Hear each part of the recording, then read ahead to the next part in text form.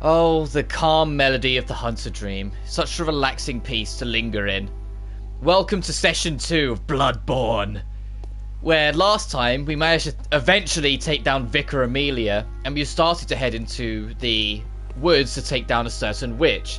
But before we continue doing that, we are now a significantly higher level with better stats all around. I want to go get revenge on this boss. Or at least try to, if I can help it. And then we'll move on properly.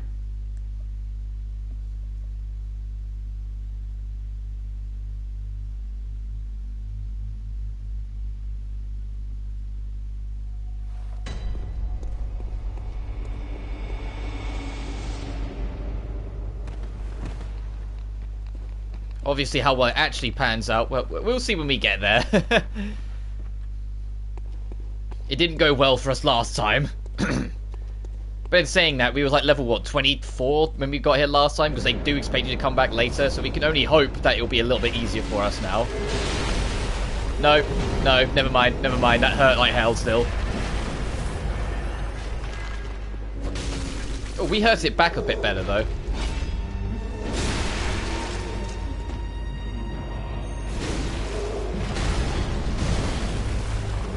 Just gotta be careful of that.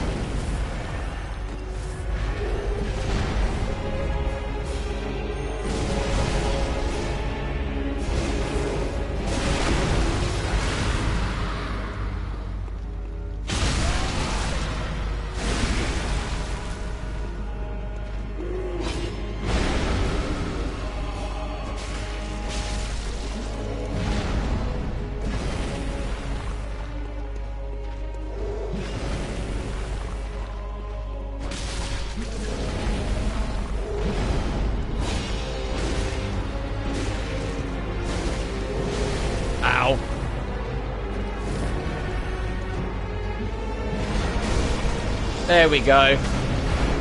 See? There we go. We got some shards and a gemstone. I can't remember if the first one is 2 floors. I think it is 2. Yeah. Some chalices end after like only 1 floor, like the randomized, but most of them are 2, 3. Some of them, I think there's one that goes to 4.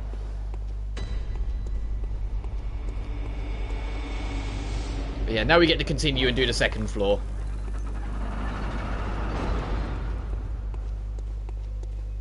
Just love tap this.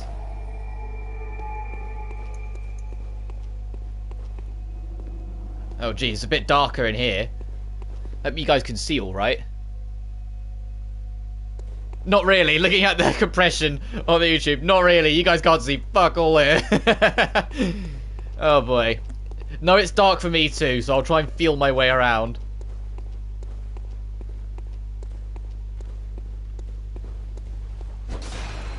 You can break them to stop there being smoke if you don't want to get blindsided.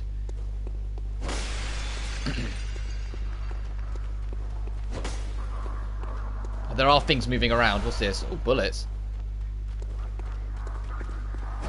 Oh, you're glowing red, which means you're generated. You're being created. You're not a normal enemy. One of those bell ladies are around somewhere.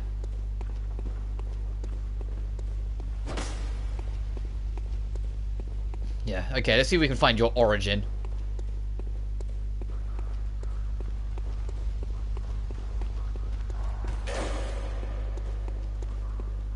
So we kill the origin, we kill all of them. Ooh, 3 vials, thanks.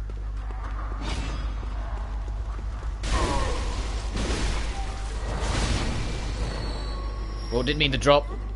Oh, it's fine, we're here. We can figure out where we are. Oh, there was a trap I twigged there. Yeah. Be wary of that. The traps can hurt the enemies as well, for the record, so it's not always bad news.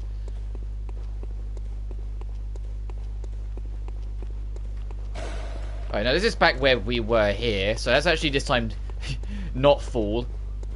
Is there actually a door out of this section? Or is it only the ladder? Alright, only the ladder.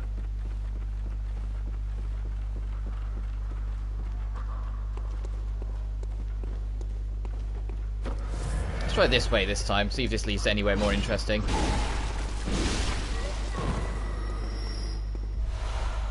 Thank you.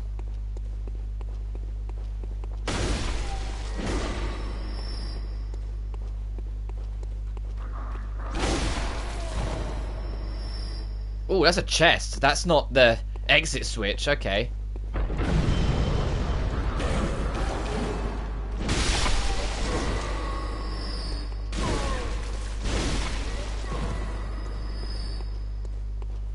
Oh, that's a kidnapper, though. Blocking the chest. Okay.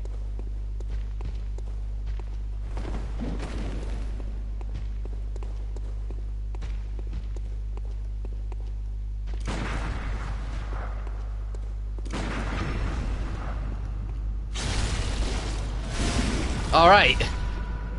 We can open this safely. I always get nervous with a kidnapper. Oh, ritual blood too. Okay, that'll be helpful for making more chalices. And for making more chalices. So I won't be bothering them too much. It's more I want to be able to show off one in its entirety. And I didn't really get to do that last time because, you know, I got stonewalled by that first boss.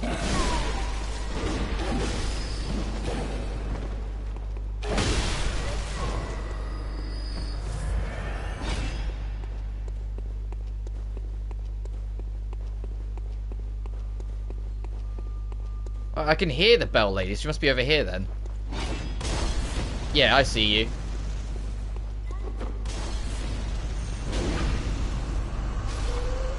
Now all of these will go too. Right? Well, no more will spawn at least.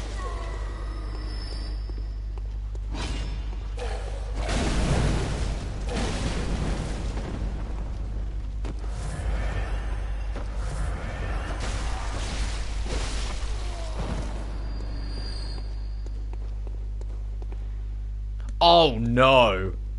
These enemies suck. The roly-poly men. This variant of this enemy, I don't like the roly-poly man. You'll see what I mean. Look at him. Look at him go.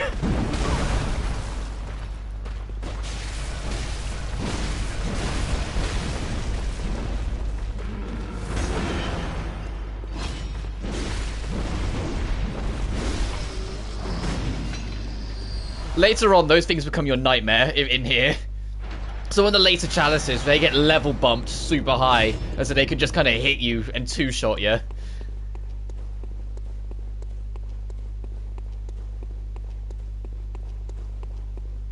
Alright, let's get back to the door. I wonder what this next boss will be. Because most of them are just standard enemies upgraded, but you do get the occasional unique boss, or sometimes you get a main game boss that's been reworked.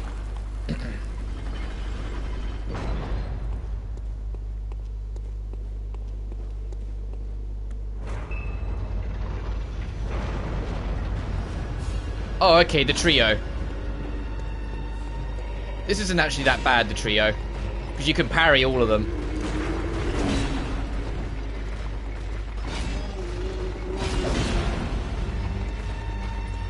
It's just the fact that there's three of them that makes it feel more intimidating.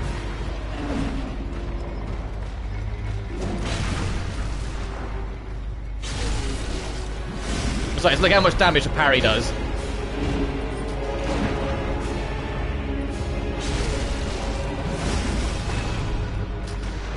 The one in the gun in the back is annoying, but you can leave him for now.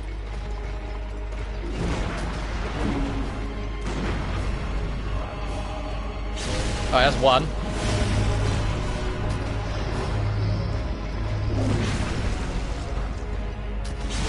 Is that going to be enough for two?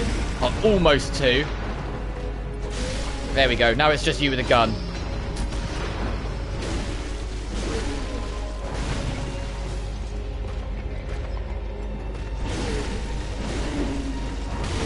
Which, yeah, you really can't do much. Yeah, you swap to a physical weapon. It's a bit late now.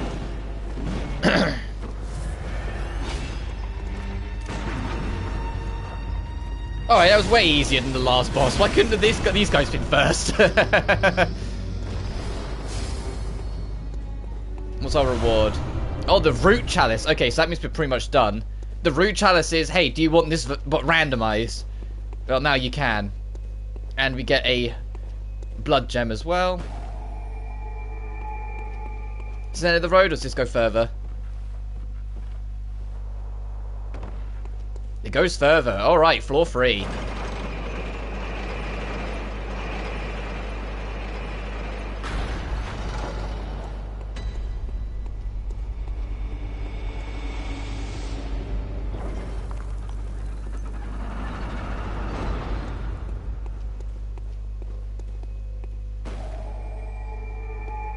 Don't worry, we will do main game content as well. We just gotta... we want to do this first. Show it off for a bit.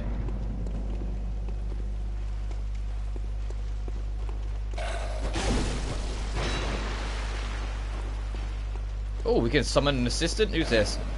Oluk. Prospector Oluk.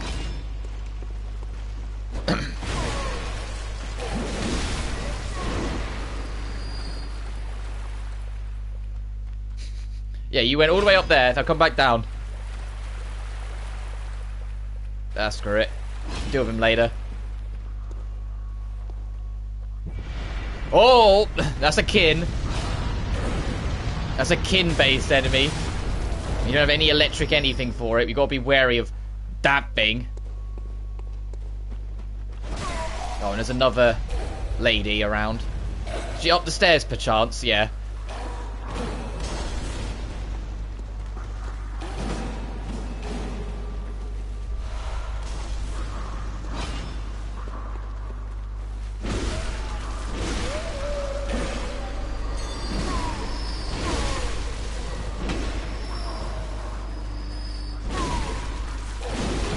Uh-oh. Let me get out of this corner.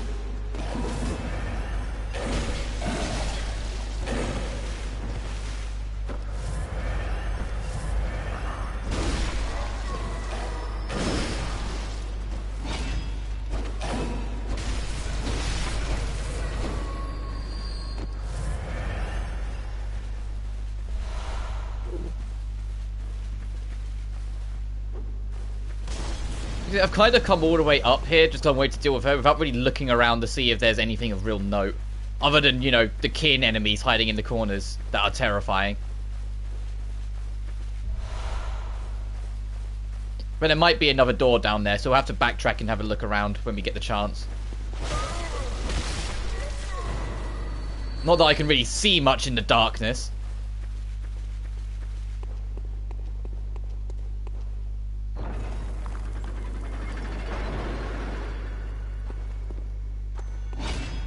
Oh Jesus! I don't remember that enemy too much. Oh, 10 vials. Oh, they can show up more often. I don't remember that enemy too well, so I was a bit like, oh, is this something that's going to kill me instantly, or am I okay? Okay, you're blocking the switch. Is there anything else in this room with you?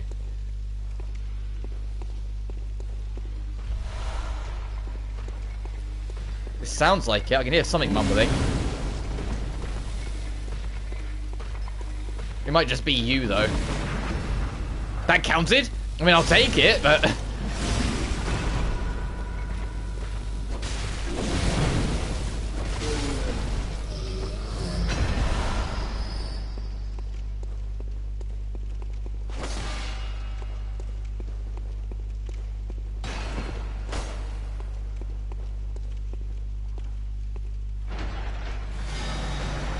Nice.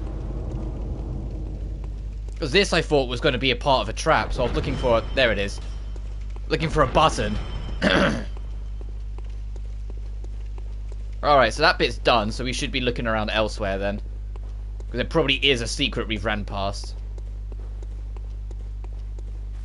I'm going to say, that's not always guaranteed, but you never know. It'll be worth just checking around here is what I'm getting at.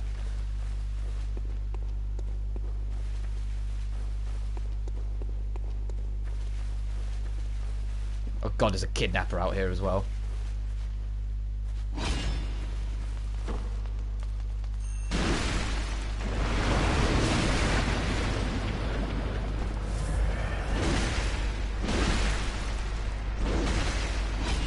God, you really don't do much damage. They're very resistant. They're very resistant to damage. Ugh. Yep, drop your... Ooh, Arcane Haze. Okay, it is worth trying to kill these things then, because that's for more ritual stuff. Alright, I saw a kidnapper. He's way over there. So I just want to check to see if there's any, like, secret doors or walls or anything before we vanish. More cold bloods. Alright, let's try and deal with Kidnapper. Oi! Oh, no. Jesus.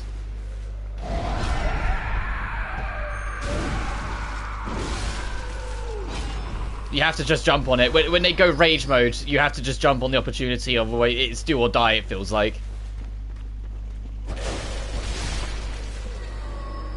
Oh! Yeah, I'm not gonna let you go anywhere. You're free upgrade stuff. Or gemstone, at least.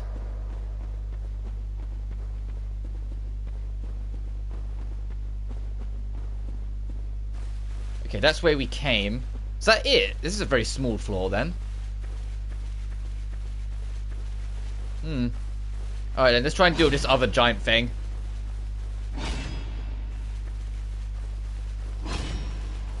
Aloha, you creepy fuck. Oh, damn. Okay, yeah, so if you hit it in the mouth, it does great damage. If you hit it anywhere else, you might as well not be bothering.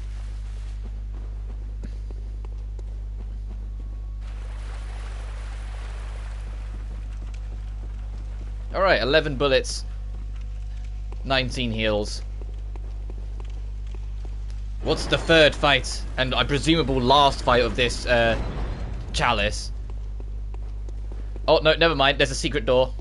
Sometimes in the corridors between intro rooms and main rooms, or main rooms and boss rooms, there's a side door that will lead to treasure. And they're always worth trying to do. Especially in the randomized ones, because the randomized ones, that's when like, you'll randomly get like a blood rock, so you can upgrade something to level 10. Or weapon plus 10. Damn it, I was checking something. I had a notification on my phone, and I was like, what's this about? Oh, okay, you're a kidnapper. I thought you were something else again.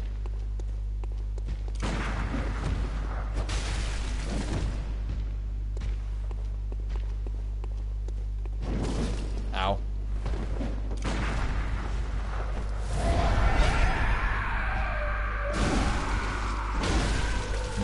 No. So you can't let that continue. I'm glad I'm getting a lot of shards though. Saves me having to worry about it so much later if need be. What's down there? There isn't a ladder. Oh, there is a ladder back up. More doors. Okay, let's check up here and then we'll circle back around and check down there.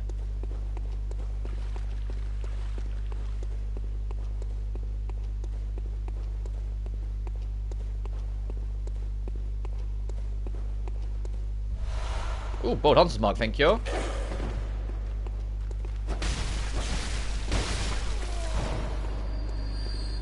Don't know what he's doing over there. Look at him. Panic at the Disco!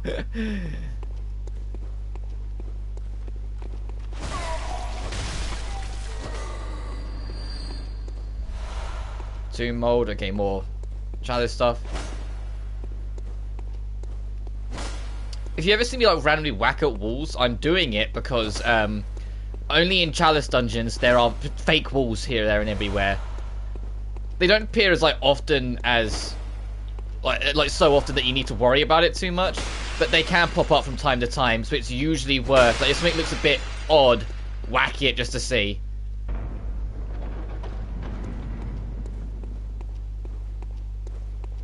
Like this, even though there's nothing here, you should check every time you see something like this. Because that could have been an invisible wall, you know? Or a fake wall, even.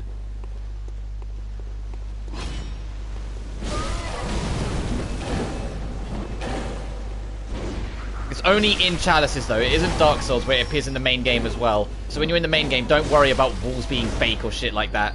Just worry about the actual what you can see exploring.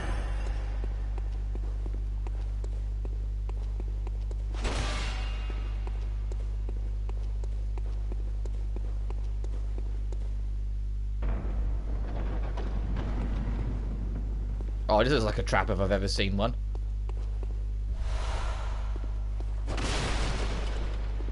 Alright, there's the reason why you do these optional areas. Look how big that chest is.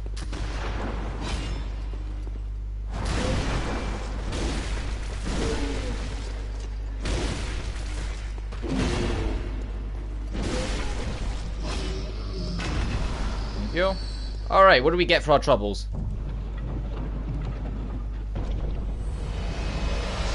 Oh, 4 Ritual Blood 2s, okay.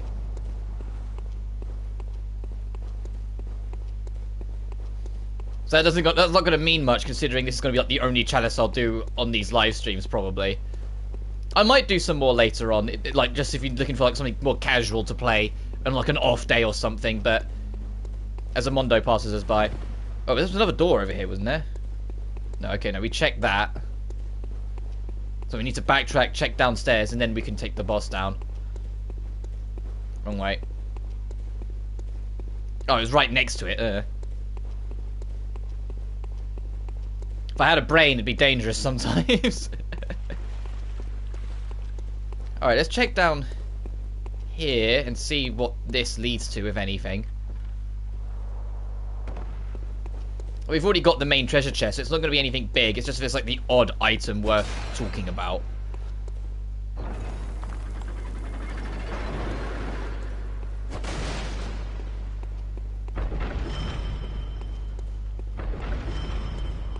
Okay, no, this just leads to down here. So if we jumped off the... that... okay. Alright, well, we've explored all that, assuming there isn't an invisible wall here. No, there isn't. Or here. No, okay.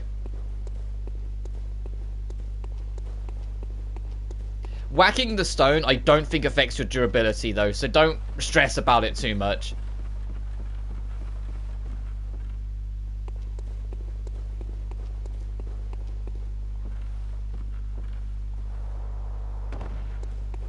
Alright. Boss... wrong way. Boss time. No, it was the right way. Boss time.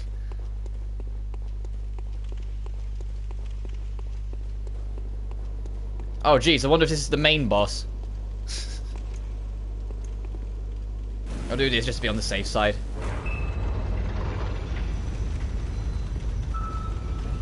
Oh, that was a bad choice. This is a fire beast.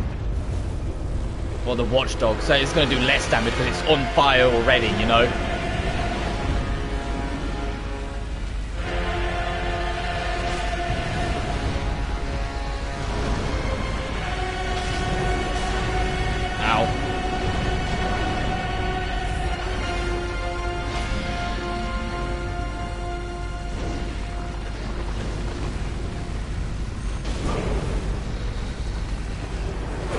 I like how that they have like several different unique boss themes for the Chalice.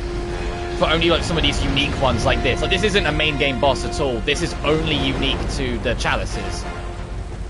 They have like 2 or 3 boss themes that only play during Chalice fights.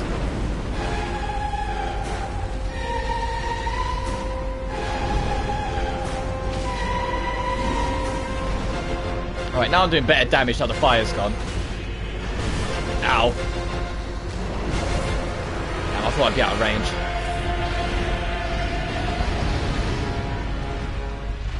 Go on, try and spew lava right in front of you again. That'd be nice. Because it's a very long animation, so I'd get a lot of free hits.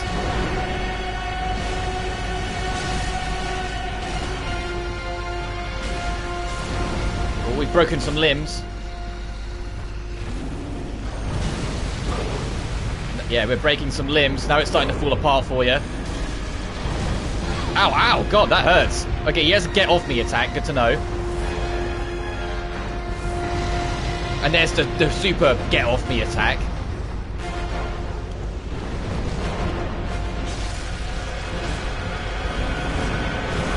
Oh, God, okay. Be wary of the charge. It hurts.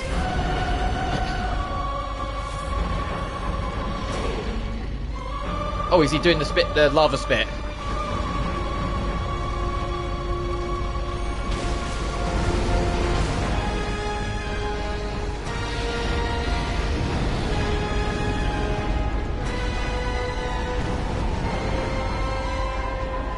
The music is so terrifying. It's like, this big fucking dog's coming for you kind of music.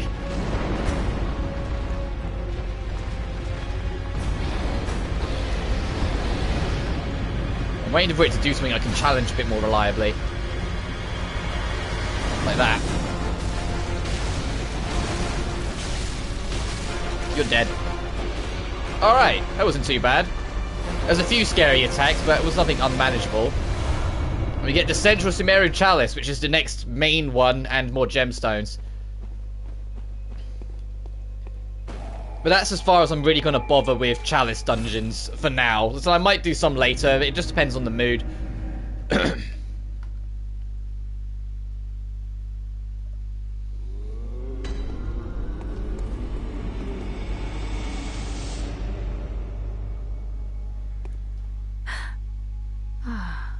You okay? Welcome home, good hunter. I must have drifted off. Oh, you were kipping again. Very well, let me... Only one level. It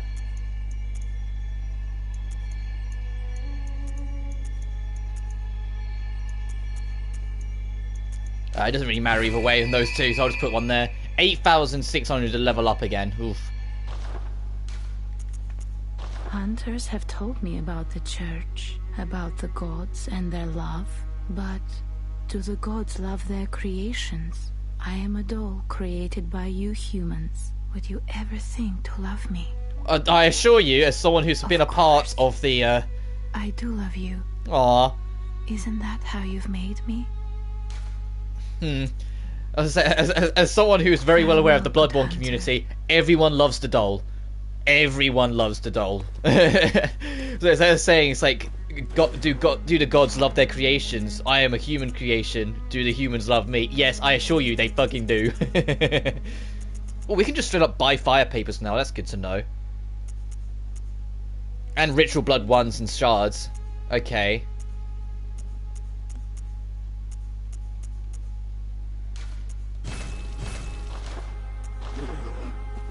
Alright. We're done with you, so let's end it. And so now we can make a route one, which is randomized. So if you want to just test your luck, see what you get randomized, you can get really dicked over with a randomized one. So be wary of that. Sometimes things will just screw you over and you just have to live with it. Because, you know, when things are randomized, things can sometimes randomize your demise. And you can get enemies in really awkward positions that just screw you over. You can also get pretty lucky sometimes and have enemies like randomly spawn in death. But the next main one would be the Central Chimera. And these ones are for later, that you get for defeating certain bosses or doing certain things. So don't stress about them yet. But like I said, I won't bother with that now.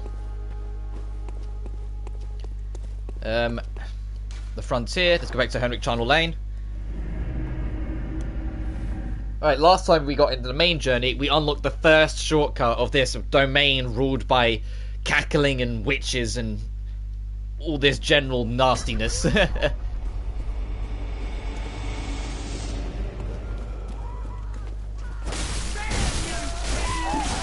ow.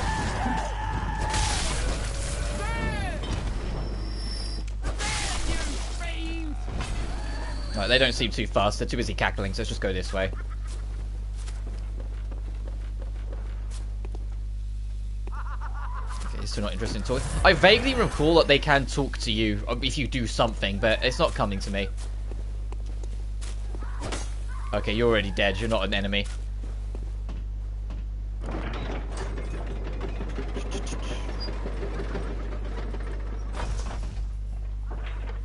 Send it back down in case I die. Okay, let's see if I can find the one bird that's AI is turned off. So I mentioned it last time. There's one bird of this bunch. I think I can kind of see which one it is. That's AI is just turned off, so it just kind of exists.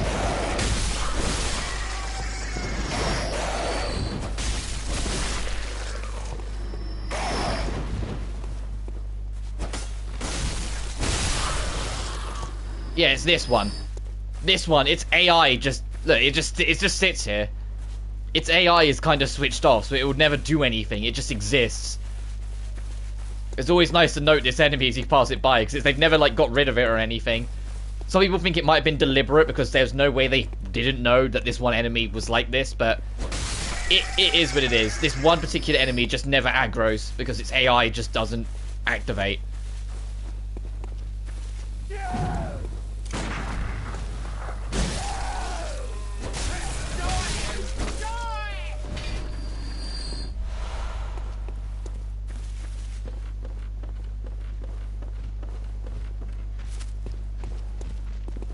Oh, okay. Oh, you...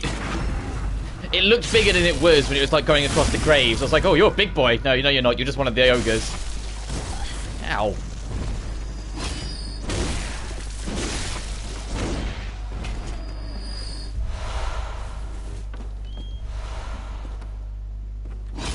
Oh, there's absolutely going to be an enemy hiding in here somewhere.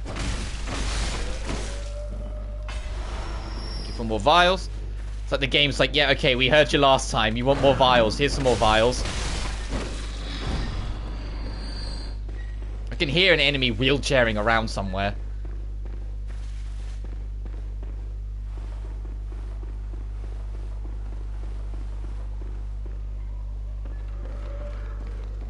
There's a dog running around as well by the sounds of it. Oh, no, I want you.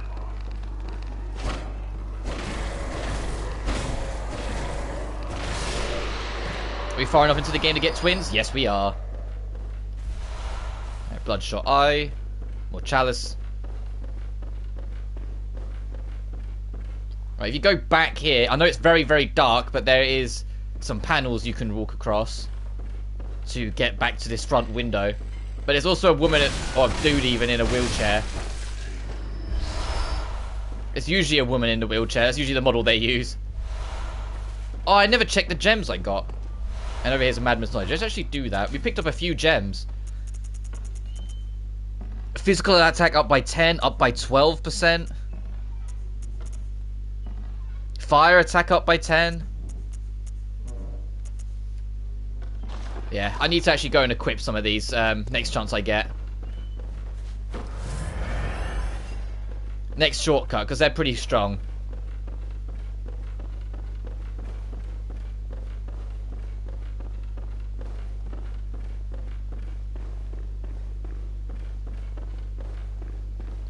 Oh, I have fallen off the edge here once or twice. As a heads up, it's this bit here. Yeah, if you're not careful, you can fall off the edge and it's just a pit. You'll just die.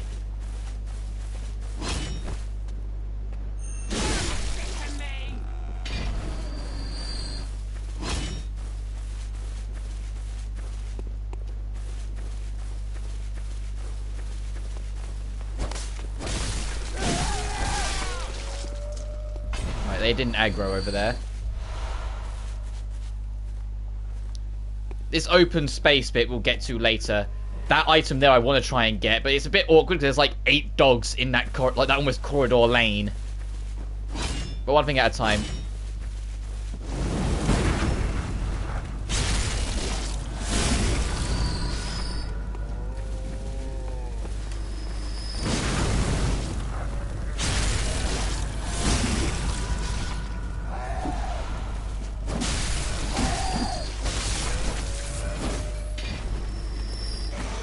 Oh, I didn't even spot the dog. You blended in a bit too well there, doggy. Jesus. I'm completely blindsided by it.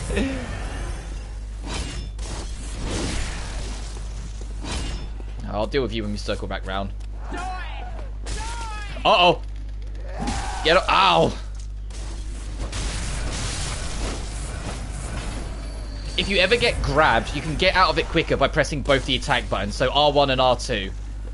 A lot of people will mash every button but the bumper and trigger and then get the full animation. No, it only cares about R1 and R2. It's the same in the Dark Souls trilogy. Okay, there's 2 executioners out here, so be a little bit more wary. Let's try and get that shortcut open before we get too noticed.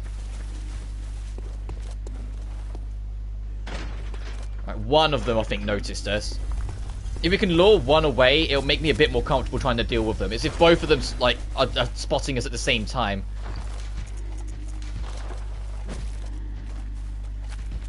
And that's the purpose of the pebble. So we can try and lure him away from the others.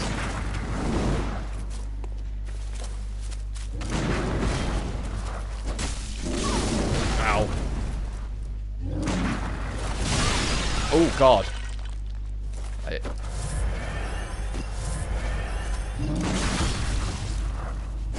Oh! I got robbed.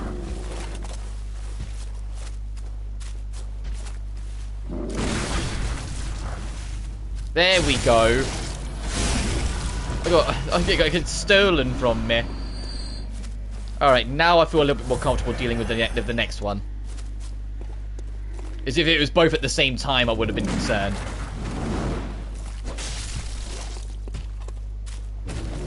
Oh, that's its grab. I was like, I thought it was trying to. It was going like, "Come at me." I thought it was taunting me. No, it was a grab.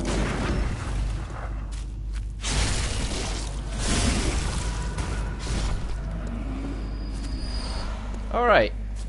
This particular glowing, well, sort of glowing thing. Remember it.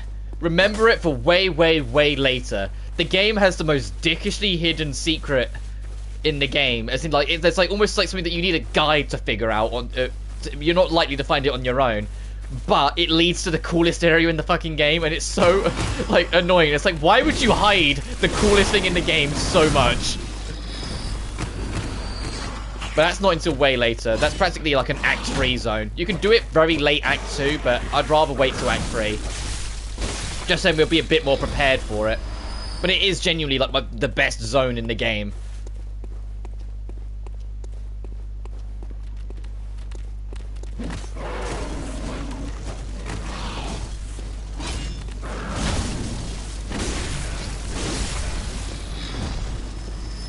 Do you mind?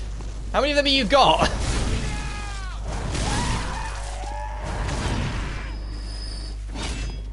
I think that's it for the dogs. Obviously, be careful approaching the edge here. Last thing you want to do is drop off now.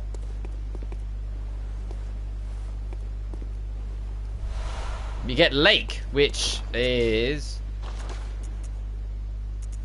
damage reduction. It's only by 3%, so it's not going to save the world, but it might make the little bit of difference you need. Alright, before we take the shortcut back, there's one little last thing we need to do.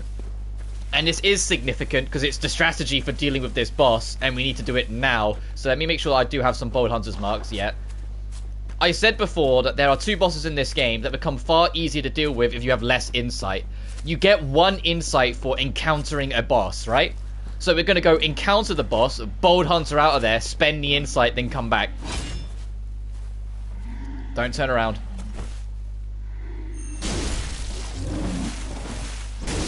It was close enough to Dev anyway, it was fine.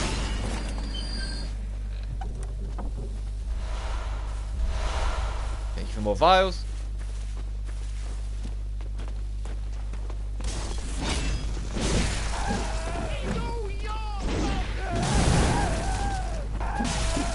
Okay, I need to be a little bit more careful of the crazies here.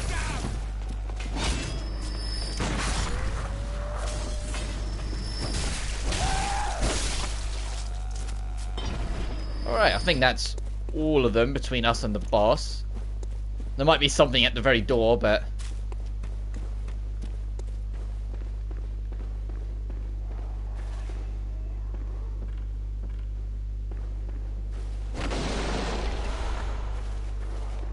I was gonna say, if you linger around, something this falls from the ceiling.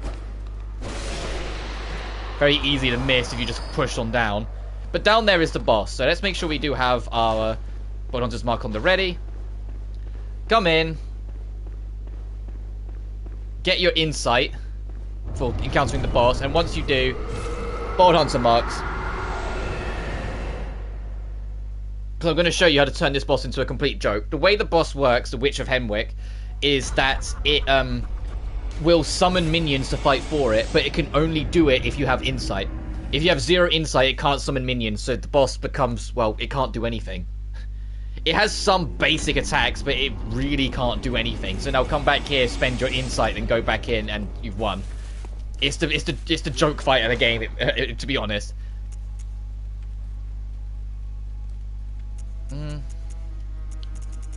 Gee, what do I fancy spending this on?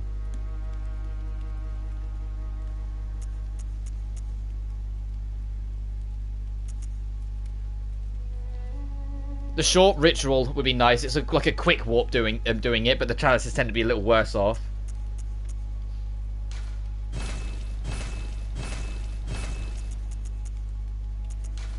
I'll just do that. Alright, let's see what we picked up. Better frenzy and beasthood, but not as good poison.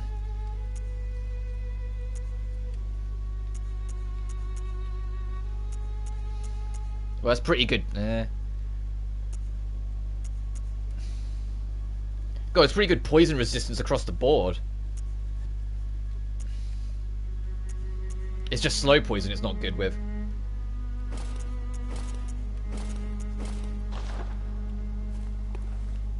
Oh, it doesn't look great, though. I'm not sure I like the aesthetic of this one.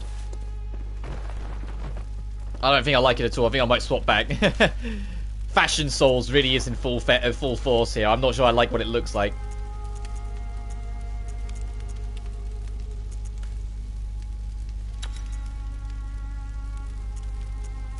Skill scaling, that, ooh. Makes it a C scale instead. Ooh, that's actually, that would become more helpful over time. I might not use it now, but it's something worth keeping a hold of for later.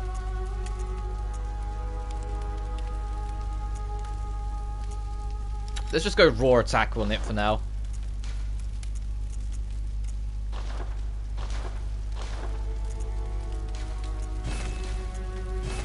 Nice, okay, that's even stronger. Yeah, I don't like the aesthetic of this.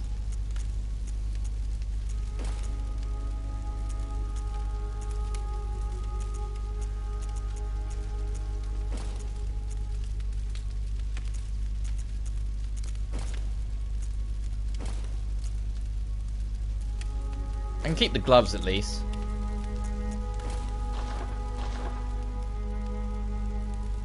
Yeah, okay, make it a little bit more of a mix and match. Alright, but now we have... Oh, actually, no, so spend experience. Welcome. Very well.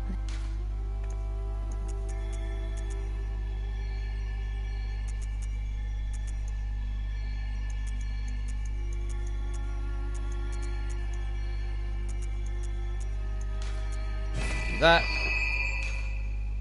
Farewell.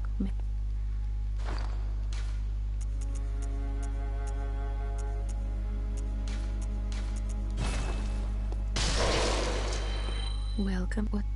Yeah, we can. I was like, we're so close. I might as well just level up one more time. A bit more stamina whenever goes amiss, and then we'll spend the rest on vials, because of course. Because I can't think of anything else in here that I really want.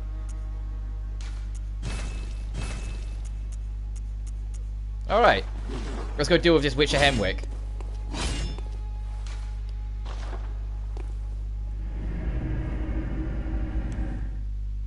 Like I said, because we have 0 insight, yeah, she's gonna struggle. It's gonna be very one-sided. We've got to get back over there first.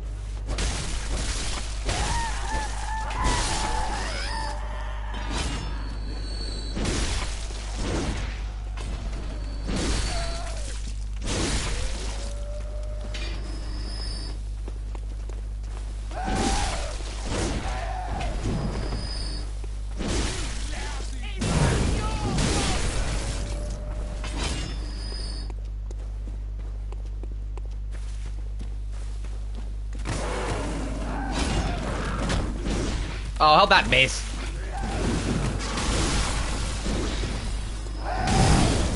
Whoa, careful. Don't want to get too cocky on it, just I'm trying to get to the boss and die for my trouble. Ow.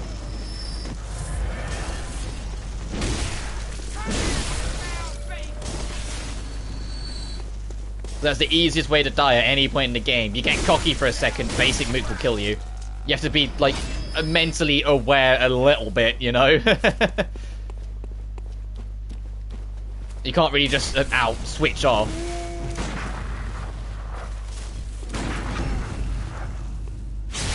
I say that, when you're doing, like, if you decide to do, like, full-on chalice grinding, Like, as in, like, doing the random, trying to make yourself as strong as possible, then some of it gets a little mindless. You do start to kind of just switch off because you get used to the, randomized or not, you get used to the pattern and used to the signs.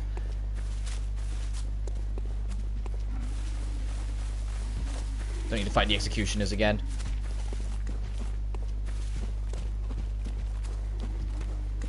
We were spotted though, look at him, he was coming for us.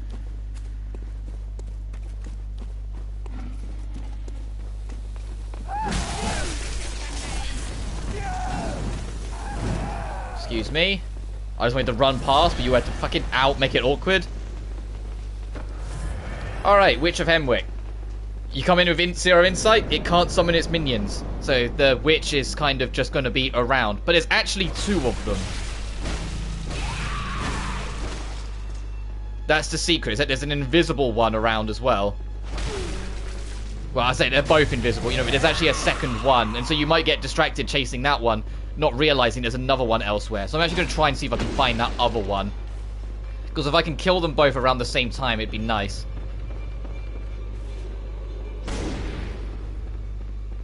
You'll know when you're hitting the other one because you won't see their health bar yet.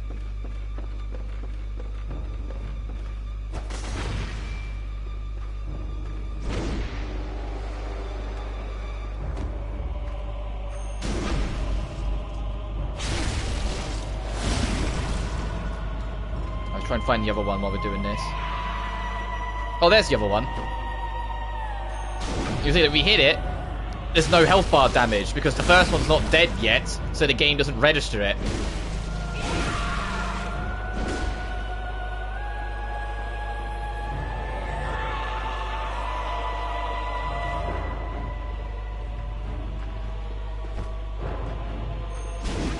Damn it, you're that one. I wanted it to be the other one. Oh, you're right here though, so we might be able to kill you pretty quick after. Right, that's its only real attack, the get off me attack.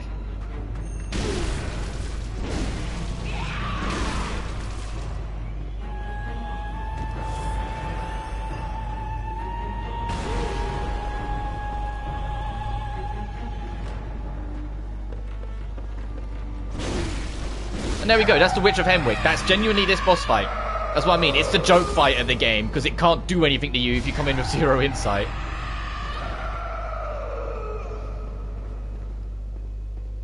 It's hilarious that that ended up that way. And for our reward for doing this optional area and clearing out the old lady is the Rune Tool Workshop. We can now finally put runes on our body. Our next destination. Ooh, what do I fancy? This is.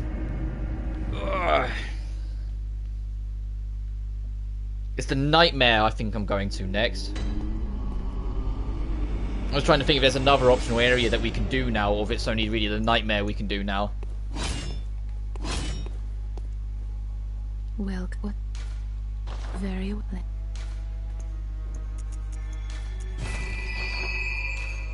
Farewell, good hunter.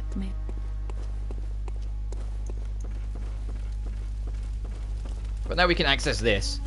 And we can attach these to ourselves. So, more blood echoes from visceral attacks, sure.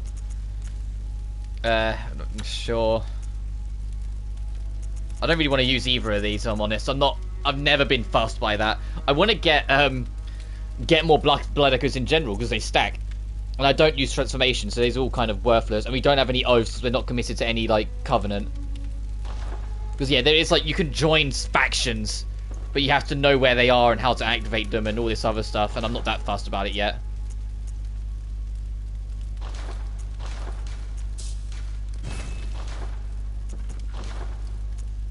I still don't have a third slot. It'd be nice to get slot 3.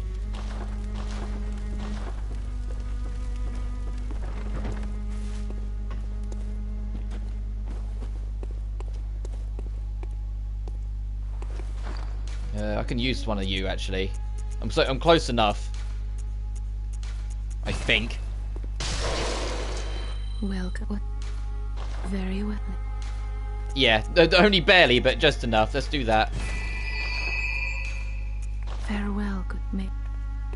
I'm trying to think. Like, is there anything other than the Nightmare Zone to do right now? Hang on. There's an easy way to check this. Actually,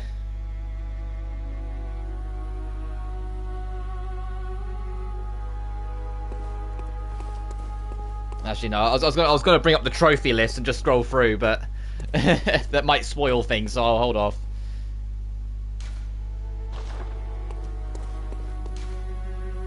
Yep. Okay.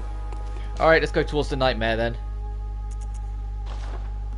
Once again, Grand Cathedral is a good starting point. Oh, I'll tell you what we do need to do whilst I recall it. We need to continue Alfred's side quest. Because I think we can do that now.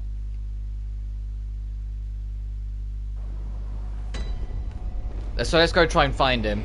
I mean, I vaguely recall where he is. Like, I know what sort of zone he's in. It will just be a matter of finding him personally. But we need to go talk to him again so we can advance his side quest a little bit further.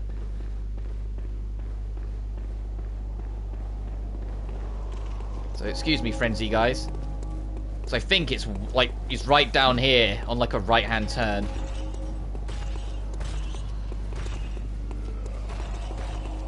Yeah, don't mind me, guys. Just looking for a friend.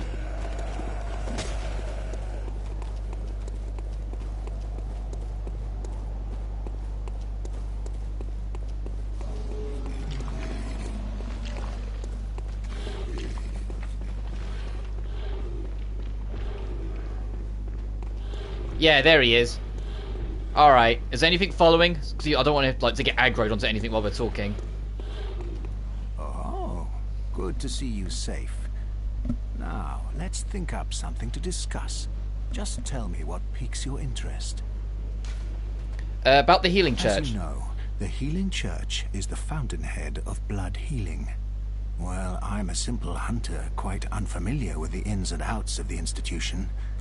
But I have heard that the holy medium of blood healing is venerated in the main cathedral, and that counselors of the old church reside in the high stratum of the Cathedral Ward. If you seek blood healing, and the church is willing, you should pay them a visit. Well, Bergenworth is an old place of learning, and the Tomb of the Gods, carved out below Yharnam, should be familiar to every hunter. Well, once a group of young Bergenworth scholars discovered a holy medium deep within the tomb. This led to the founding of the Healing Church and the establishment of blood healing. In this sense, everything sacred in Yharnam can be traced back to Bergenworth. But today, the college lies deep within a... The college itself is actually our next plot destination, which is why he's here to talk about it, but only if you spoke to him the first time. Bergenworth forbidden ground. It's unclear how many of its scholars... On my blind playthrough, he wasn't here because I accidentally attacked him thinking he was an enemy on first encounter way back when. And so it was only in like New Game Plus I learnt about this. And of course the Vile Bloods. There's something I want to tell you. A bit of wisdom from the eminent master Logarius. Once, a scholar betrayed his fellows at Bergenworth and brought forbidden blood back with him to Cainhurst Castle. It was there that the first of the inhuman Vile Bloods was born. The Vile Bloods are fiendish creatures who threaten the purity of the church. Cainhurst Castle we will touch upon later, but good luck finding your way there on your own. And so, to honor my master's wishes, there's a lot we can do to get there sooner rather than later, but to Cainhurst Castle. We're not going to be in a rush. I bid you farewell. It has been a pleasure. May the good blood guide your way. The other way I can quickly check whilst we're heading back. Wrong one. We went back many moons ago when I did the Let's Play on it. I can just read the titles of that. Oh, right, we need to be kidnapped. That's what I was remembering. We need to actually bump into a kidnapper and deliberately get killed for him. Then we'll do the nightmare. That's what I was forgetting.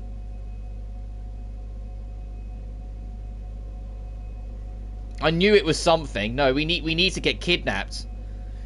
Okay, so let's go to the dream because it'll be the Cathedral Ward. We'll get ourselves killed. It was in the back of my mind. So I'm sure there's a third area. No, there is. Yeah, we need to get kidnapped. We need to deliberately get killed by a kidnapper. So, Cathedral Ward. The one out here should still be around.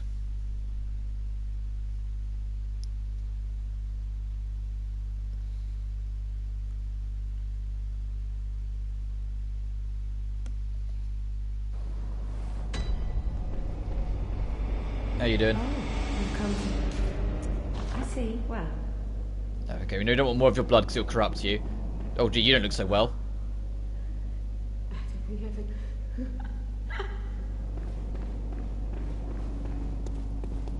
Oh, it's out the front. Oh, kidnapper. There you are. Kill me. Kill me. Kill me so you can take me away. Come on. Ow. That was over half my health goes. Come on. Ow. Okay. Alright, and there was nothing else that was involved, so it should just kidnap me now.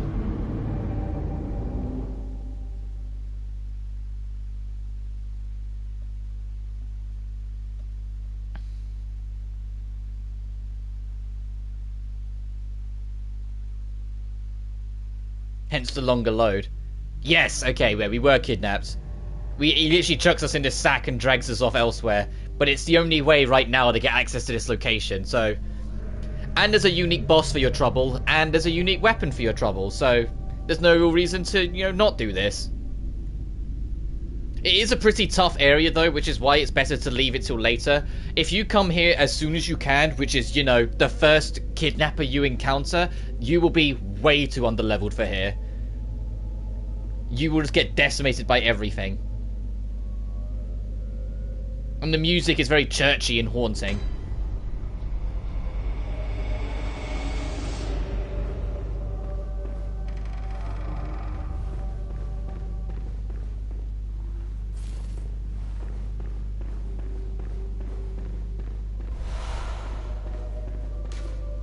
Madmen toil surreptitiously in rituals to beckon the moon, uncover their secrets.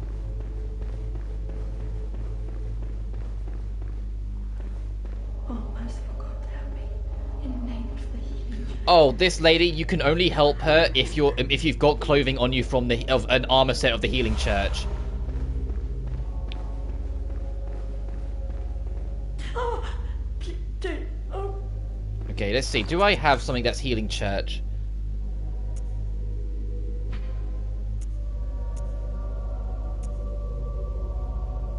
I don't think I do. I could try this, but I don't think it will count. Oh. No, okay, we don't have something from the Healing Church. If you do, you can talk to her and convince her to go get shelter.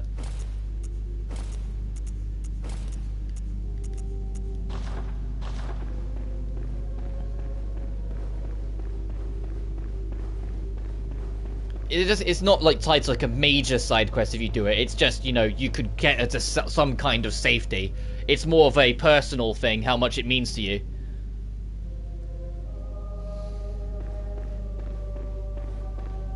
But let's actually now get a move on. This place is one of the more haunting locations of the game when you first come here. Especially on your blind playthrough, because you don't know the kidnapper's going to actually kidnap you. You probably don't even know they're called kidnappers. So you get killed and you're like, well, damn, that enemy was brutal. Why is it dragging me away? It's why the enemy is so dangerous, in fact. Because they want you to get killed by one at least once.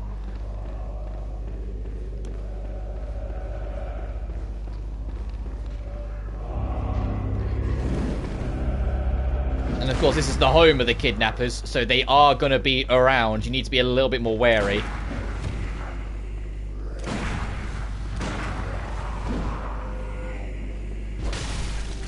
Okay, you're angry, so let's do this.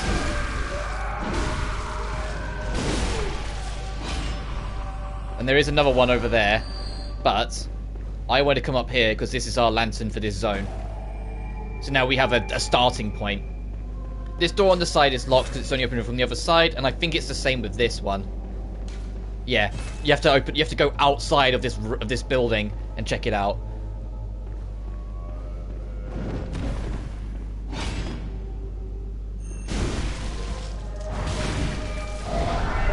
Yeah, get angry all you want, kidnapper. Goodbye. Give me this. Okay, what is Moon? Is it what I want? More echoes from slain enemies. Yes, more experience. Give me. Welcome, Yosef. I assume that's how you pronounce your name. Forgive me if I'm wrong. Nightmarish rituals crave a newborn. Find one, the silence its harrowing cry.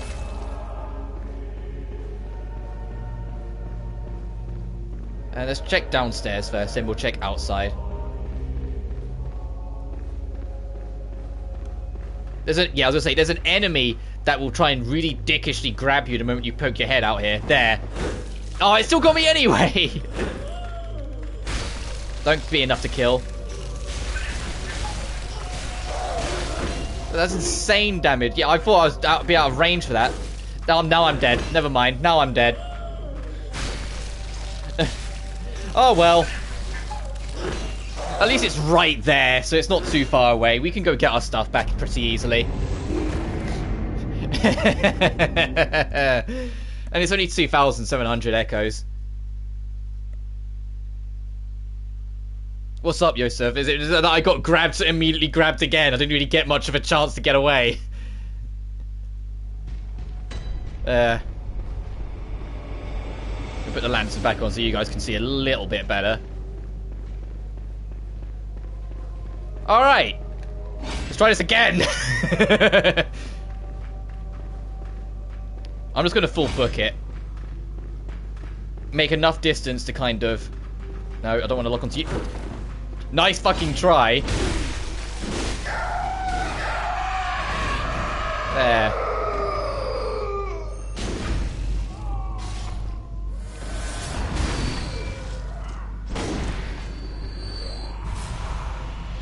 Oh, another kidnapper. Okay.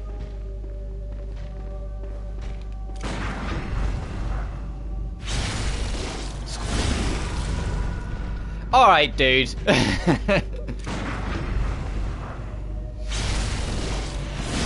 I appreciate you trying to have a bit of sense of humour, but come on, dude. No point...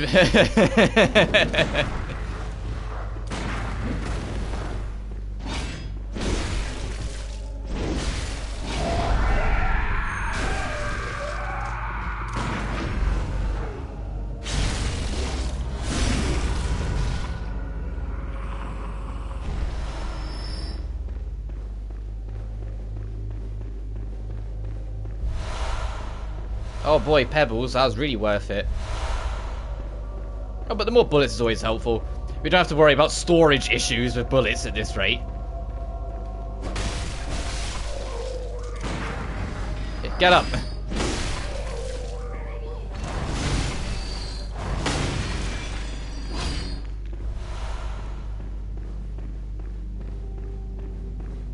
I think that's everything here outside of the tunnel at the back. Because there is, yeah, this here. But I want to check that out later because that leads to a boss.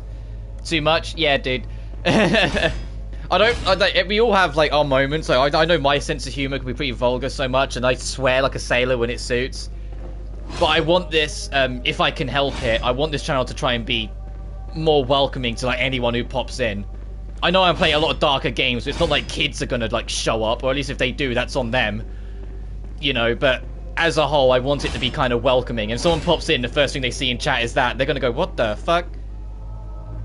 Can you help me with a boss? What boss are you stuck on? I'm kind of doing more of a casual, just like, slow playthrough on the build up to Elden Ring, so... it depends what it is, and depends along the way. And I'm very rusty, so that'll be that helpful. I'm more like say I'm just more playing through it because... might be, brother. No, it's alright, dude. I'm looking at chat too much. I was like, I'm not focusing on these guys at all. I'm just kind of doing circles. There we go. Oh, is it a main chalice or like a random chalice? If it's a main chalice, I'm willing to bet it's Amygdala. Because that seems to be the one that catches everyone off guard. Oh, bolt paper. That's kind of nice. Because I probably won't hop in to be able to help you, but I might be able to at least advise you of a couple things. Because I want to try and make this like my little playthrough, just going through the game casually and, you know, just kind of doing it as is. But if it's a Chalice boss, that I understand and know how they work, I might be able to at least say, okay, maybe if you tried this or that, you know? Because like the big one of Amygdala is that about half of its attacks, if you stand completely still, will just barely miss you. It only hits you if you panic. So if you can identify what that attack is, a bloodletter. Oh, okay. A random Chalice 6 bloodletter. And it's just fucking you up because, yeah, okay.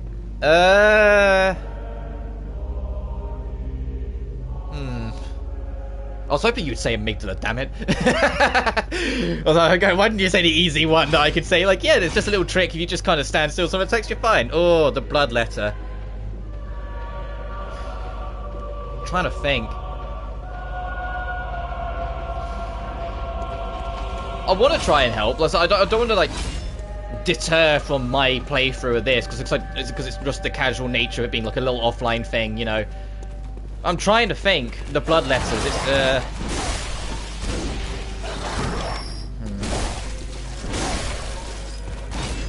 It one hits. Oh, okay. There's the problem. And you like around level cap.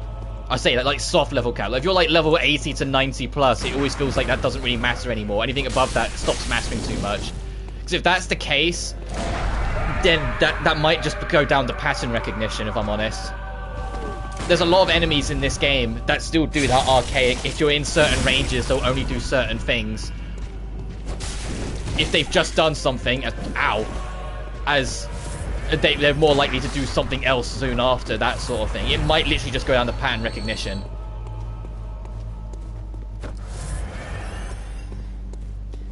Your best bet if you're really struggling and you want to get a team together is the Bloodborne subreddit, at least. I know it was like a year ago when I did it, but the Bloodborne subreddit is always welcoming. You can go in there and just say, I'm really struggling with this boss, can someone join me? And then you can help set up a room code and go from there. Especially, like, you could even like give in your location, because I know for some of you guys it'll be more of a struggle because I'm from the UK, so the distance of connection is going to be quite far. That's a shortcut, by the way.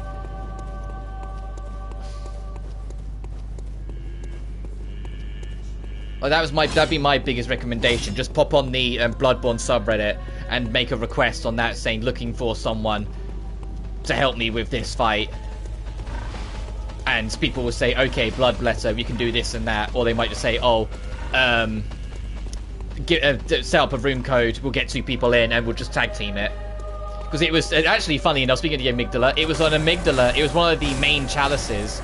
It was, there's a chalice like 1 or 2 before like the final one, where the gimmick is that you only have half health.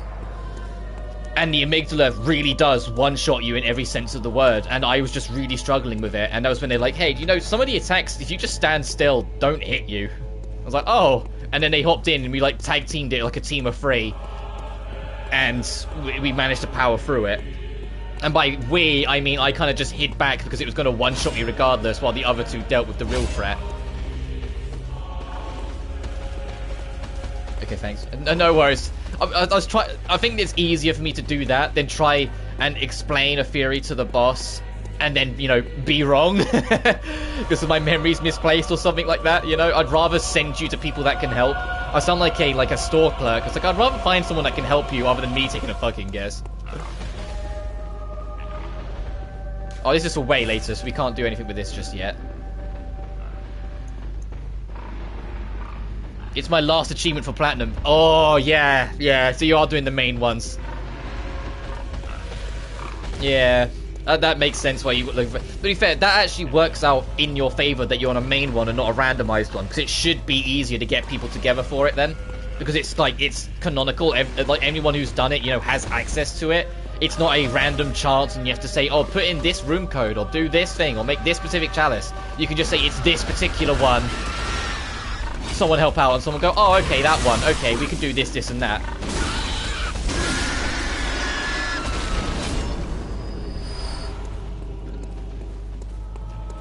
What's it say? Behold, a pale blood sky.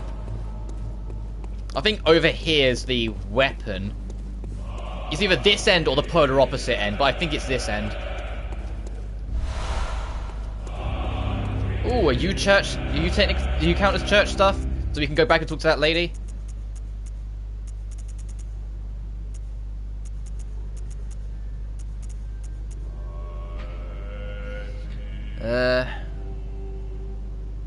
School of Mensis. No, never mind. Let's do with these two dogs.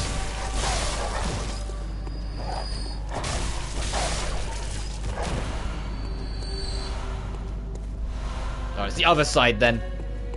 So I don't think we can interact with this either. No. But there is stuff here though.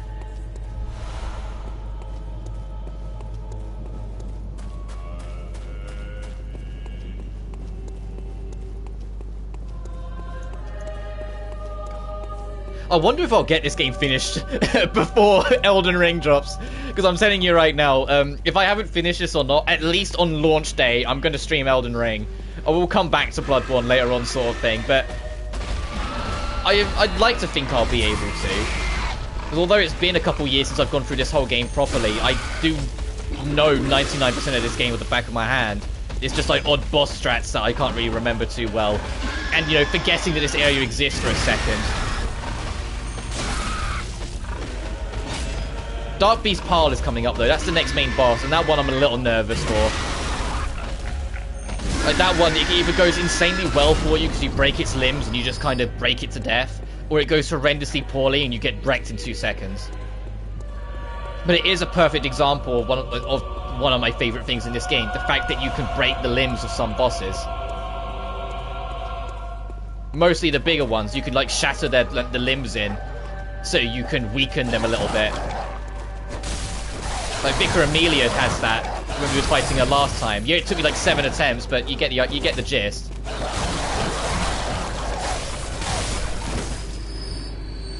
Let's top up a little bit. We're kind of low on bullets, but we should be fine.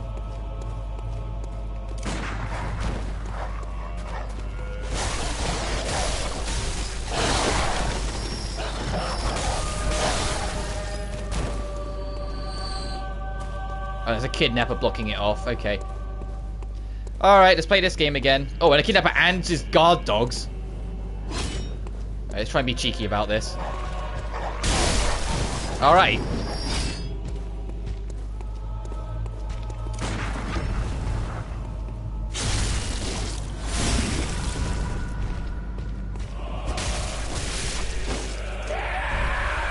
And yeah, we get to nitrous. I don't think I have the skill high enough to use it properly. Oh no, I do, thankfully. Nitrous, it's a big bonking stick with electricity.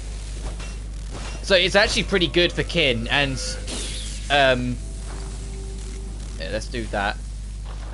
And if I recall correctly, it will stack on your arcane. Actually, I can check. Yeah, it has a D stacking on arcane.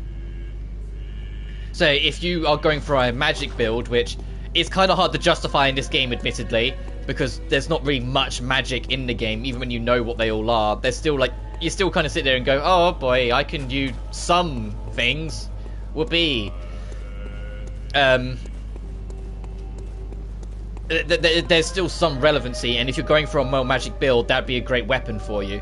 And like I said, it's electric based, so a lot of kin based enemies are going to really suffer for it. Before we do the next boss, I am going to go back, because 29,000 echoes is 29,000 echoes.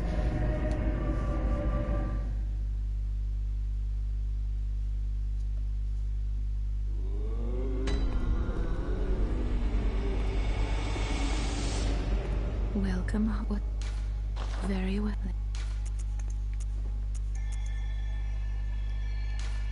Yeah, let's do that. I really should put more into my health. It's going to bite me in the arse eventually, how little I'm putting into my health. In fact, let's use these and put a level in my health.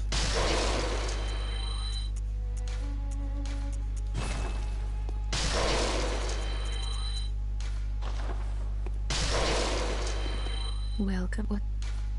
Very well. I think I'll only be able to get one. Yeah. Farewell. That's alright. I can spend the rest on more vials. Make sure we continue to be stocked up for when we inevitably crash and burn on a boss. Is this Holy Church? Oh, it is. Actually, it might be in my interest to buy a piece of this. I don't know if you need the full set to make it work, but just... let's do that. Just so we might be able to convince that lady that we're good.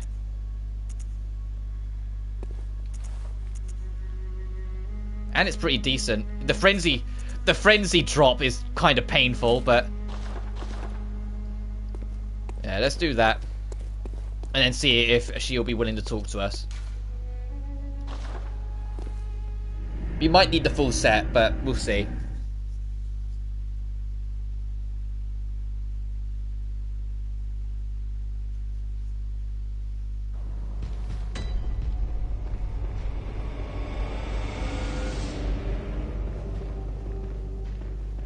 No, she was right down at the very bottom.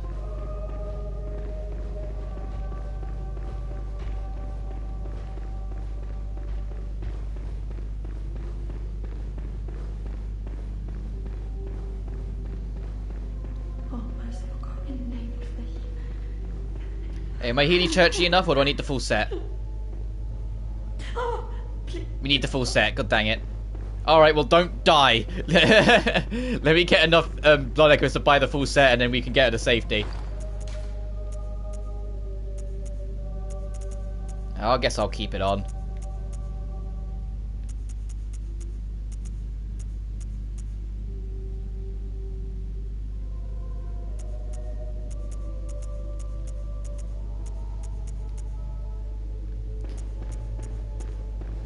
It's things being red on frenzy that get me nervous. So if it's red on frenzies and it's like less frenzy resistance, I'm like, do I really want this?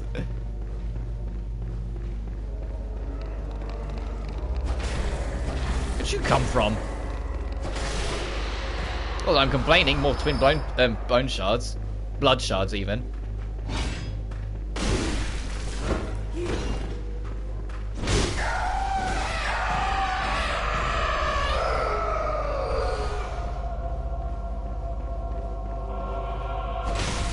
Oh, the music suddenly get louder for a second. Genuinely, I'm sure it just got like a tone louder in my ear. Oh, there's 2 kidnappers in here. Holy hell.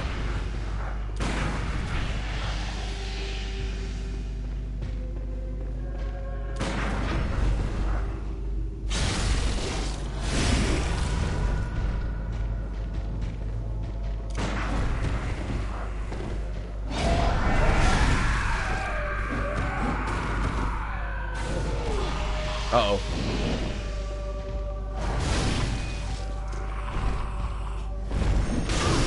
Oh, that was not a welcomed trade. There we go.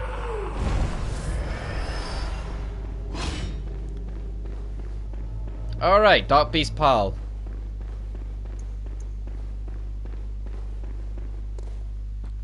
I'll try it once on my own, and if it doesn't go well, we'll get an Antle.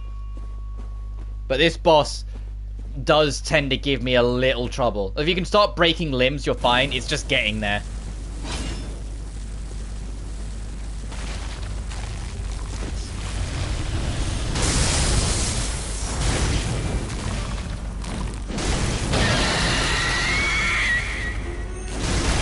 Okay, right, but now we're in a good mojo. When you start breaking limbs, you can kind of pattern it.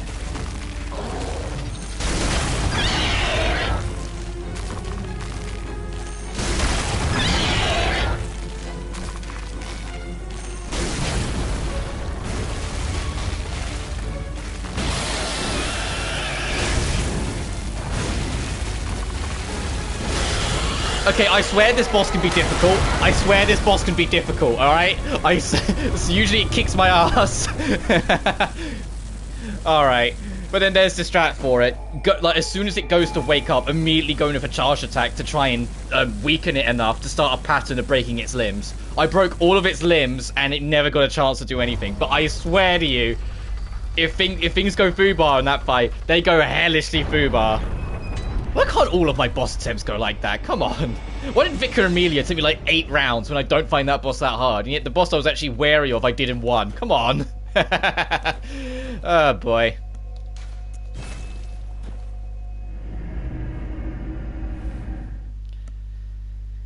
Alright, let's try and buy more of the rest of this tomb stuff if we can. And then see if we can convince the lady that we are a good guy. Oh, I can make the difference to make the last of that. I'm sure I can.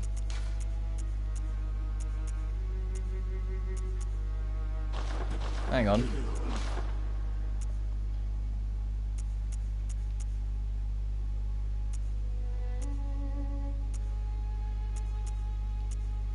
I'm not selling the old bone because I might use it later.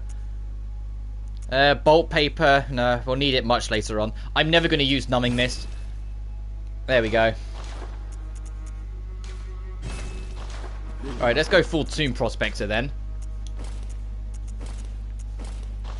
And hopefully...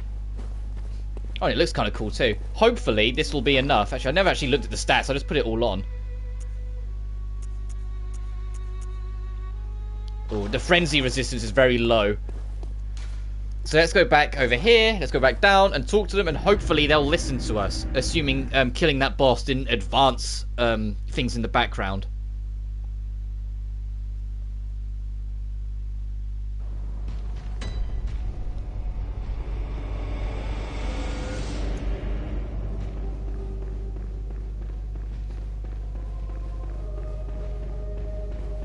And then we're done with this area, and the next optional area will be the nightmare.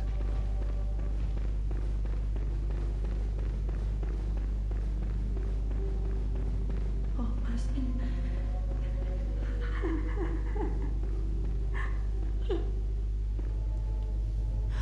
Yes, okay, now we can do this. You've got to say. I have. You can. Sure to please an upstanding. Oh, thank you. Thank you. I received. There were many other, and I. So, then the streets of perhaps it isn't my. Do you know? Yes, I will send you to the chapel because once again, Yosefka's clinic is a death trap. Don't send anyone there. Oh, thank you. I pray for success, kind hunter. There we go. Has she got anything else to say, or is that it? I'll send. I'm kind. Okay. Let's get out of her sight before we change back. Otherwise she might go, hang on a minute, you're not a church hunter, you're not a healing church, what the fuck? Let's just go full Yharnam and for a second, and then we will look back through and see if there's something that suits better.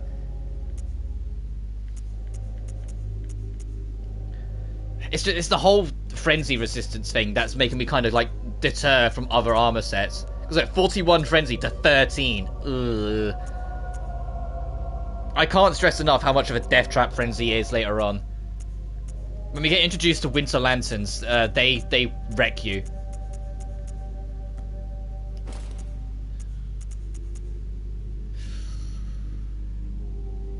How does that look? Oh, you can't really see the baggy trousers because of the great coat, so I'll keep it. Fashion Souls is still on, baby. Alright, let's actually get out of here now.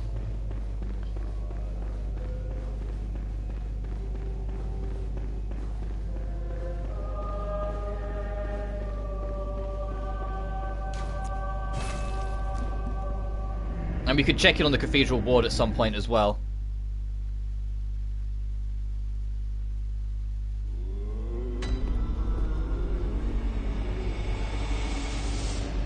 Hang on.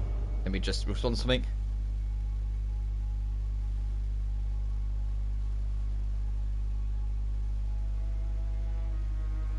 There we go. Oh, is she up there then? Actually, am I low on bullets? I've only just noticed. I've been on like 14 for a while. Do I not have any in store? I don't. Wow. Okay. I need to be a little less careless with my bullets then. We'll put you on just for now. Because I'm not going to bother with the B stuff, and I don't care for more vials and more bullets total. So I'd rather these. Yeah, she's over here. It's alright, you can continue doing what you're doing, don't mind me. You can buy bolt paper now, that'd be good for later. Alright, we did pick up a new badge, should probably check if we can buy stuff. You can buy a to nitrous. That's it. Okay, you can buy the to nitrous now if you want. So if you want different variants or something like that, you can do it.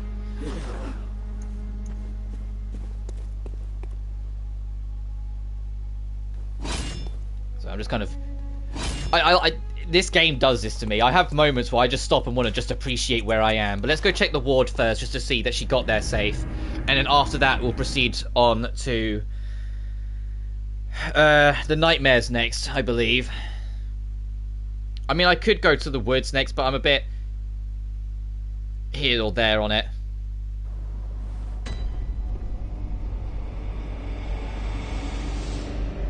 I say, of how big the woods are, I could do like half of the woods, leave to do the nightmare, because then I'll be a bit higher level then, and then come back and do the Did she get here? Oh, she did. Okay, she's over here. Oh, brave hunter. She's not fussed now. That she's seen that we were at least somewhat a part of the healing church. Church bow, thank you. The town is in distant. Together we await there. I cannot. The only thing is my own luck. If it would. Yes, coming now. Only take her blood once, the same as always. Don't take blood too much because it will ruin them.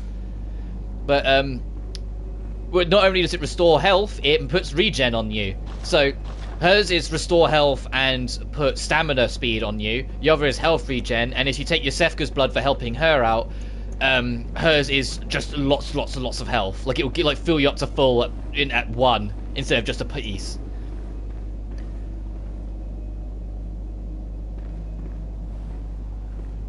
Alright, so what I am going to do, I was piecing in my head where to go next. I think I'm going to do the first half of the woods, which is like to the first real shortcut, and then we'll go the other way and do the nightmare. Just because the nightmare, I'm a little nervous on my current level. That's all. The nightmares are fun locations. I genuinely enjoy the nightmares. I know by name, by default, they are very difficult areas and they can go foobar very quickly, but I genuinely like the nightmares. All the nightmare locations are what they should be, which is absolutely terrifying and extremely intimidating to even find your way through it.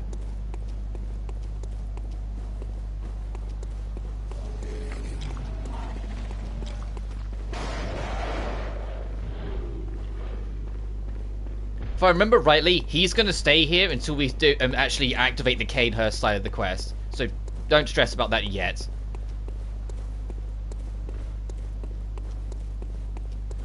But we should be able to open this now.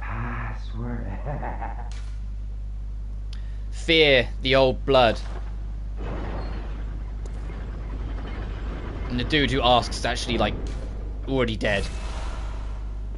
Another madman's knowledge of... Oh, a bit more insight of the chaos that's going on here.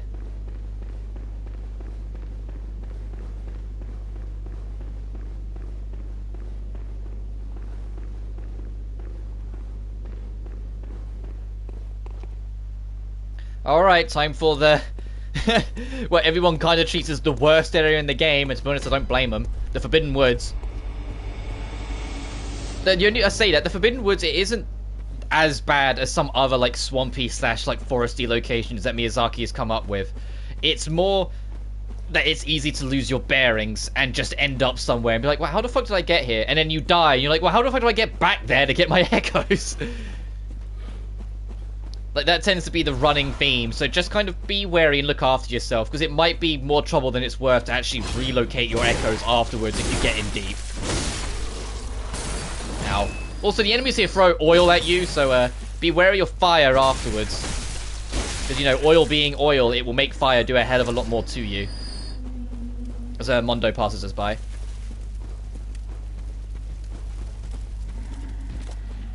Ooh, Executioner. And if you're watching this and at any point you lose your bearings of where I am, don't worry about it. Don't worry about it too much. It happens. It's just how this location is. If you just keep moving and keep exploring as you go, you will find your way through it eventually. The problem with it is that the key word is eventually.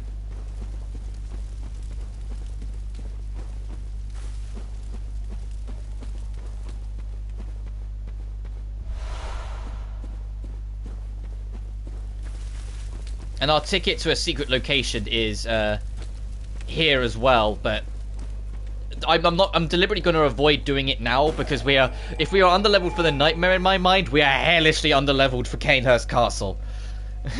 Just to put it out there. I don't think we can open this. No, we have to open it from the other side.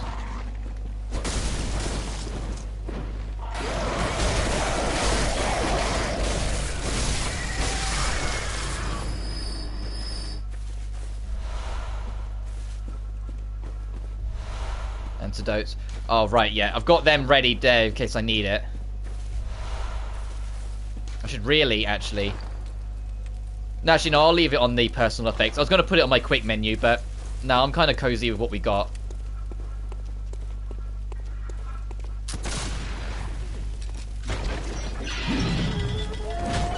I wanted to activate that trap, so I want to see if the trap catches either of these guys. It didn't. Well, their positioning was just spot on enough. But yeah, there's traps as well around here, so be wary as you go. My favourite thing of any blind playthrough is that someone will run along, twig that, get killed by the trap. When they come back the next time, they'll twig it, back up to here thinking they're safe, and then it'll break and roll at them and knock them off the cliff. So they get screwed over twice by the same trap.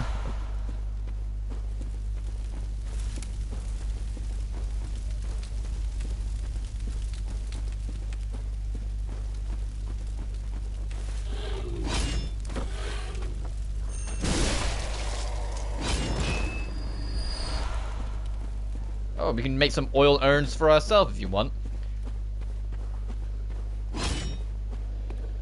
And you can kind of see what I mean. Like, there's a lot of enemies with fire here, and they're going to be throwing oil at you. So they're going to try and maximize the damage of the situation. So just be wary as you go.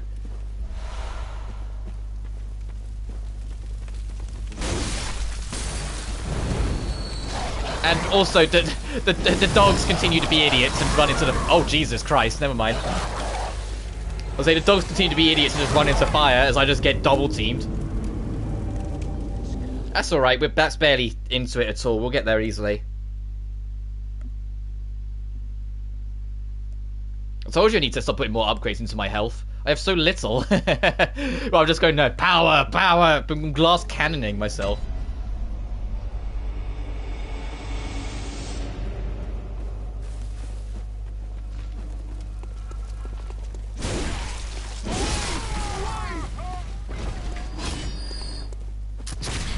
Ow, fuck.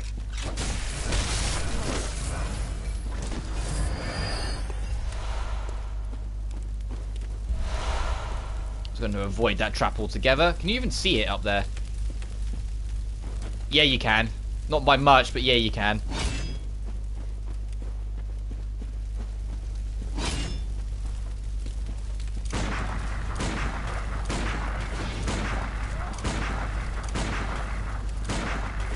I know I'm wasting bullets, but there we go. Now I've got my echoes back. Now I feel a bit more comfortable just charging in again.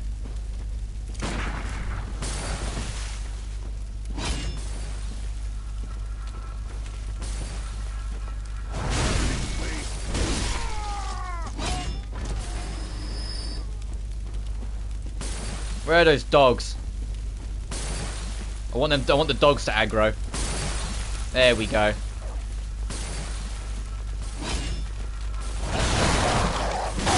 Oh, so the dogs were smart enough this time to not run into the fire. I was hoping I would, like, if I just leaned to the right, they'd both jump straight into it.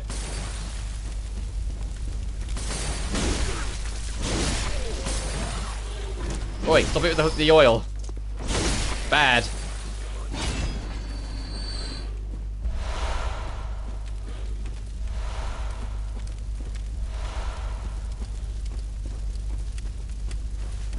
And yeah, we will be coming back to this area again later, so there's some things you'll need to learn. But I assure you, the big thing that you'll end up having to learn is very easy to find.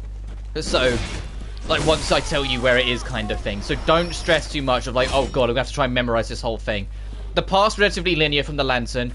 Run through this foresty bit here and hug the left wall. You'll find the secret. It's as simple as that. And so I'm not going to go for it just yet, but I will be coming back for it later.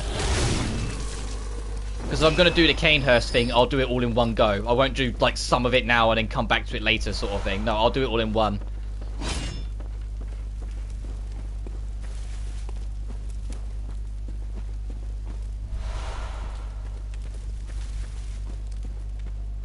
Yeah, because if I recall, it's, like, up here.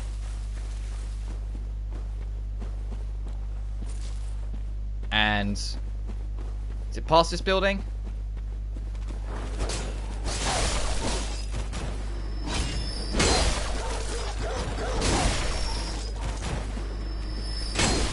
Yeah, it's down there, and that's the secret. It's like it's a linear-ish path down to it, but that will lead you to several things that we'll get to later that will eventually, if you know where to take the stuff you find there, all the way around to Canehurst. Oh, glory be. You know not the value you possess, but more's the pity. The hours of the night are many, and the beasts more than I can count. Yeah, I was going to say, this doesn't seem like the best place to try and hide in, my dude. But step lightly round to the right of the great cathedral and seek the gift of the Godhead. And that's the game's way of saying, now we've got our tonsil stone as well.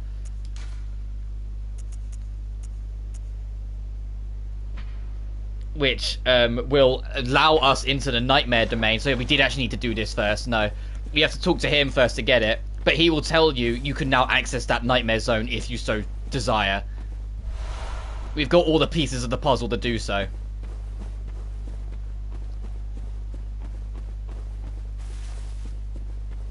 Alright, but let's actually enter this little village space properly.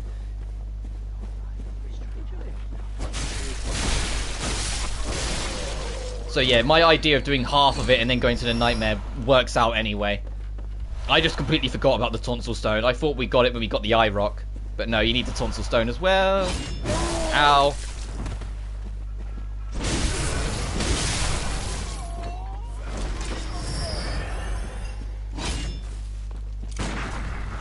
There is a trap floor, which is what I was trying to see if I could push him onto it. It's like there, you can see it.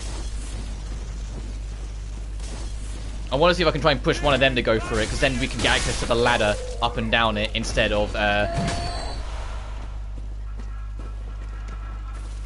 Come on. Oh, there's another enemy here. Oh, they're not going to do it. I might be able to push him back onto it. And break it. No. Oh, that's unfortunate. Alright, we'll have to just take the damage in a second then. We're at full health, so we should be fine.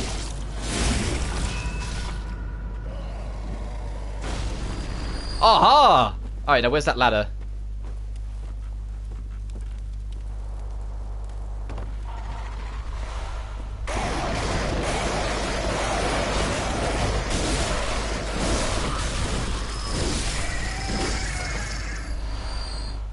To be fair, I don't think there was actually something down here. I thought there was. I thought there was actually a reason to come down here. No, it's just a trap.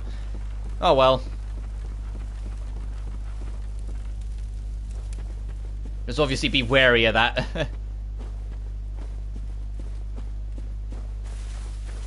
We'll look around a little bit more before we press on too much. I can't remember if there are many shortcuts other than like the big one that I'm thinking of in my mind that we'll get to later. Well, I can't remember if there's too many shortcuts or like alternating paths to get through back through here easier. Well, I say that, there's one.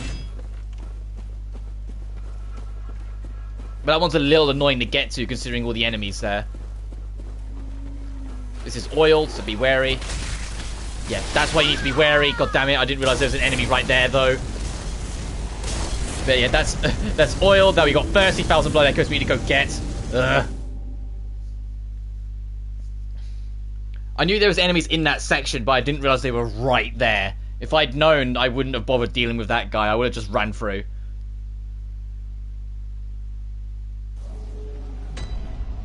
Alright.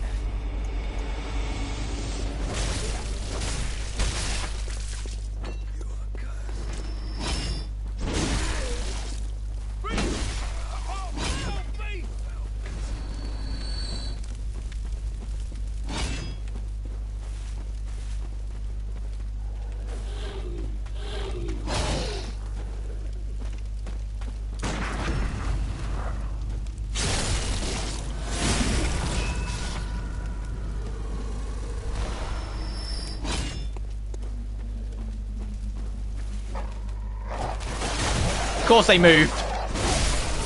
I was hoping I could be kind of cheeky with that.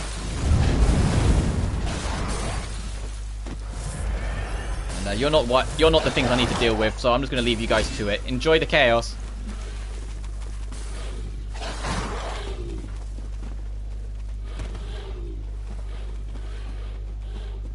That's a trap.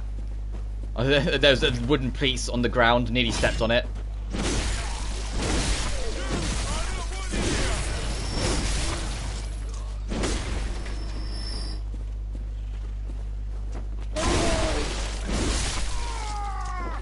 So there's two in there, weren't there? Yeah.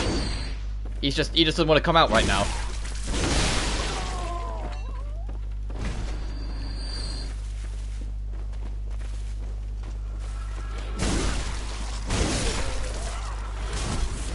Oh, that still caught me. That was an unwelcome trade.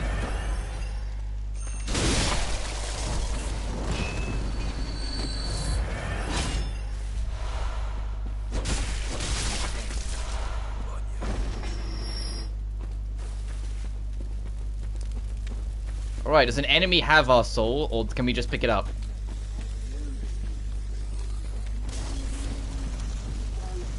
It's around here somewhere.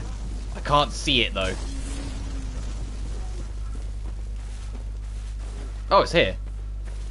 It's nowhere near it, what the fuck? Alright, let's just... hang on. I'll book it through.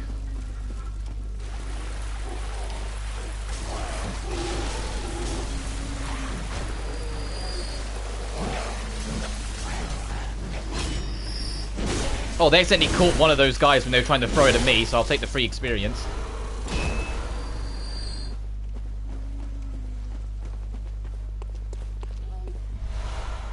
Twin shards. Oh, and there's our shortcut, so we don't have to do that section again. Not that it's a helpful shortcut, you still have to go through some of the village, it's just you don't have to do just the run.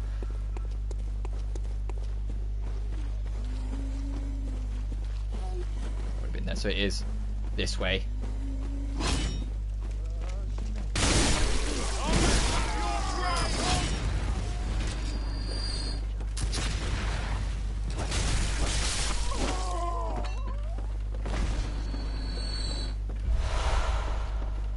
Back to having enough bullets to put some in storage. Oh, that's always appreciated. I don't know where we ended up going so low on, but... oh, this goddamn section. Right, be wary of the goddamn cannonball.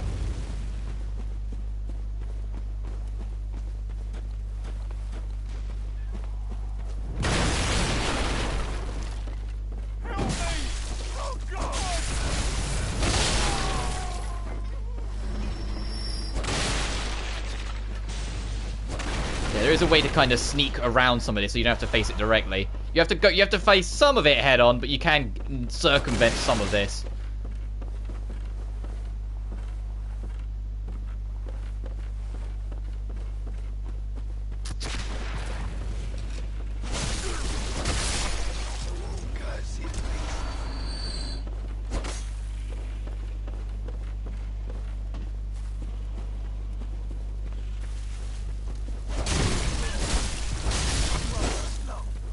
You can activate it yourself as well if you want. So if there's enemies chasing you, you can bonk it and...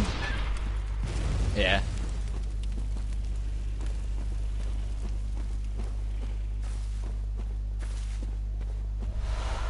Yo.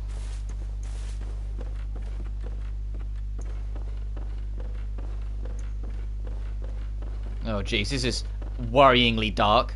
We are near the shortcut I was talking about though, I think.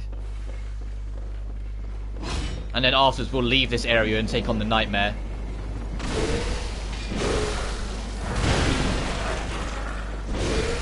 Don't let these guys transform. They become a much bigger threat if you let them transform.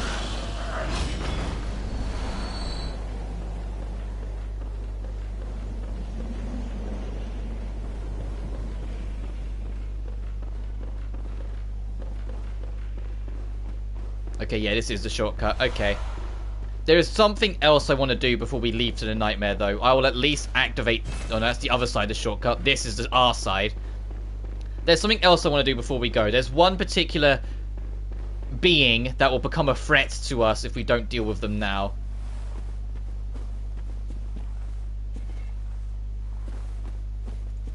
Now, let's go forward. Okay, where's the shortcut? Did I run past it? Is it higher up? In this very windy zone.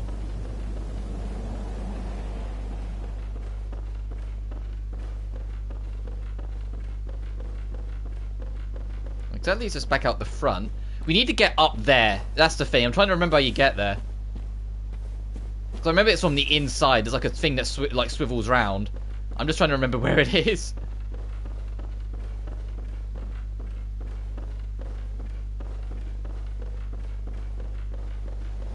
Oh, right. It's like literally here. I think.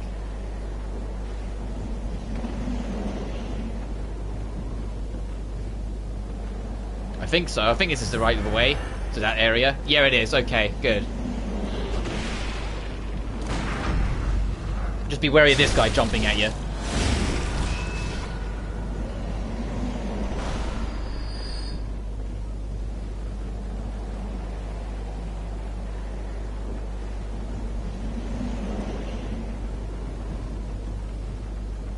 And it'll probably be good to go back anyway. I've just like glanced over at our blood echoes. I think it would be wise for me to go back at some point. Oh jeez, I can't see shit in here. Don't wait to be blindsided by something. Poison knife.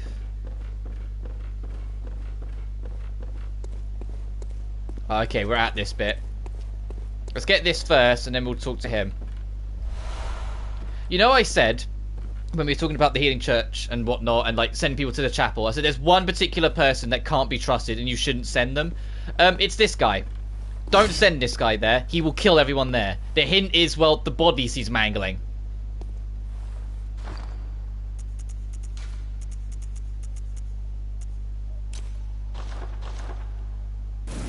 So let's see if we can do this quick.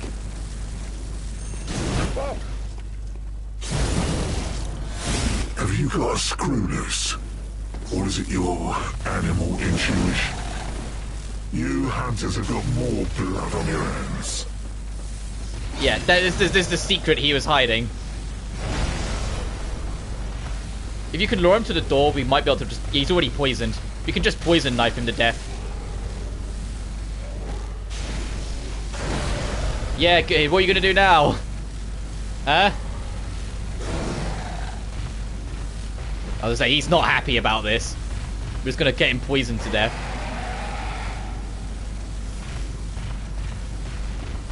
See, the poison knives do have a place. He hurts like hell if he hits you, which is why I'm keeping back.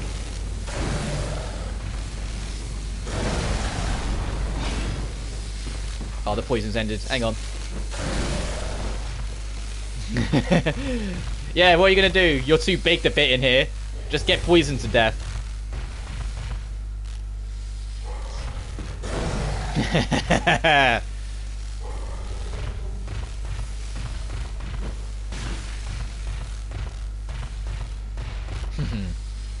So how are we today? Whilst this guy just does this.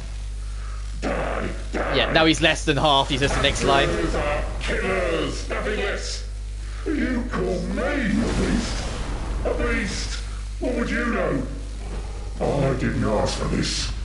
No one does. You seem to be enjoying it though. You're like devouring bodies and whatnot. Oh, the poison ended.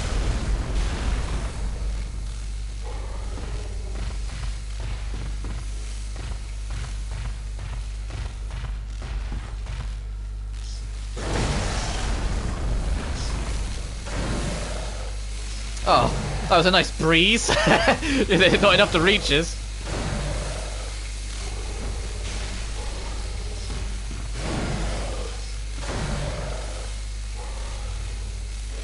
In all seriousness, if you try and fight this guy legit, good goddamn luck at this point. He is insanely strong and can kill you very quickly. His actual damage dealing prowess is not to be mocked. So if you can just do this, do it. He's nearly dead.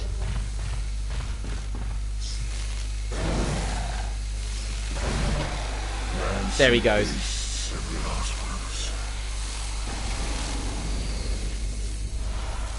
And he gives us Beast, which is...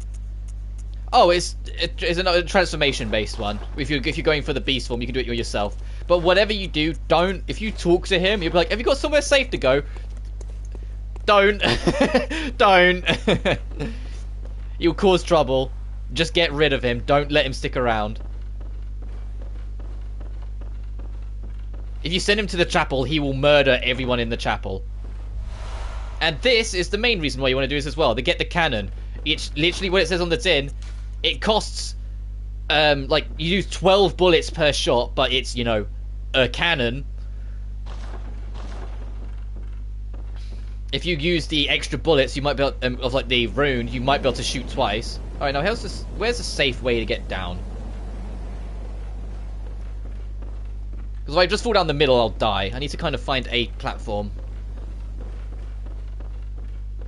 Let's go down the other way. And I think I recall where the shortcut is whilst we were doing that. It kind of like twigged in the back of my head. You do have to actually leave this building and circle around to another zone to it. But it's not too far from here. If I recall correctly, it's past this guy and it's like there.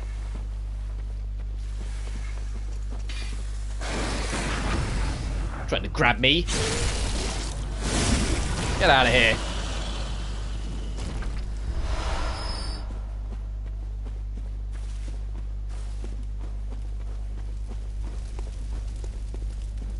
Yeah, okay, that's the shortcut. Let's check this quickly as well. I know I'm tempting fate with how many echoes I've got, but yeah, it's only that.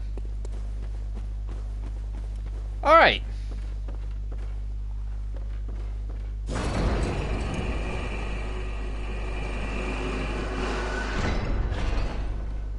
And if you come up here, this gentleman is here.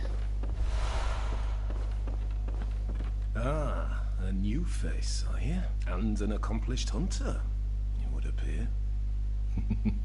I am Volta, master of the League. The League! Members of the League cleanse the streets of all the filth that's spread about during the hunt. Like any half-decent hunter ought to, you know? So it's like the usual hunters in the night, but a little bit more collected. Slugs and mad doctors. Just got Platt, thanks for the advice earlier. Damn, you were quick, dude. With the help of Yeah, you went off like an hour ago. Like, not even now, half an hour ago. Join the League. Yes. Sure. I'm going to choose to join the League so I can get Impurity. The night just the rune, because all of the, like, oath-based runes, let's say this one, boost max HP during co-op. All of them do extra little things other than just being a part of whatever thing. I'm going to come back for you, though, because you have things that are worth killing for, so I will be coming back to kill you. And it's a fun way you can try and get it. It's not consistent, but if you can do it, it's pretty strong. Oh, God. But let's spend these blood echoes and then go take on the nightmare. And then we'll come back and do the rest of the woods. But I'm happy for you, Max, in chat. You've joined the Platinum Club a week before Elden Ring comes out. Welcome. What is... Very well. How many levels? 1, 2, 4. Okay. I've been neglecting my health too much. I should be upgrading it a little bit. Farewell, good man. And the usual drill, buy some more of them.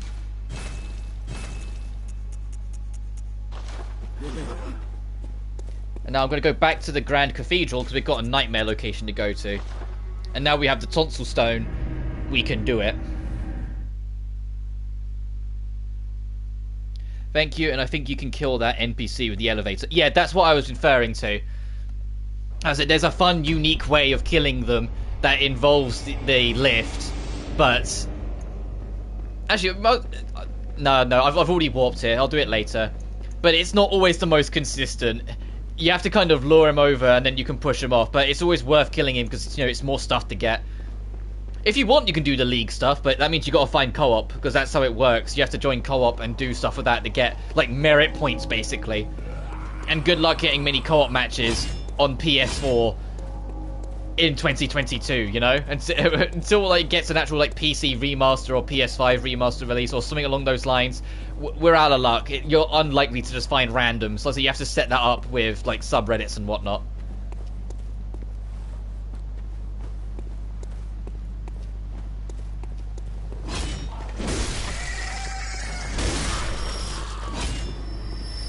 Oh, I should have dropped it from over there. Can I get back here? I was a little nervous, but you kind of angled up, but yes, you can.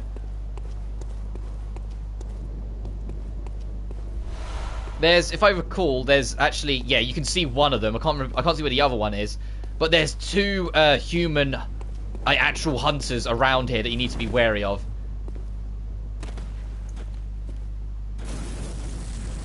Oh, I can see him. He's over there. Let's see if we can sneak up on this guy.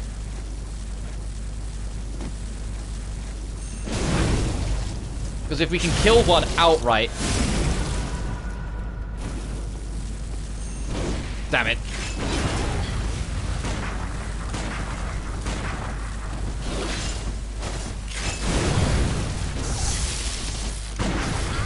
Right, that's one done. They count as mini-boss-like enemies, so once they're done for good.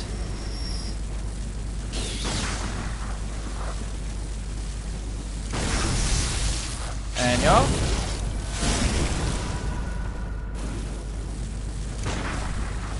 Oh, I nearly got a double parry then. That would have been funny. Oh, that counted? I'm amazed that one did. Now you're pretty much fucked, yeah. Alright, that wasn't too bad. Thanks for 10 bullets. And what have you got for me? Ooh, 4 bolt paper. Nice. Anyone in here to talk to me? No, he's just going to stream.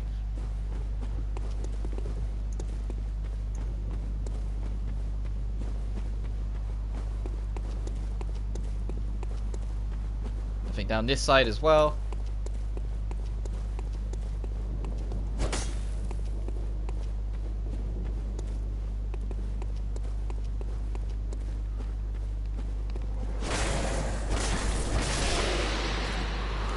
Well, we're not completely in the clear yet. There's a few enemies down here that can like ruin your day.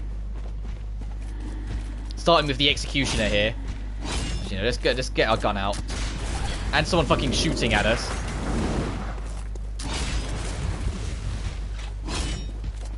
Let's see if we can get to the shooty guy first.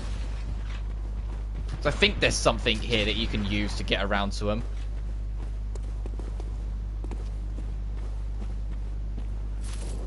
Oh, whoops. No, it's a little later on then, never mind. It's been a couple years, so the tiny details slip me by. But we'll get to you.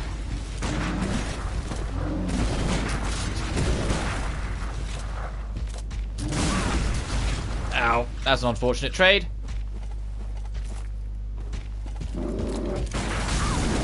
Oh, that was just too mistimed. There we go. Right, now about trying to remember how you get to you. Is it just as simple as coming up and around? I know there's a way, I just gotta remember it.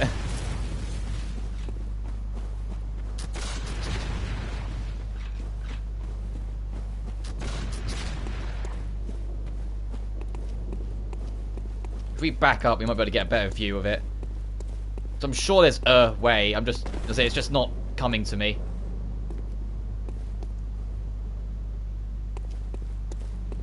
Oh well, it doesn't matter. It's just to do with one dude. It's not the end of the world that I can't remember where the secret is to get to him.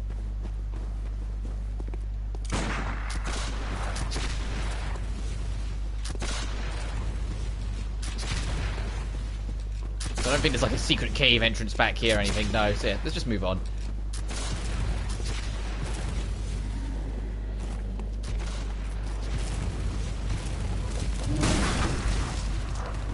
I know there's like the midgets, but I need to get rid of this first.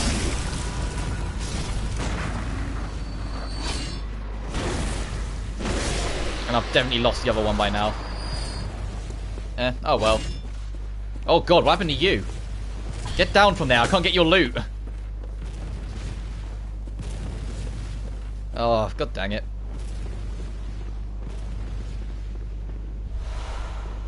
Lead elixir, that is a new item.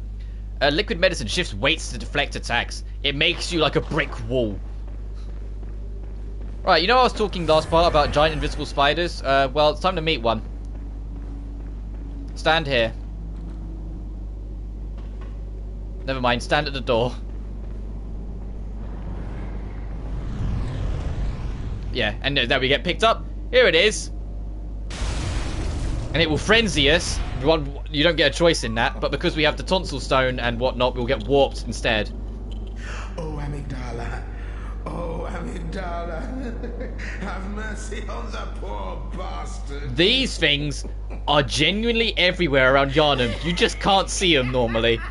You have to have a high enough insight to be able to see them.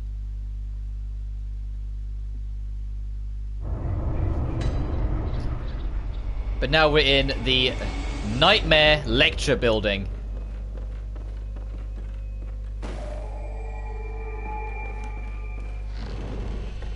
And the actual Nightmare Realm we'll get to soon, but we're going to explore this first.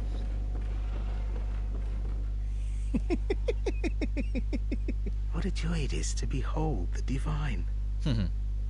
It must be such a This is an ongoing character in all the FromSoft games. I'm expecting him to show up in Elden Ring. You're nigh on a beast of the field. It appears in this person appears some way or another in every single FromSoft game. Are your ceaseless dithering? And what I love is that if you can find a way to get around behind him, the moment you see him, he's like, "Hey, we're all friends here."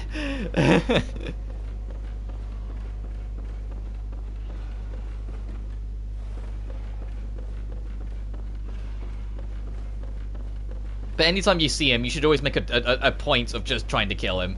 To never trust what he says. Can't open it from this side. I don't think we can do too much here. We can get some things done, but the main lecture building exploration is when we go up to the higher floor.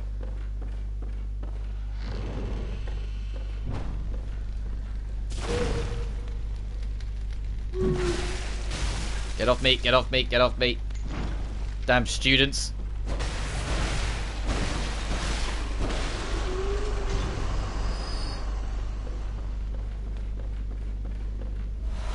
The theatre key, okay, that'll be useful for later. Is there any more hanging from the ceiling I should be wary of as I waddle through here? I just want to loot the place.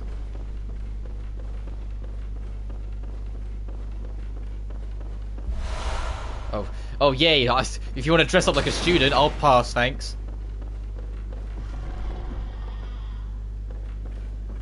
Okay, this leads to out here. So that's the door to the actual next area, so we're leaving that for a little bit. We can see what we can clear out of here first.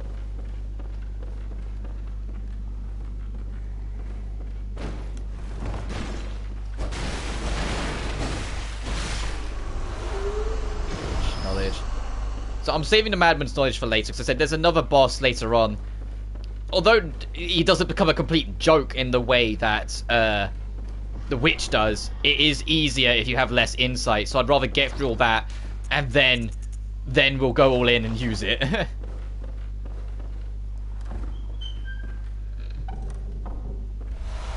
Red jelly. Okay, that's helpful for more chalices. The red jelly is a nightmare to get a hold of consistently, if I remember rightly.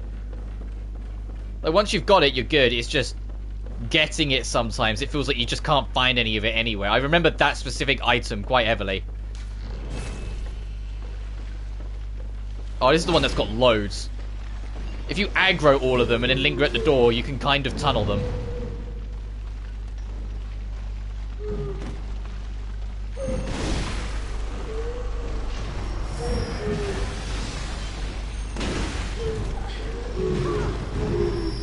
Just be careful, they got stretchy limbs.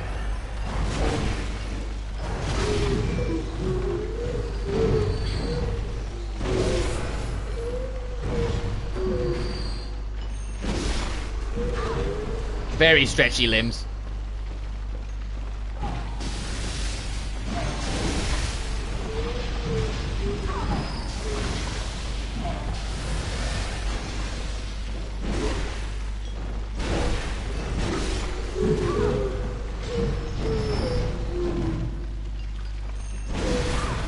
Oh god, he just got me through the wall.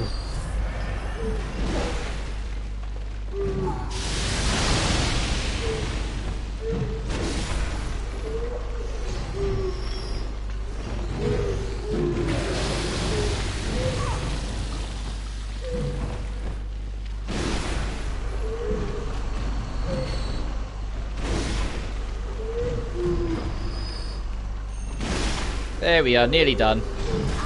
Ow.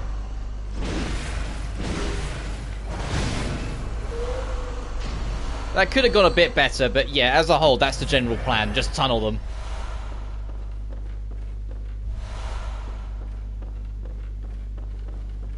If I remember rightly, doing this... Oh, well, minus the one that stayed a kip in his chair. There's always one that sleeps in class.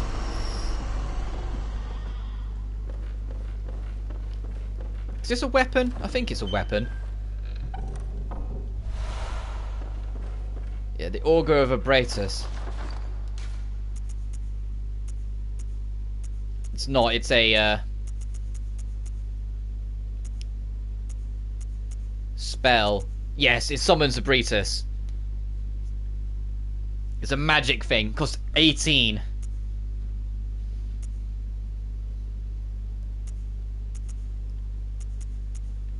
So it's still quite helpful, especially going for magic builds. You now have an aggressive magic of some kind.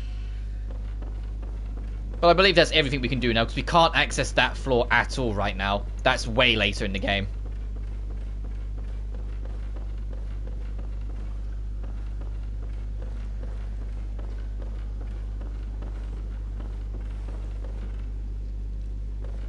Did I check that? I did, didn't I? Yeah. Go to the outside.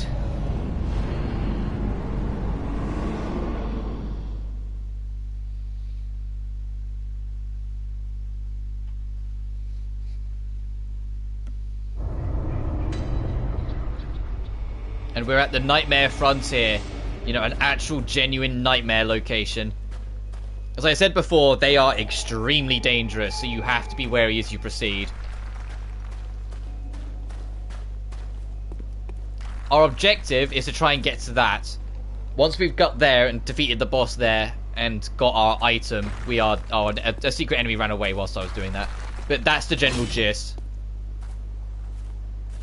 Some of the enemies here will look familiar, but that doesn't mean they are the same difficulty. They will have upped stats.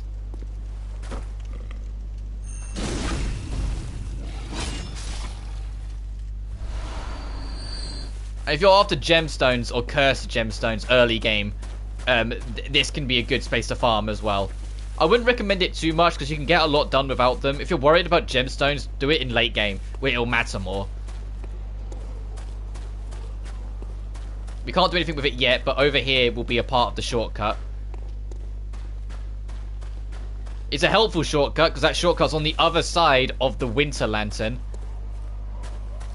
I'm terrified of us getting to the Winter Lantern.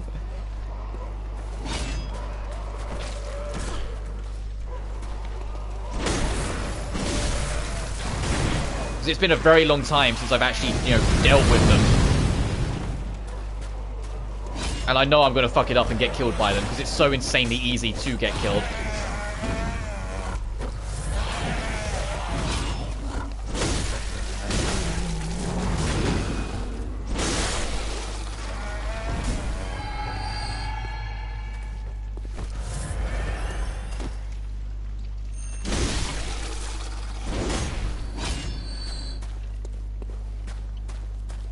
This just circles round the back here.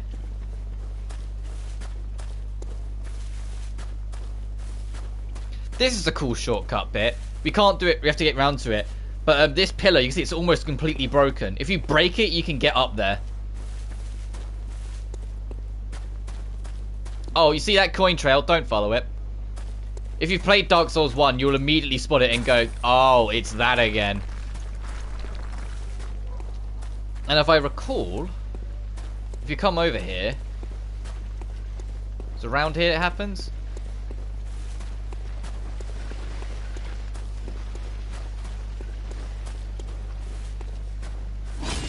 No, I'm thinking of something else.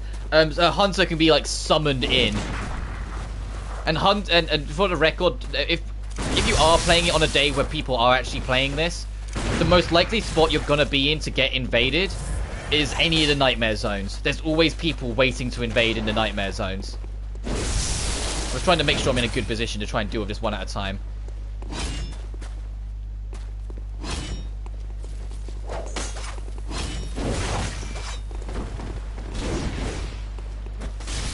Ow.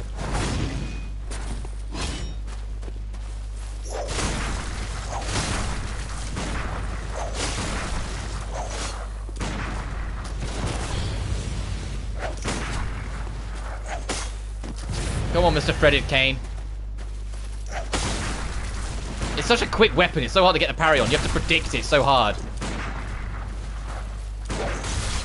Oh, I should have got it there.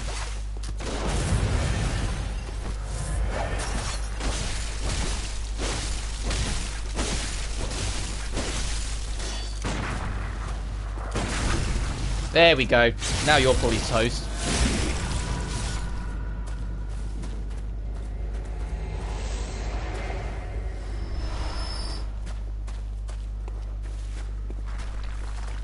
Oh, that might have been why I couldn't get the parry on. If he had the lead elixir.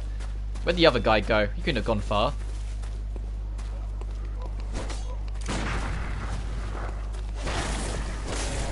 Sure, he'll show up.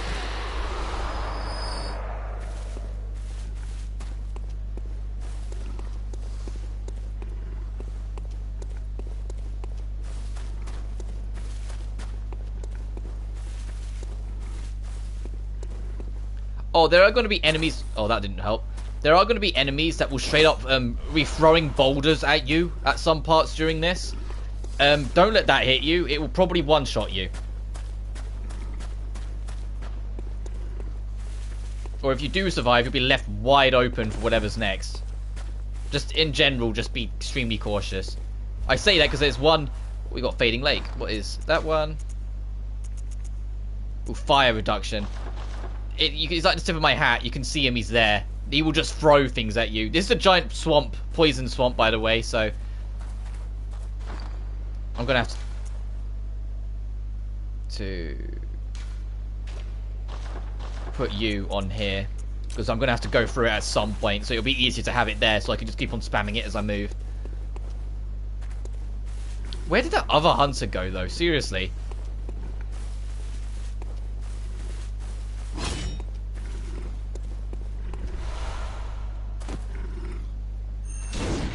Oh, it's just too far. Come on. No, you want to. Oh, that counted as a backstab? I mean, I'll take it. Why can't the game always be that generous? Damn. It must have literally just caught as he jumped over, so it counted as hitting from behind. Oh, this is the death trap. You focus on him, that boulder gets you. That's the... Yeah, that's a complete death trap. That's the way we gotta go, but yeah, that's a trick. You get bouldered then and there if you're too busy focusing on him.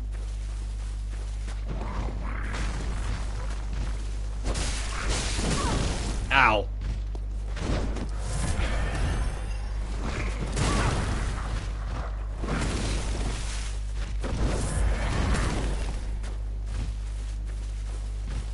I can't remember if you can parry these guys, but we'll find out. I've only got one bullet left to find out with. You can, okay. Drop some bullets so I can boulder more, deal with more of the boulder guys. Okay, he didn't. Alright, we'll have to deal with it legit then for the future, guys.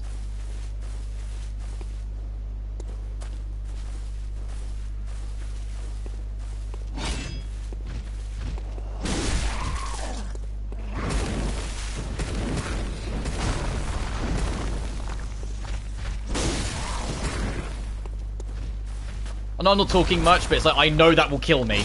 That boulder is death. Uh-oh.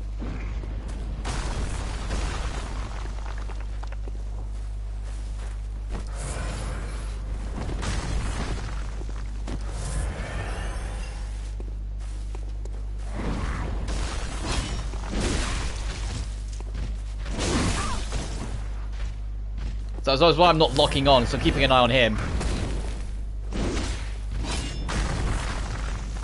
I nearly dodged into it by accident.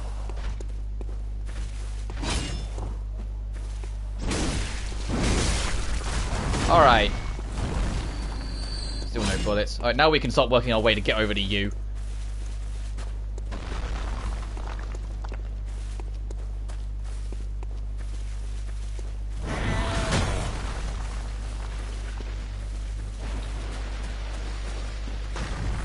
So I don't want to deal with that enemy yet the whole time Boulder Bill was here.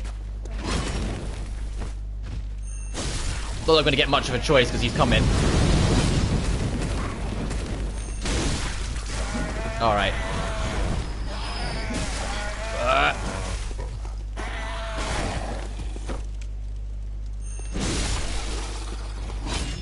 Can they hit each other with the boulders? I'm not sure. I'd like to say yes, because these games tend to actually be kind of generous on that. But if they're from the same faction, then maybe not. I'd really love to say yes, but I don't know. Is that a trap as well? Oh no, this is the one that makes you accidentally activate the shortcut. Because they think you might not figure it out by yourself otherwise. So if you stand on this, it falls over, making a shortcut.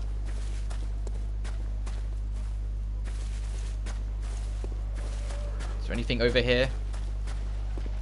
No, this is just an alternate angle.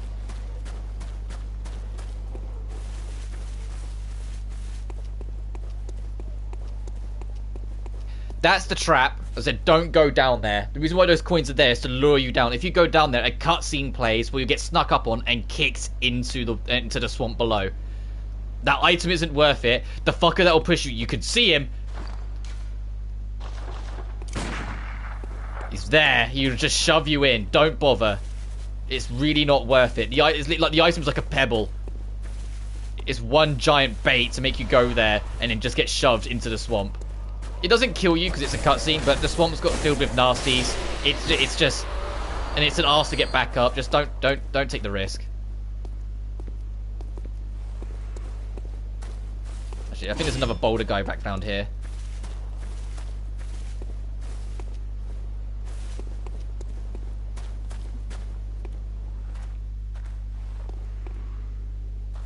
So we can sneak up on this boulder guy.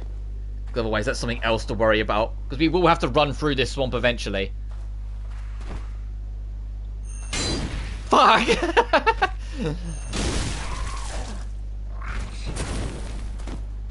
No way to do a jump attack. Kind of like what he did.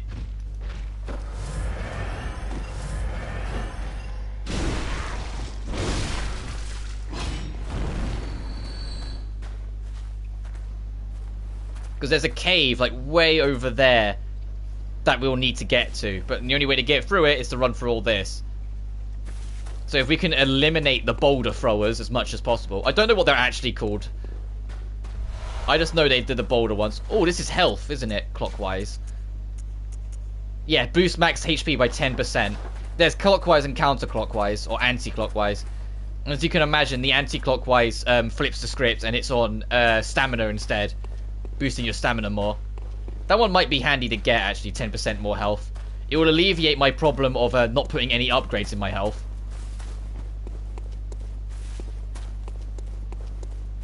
Trying to think what would be the best route to approach. Other than just dropping down into the sewer. Because I know there's a cave over here that we could check out. Because this... No, that's actually where we just were. No, ignore me. That is the better way to go, I think. You do have to just drop down and wing it. Just as long as it's not that way. But then I'm enjoying, reconfiguring where I am and where I need to go again. I'm enjoying having it come back to me piece by piece. But this isn't a... I don't think it's a deadly fall anyway. No, it's not. But this is poisoned water. Oh, here's where the other hunter ended up. You're nearly dead. You just must have fallen down here and just got poisoned. Oh, if I'd left it... Well, let's try and go this way for a second, then we'll go to where we need to go. And then obviously be wary of the fact it's, poison water. These kin enemies, I've never bothered dealing with them full stop. They're really not worth it, considering everything else you're having to deal with. I just want to see if there's loot here.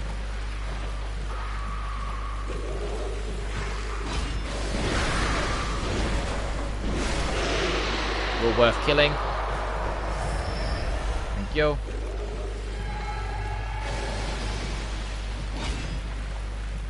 I think these guys are all guarding something in there. And yeah, it does slow you down in the swamp water, making it more awkward to try and get through everything. Oh, there's a winter lantern! There's a winter lantern back here! Get me the fuck out of here.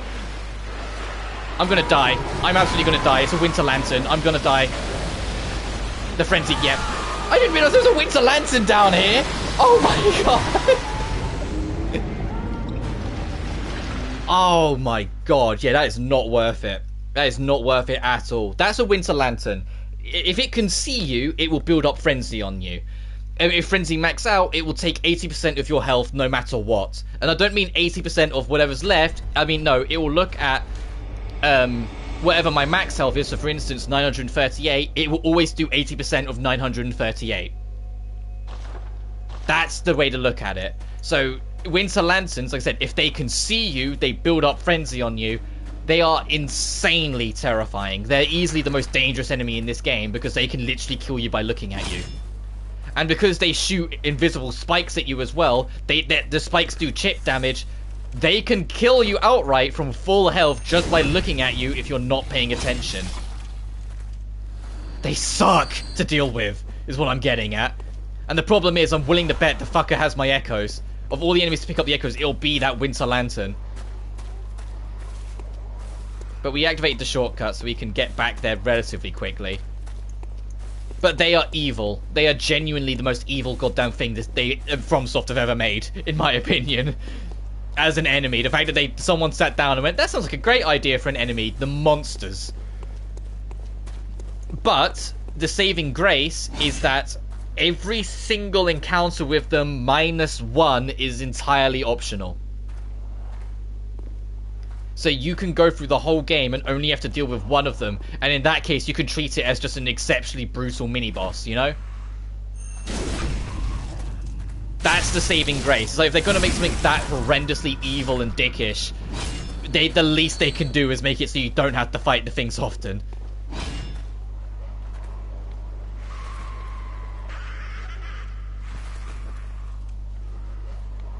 Trying to see if there's an enemy beneath us that I can lure. So I landed like right on them last time. Oh, they just had to spawn in first. Good to know.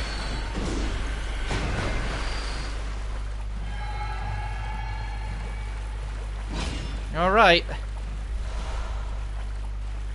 Let's pray to a non-existent god and hope that something other than the winter lantern has my echoes. Otherwise, those 50 odd 6,000 echoes, they're gone. We're not getting them back.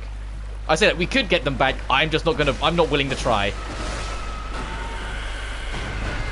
We're gonna fast run out of antidotes though, is the problem. Please have it be like one of you guys that have it for some reason.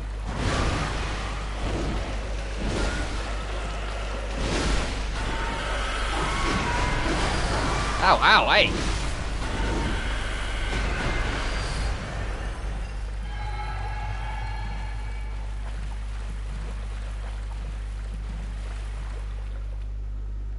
I was trying to see if I saw like a puff of smoke from something. Just trying to see if I can spot what might have my echoes.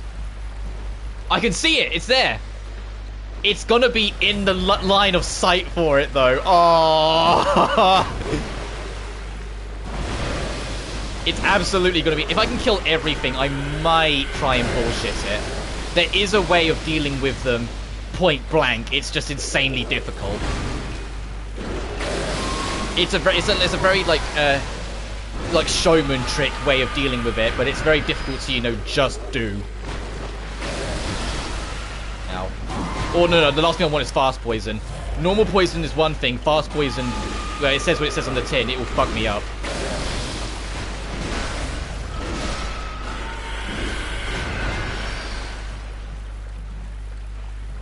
Okay.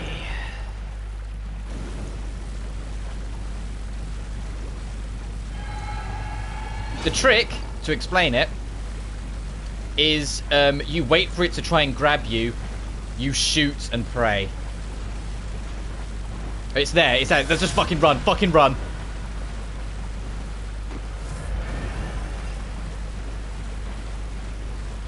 So you can see me, so it's building up frenzy. I just got to make sure... Okay, we got far enough away.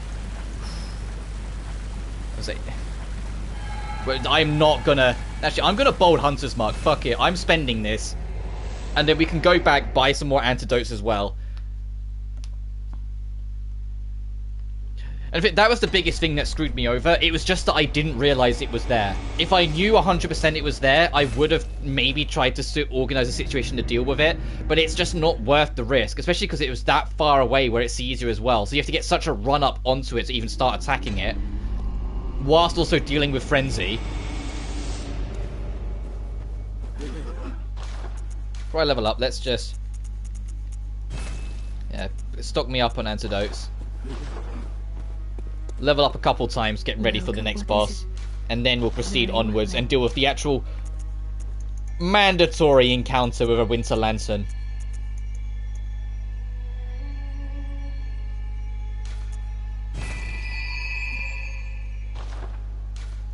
After my heart rate calms down, because I genuinely did, like, in the back of my mind, I was freaking out for a second there. I was like, it's a goddamn Winter Lantern, holy shit, what is it doing here? Right in the back of my mind, it was just ah.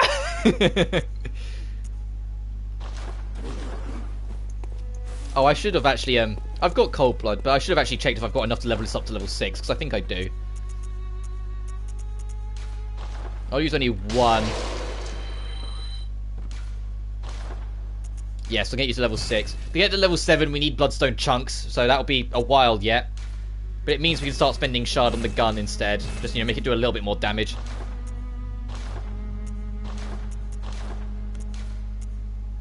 Have I picked up anything better for this? Oh, I can put on a third one. Nice. Just go all in on damage. I can go fire damage and a bit of health. We're reaching the point where I'm going to start shifting to use bolt papers instead of fire papers. We are approaching that, so that isn't going to be helpful too much. So I'll just do that. Go all in on raw damage with the sword.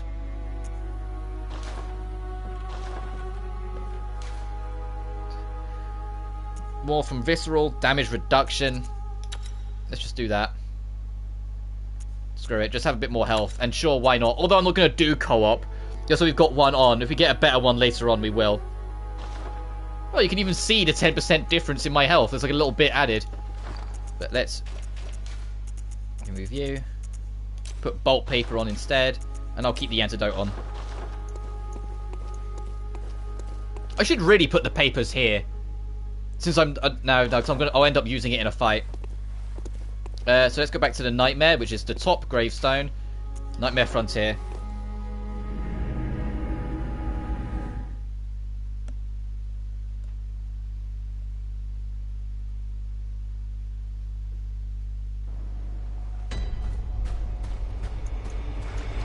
Alright. All we've got left of this area is the sprint, the mandatory Winter Lantern, opening another shortcut to get straight to the boss, and then, the boss itself.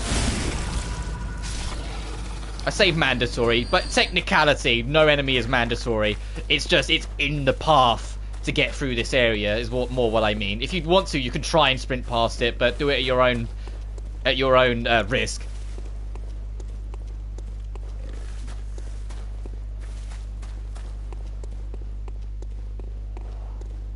Oh no, I was going to try and run around you, but actually no, I'm going to go through the area you're watching. The last thing I need whilst we're moving slower is more bouldering.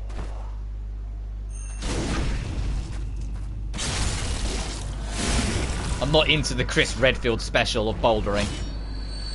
Actually, could I drop down to that? Is that a safe drop? Kinda. Alright, here goes nothing. Run and pray, because you're gonna have boulders come your way. Okay, we're running fast enough. It's you that I'm more wary of, because we're going dead at it.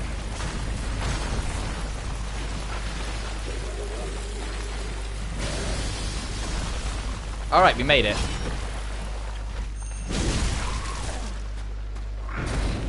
I was gonna say, I think we're still in range for the other dude, the boulderer, so I'm gonna back up.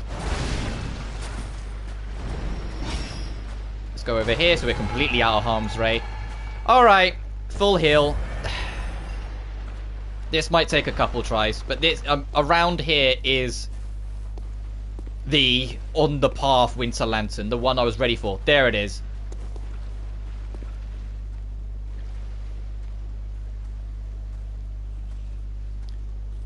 Alright, I'm going to attempt the trick, but I'll tell you outright, the trick will end one of two ways. Either one, we get through it mostly unscathed, or two, we die instantly. There is no in between. You can't, like, fuck it up and then get away, because if you're at point blank, it will only ever try to grab you. The grab has a parry window. You hit the parry window by shooting it. The visceral attack gives you iframes through the frenzy. That's the plan.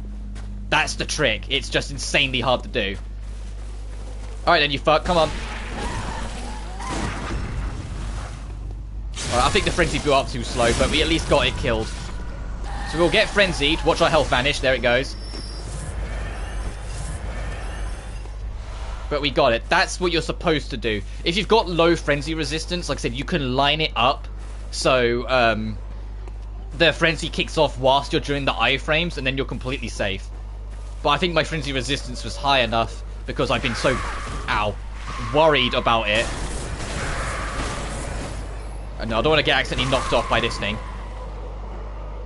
Yeah, if it wants to vanish, screw it. I'll let it go. I've got enough twin shards. But there's a point later on. The one blood rock in the main game, the one that allows you to boost your weapon to +10, is behind, I kid you not, 4 fucking Winter Lanterns. And it's like 3 of them are right next to each other. And you just sit there and you go, are you kidding me? And you have to kind of like from a mile away start throwing rocks, lure them out one by one. Because if you try and take them all at once, no, you won't live. You will get frenzied. But once you've done with that thing, as long as you don't, die along the way, we should be in the clear to get the next shortcut open. But that's like the only one you have to deal with to get through. That's the only one that's like on the path. Every single other instance of a Winter Lantern, it's you optionally going out of your way to find it and deal with it. Thing is, I think that Winter Lantern that was down in the swamp is actually guarding a magic. I think it's like there's a new magic spell that it's blocking off, so it is vaguely worth it. It's just I'm not doing it. You can actually, if you listen carefully, you can hear Winter Lanterns before you see them. They sing. They go hum bum bum.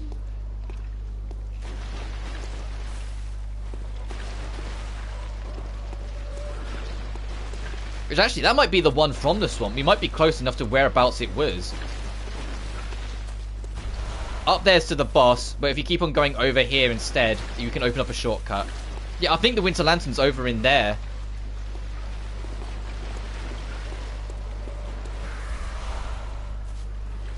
And they don't count as mini-boss enemies either, so if you kill a Winter Lantern and then die or return to the location later, it'll be back.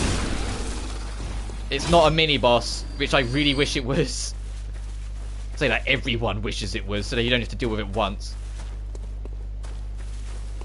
But here's the shortcut. How am I doing? Yeah, I can kind of bullshit it, so I'll send it up so it's activated in case I mess it up. But I think we're in a decent enough position to take it on. The boss is a kin boss, which is why I've got bolt paper equipped instead of fire paper.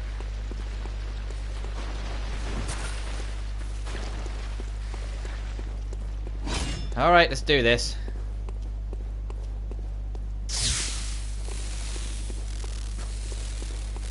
Remember those giant spiders I was talking about? Well, there is one.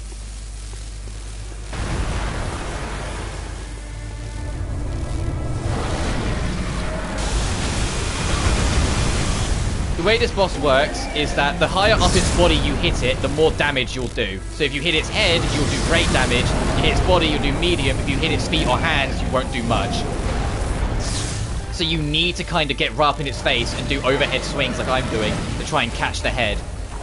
Or wait for it to come down and try and catch it that way.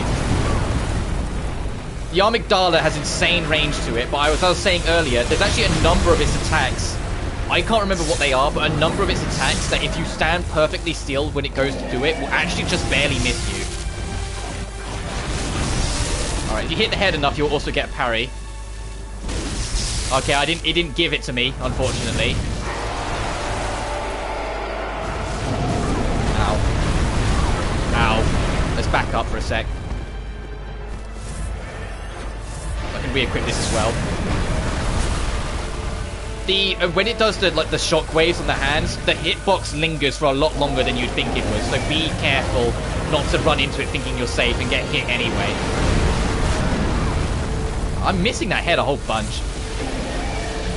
Alright, it's regenerated the head, so we can now get another stagger.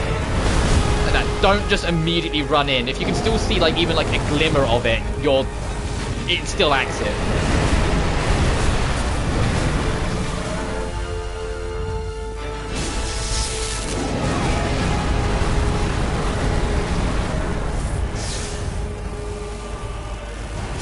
There we go. I was like, why am I having terrible luck hitting this thing?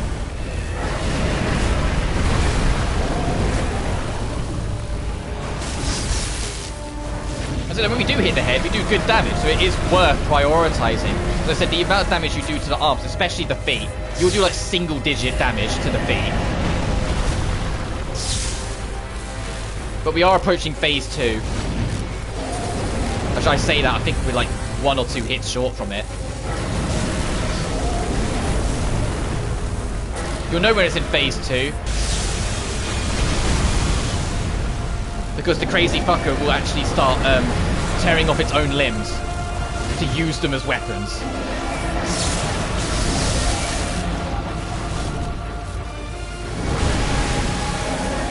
Oh, it's just done it, actually.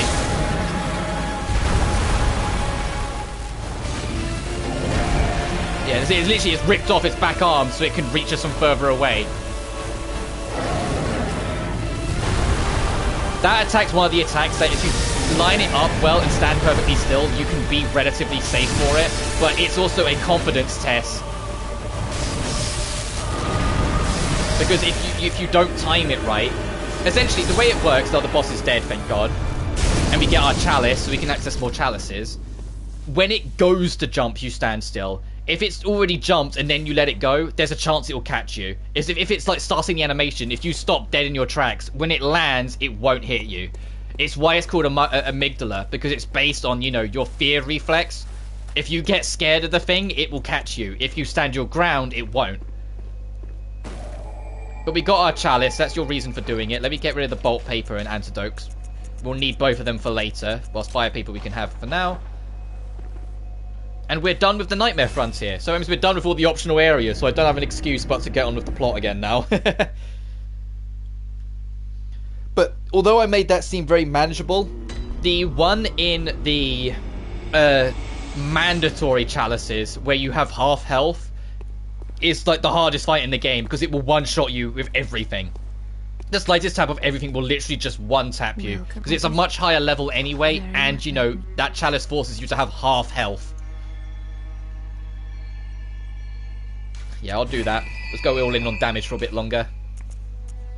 Hunters but would you ever think to love me? Of course. Yes, of course, the whole community loves you. I love you, isn't... Farewell. I was hoping you had something new to say.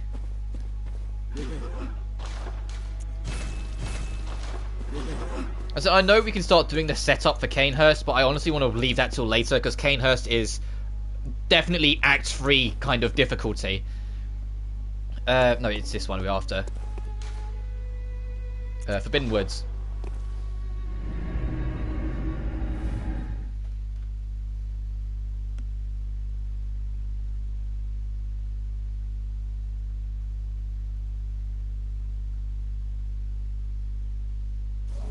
Whilst we're getting over there, I'll show you. I'm going to try and do the trick anyway. Let's get rid of you.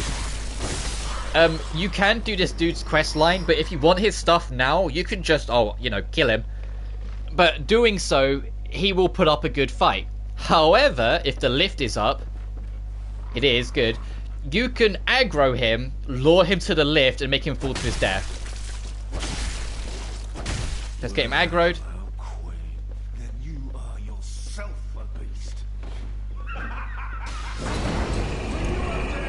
and then he will chase us off this. There he goes. Great AI, dude. So smart. And then later on, if we go back to where he was, there will be loot for us to pick up. But yeah, you could just do that and make him kill himself. It's brilliant. Send it back up just in case I die later. And so the next time it respawns that area, his loot will be there. Sort of like when we pushed that dude off the clock tower and I like literally just quitted and reloaded and stuff was there. It's the same sort of deal, but we'll get it later. I just wanted to show off that you can do that. You have to be careful though. If he falls down and lands on you, there's a chance he'll nudge you off the lift if he like falls super quick. Thankfully, he took a while to walk off, so I was already at the bottom. But I've seen footage of it online where people have gone to take the lift, he's fallen off immediately after them and accidentally nudged them off the lift and you fall into your death instead. You get reverse Uno carded.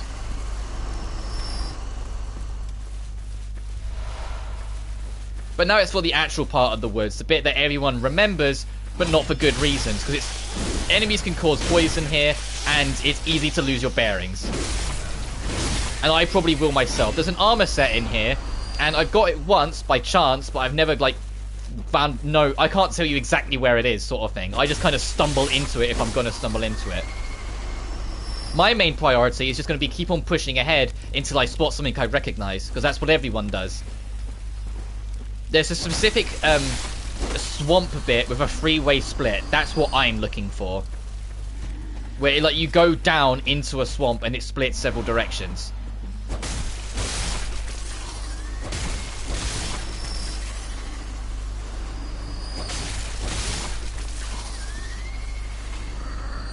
Oh, no, you don't want to aggro. Well, you've... It's alright, we managed to stop it.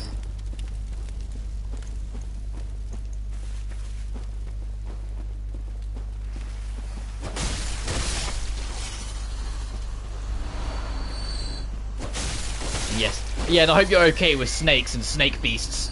If you're... I don't know what the official like term for it is for like having a phobia of snakes. But if you have that phobia, you might struggle in this area. I said I'm actually really good with snakes in real life. When I grew up, a good friend of mine had pet snakes always, and I regularly went to his house. So, I'm... like, snakes aren't, like, off with me. Big fucking snakes, I'd probably be a little bit more nervous with. But, you know, like, small ones, even if they bite you, I'm like, oh, you're a little feisty, aren't you, you little fucker? It doesn't bother me that much. It's a shame I don't really talk to that friend anymore. I wonder how many snakes he's got now. Now he's an adult and can buy them themselves.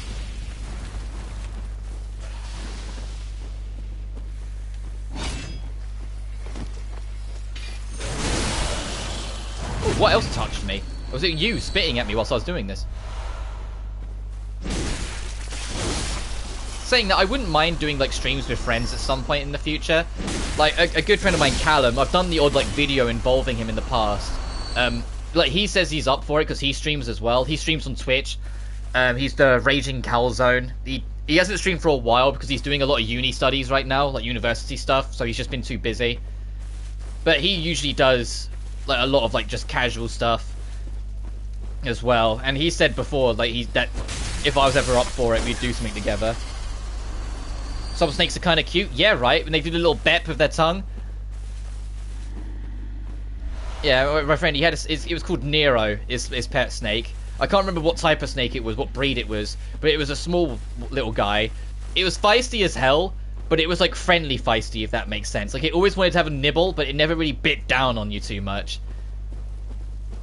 And it was kind of dopey as well. It wasn't the sharpest of the snakes in the world. It had a habit of like you'd feed it a mouse and it would accidentally go for your finger. Well, maybe you'd argue it wasn't accidental, but it would go for your finger and miss the mouse, or you'd put it down and you'd kind of look at it, look away, look at it and go, all right, food, and then go towards it.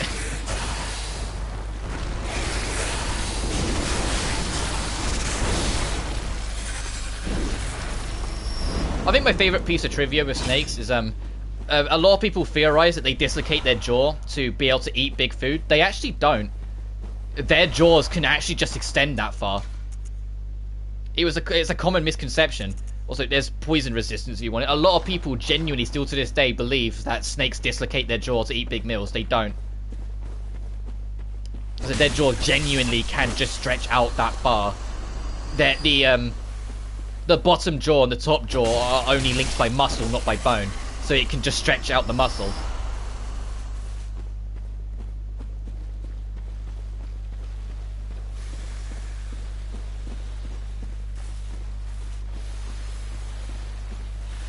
As I said before, if you're getting here yourself and you're trying to figure it out, the best thing I can say is just feel it out.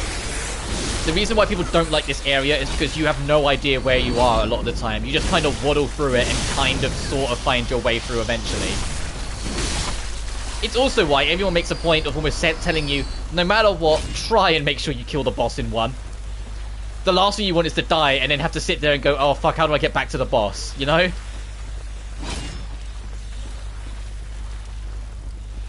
So no, there's a specific field, a specific part of this I'm looking for.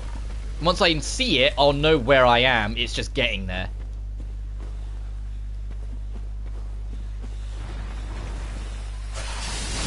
Oh, that's close to it, actually, because that's a shortcut. We have to open it from the other side, but yeah, we're close-ish to it. It's the least helpful shortcut in the world. You have to actually come back and locate that door. Good luck to that. So it's why, like I said, everyone says, just try and make sure you get the boss in one. Come in just like as prepared as you need to be, and just take it very careful when you get to the boss at the end of here. It's not too hard of a boss. You just have to do threat evaluation because there's several of them. It's triple trouble. There's 3 actual bosses in the room, so you just have to look at it and decide for yourself what's the biggest threat, and then work your way down the list. Once you get one of them dead, it starts to domino, and the fight is very manageable after that.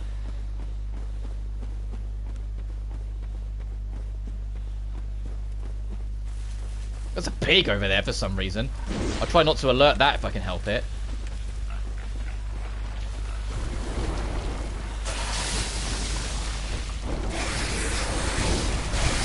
Ow, ow.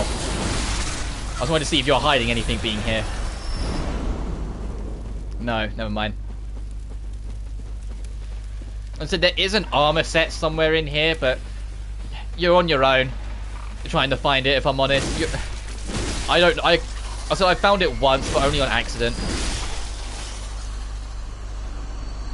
Is that where I'm looking for? I think that's a roundabout where I want to be. That's the particular landmark that I was talking about.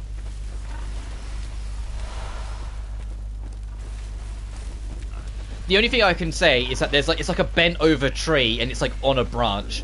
You can find like a body. Okay, we're at the zone. I recognize this. You come down here into the water and the path splits. And there is a pig down here, that much I remember.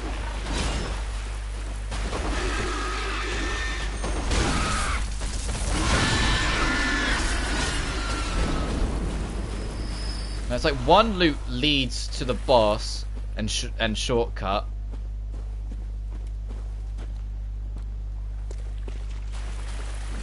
I want to say this way. Let's get this over here first.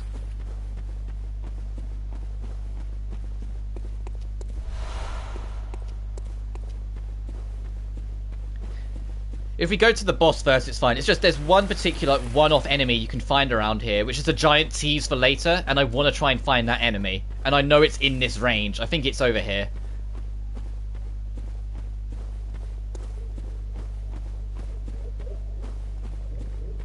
Yeah, it's here. I can hear it. Yeah. Look at this blobby with the head thing. This is a kin. This is a, like, basic kin. It's part of a celestial emissary. Creatures that tried to act like gods but didn't quite make it. Oh, there's actually several around here. Okay. Ow. They are all arcane based. So be wary of that. They will use magic on you like these fuckers are trying over here. Ow. But they have like no health. And there's anti-clockwise, which like I said, I think is stamina instead. Yeah, stamina by 10%. Is there any more over here? Oh, there is another one.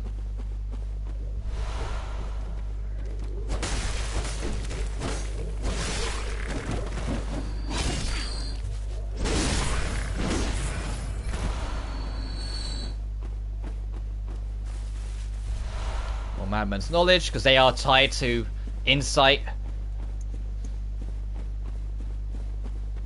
I can't remember if they get more magic if you have higher insight. There are some enemies that become more deadly if your insight's super high. Your insight's both a blessing and a curse. It allows you to see more, but it allows enemies to do more to you. But only specific ones that are tied to forbidden knowledge. Like, you know, those alien creatures. They're tied to forbidden knowledge. Okay, is it this way to the shortcut? The not helpful one. There's two shortcuts. One's that's really not helpful. One that actually kind of is. Ow.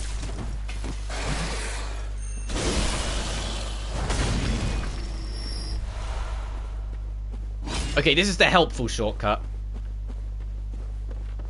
Because this leads from room to this. So that's like a linear path that you can find easily. It's the other one to the gate that sucks.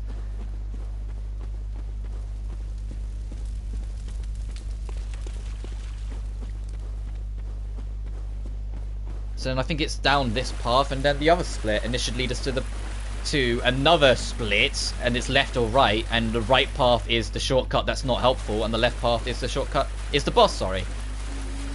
Can I get in and get you without any alarm? Dissipating sea or lake. I wonder if that's bolt damage. Okay, that'll be helpful for kin, I guess. Let's just go up and around. There's something big walking around. I can hear it. The fadunk, fadunk, fadunk, fadunk. There's another one. I'm sure I could hear like more footsteps whilst that one was standing still.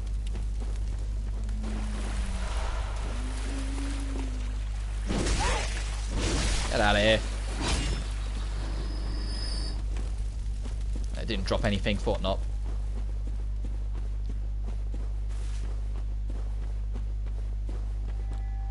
Let's not summon Henrik. And this is the shortcut that doesn't help. Because good luck finding your way back here. Like just stumbling into it. But you can get another ally as well if you want. So you can try and like do 3 people for it. I wouldn't recommend it. The boss isn't that difficult. I say that, I'm going to die to it now. Oh, is that a better metamorphosis than one I've got? No, it's not, it's worse. And the fact that they're red instead of white means that they can turn on you. There's a chance they'll spawn in as an adversary and not an ally. It's only a chance, but do you want to take that risk?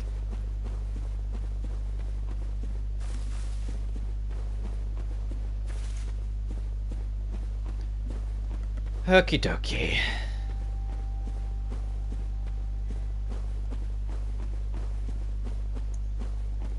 When you're ready, the next boss is underneath this, whereas you go underneath it. Alright, the 3 Shadows of Yharnam. Like I said, your best bet is to do threat assessment.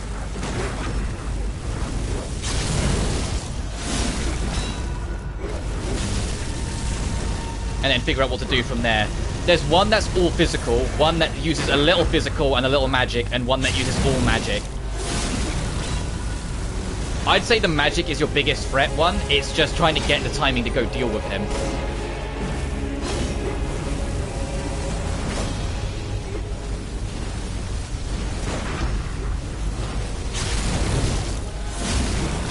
And of course, to make it fair, they have a lot less health than most other bosses do, because, you know, it's fucking 3 of them.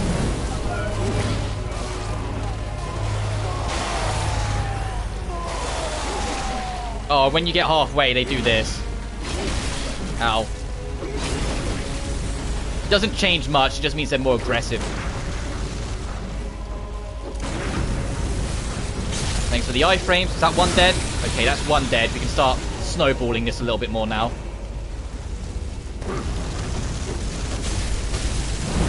Oh, careful. I can't see that other guy's the problem. I need to just...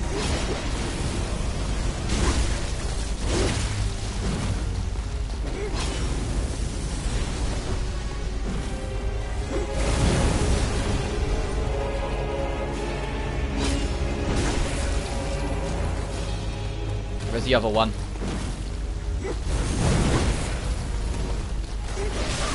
Oh, that was a long range.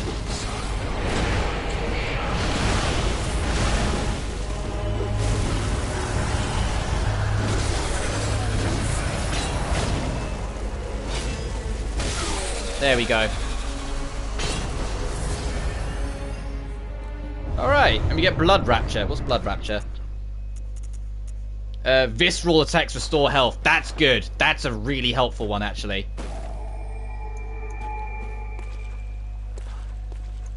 I didn't say it before the fight, because I knew if I did, it would screw me over. But I have actually never lost to that fight. This is why I actually shut up a little bit there, because I was like, I don't want to say it, because I know I'll jinx it. I'll wait till after I've done it before I brag. But I have genuinely never died to that boss fight. It definitely can be challenging, and you can get caught off guard.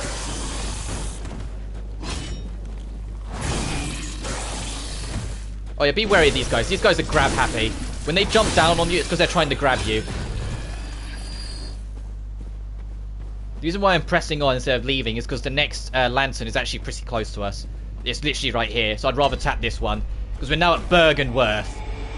The location that was hinted at us when we took down Vicar Amelia, and where the end of Act 2 will take place. It's a big building with more secrets than you might first suspect, but one thing at a time. Oh, you're up here. Hello, my dear. Welcome. What is... Very well. Ooh, 3 levels, okay. Do that then. Make it a bit more generalized for now. At some point I'll touch these two. I just really don't need to right now. Farewell, good mate.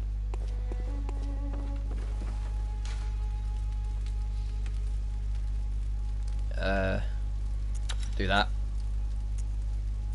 Okay, I'm happy with that. Health from viscerals, a little bit more health in general, and more money. And if we get the other moon runes, like I said, they do stack, so you can go more money, more money, more money, and just like stack them up. But I think, what level am I? 56. You usually finish the game like somewhere between level 80 and 90, so I think I'm doing okay for now. Just a little bit more so I can spend it in the shops. Because actually, let me check my storage. How many vials and bullets have I got in storage? 26 and 8, yeah, so I need to be buying more of these anyway. So when we get to something that like rocks our shit in, it's not the end of the world. Is there anything else I want to buy just before I do it? I never did buy the emblem, not that we need it anymore because the door's open.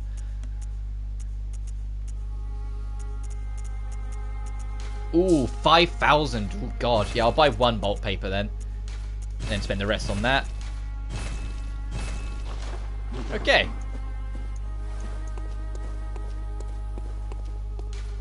To Bergenworth we go.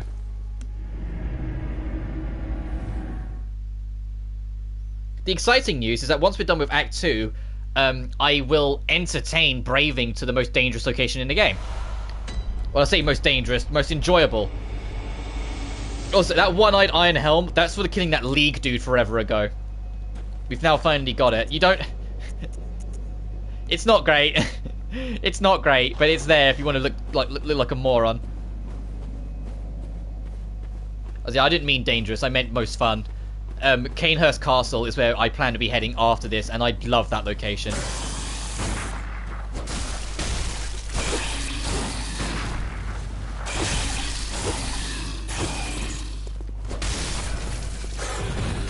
Close fire device.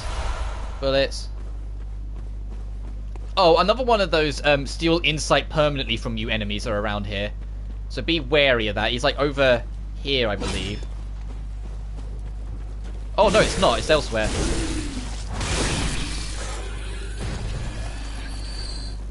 But it is around here. It's probably like up here and to the left then instead. Lure you away from that.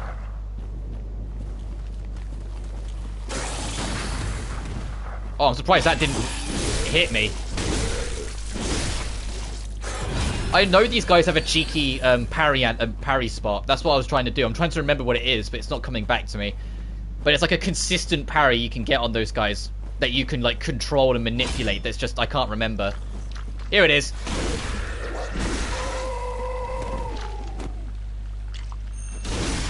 So that fuck will steal insight from you permanently if you let him. Okay, and I'm guessing Arcane Lake is for arcane damage, or magic damage. Yeah. So if you're getting beat up by magic too much, you can use that.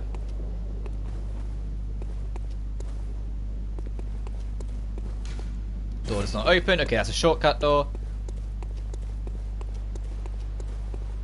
Oh, what a nice, beautiful view of the lake. And an absolutely terrifying enemy over in the yonder. Let's just deal with you first before the magic monster shows up.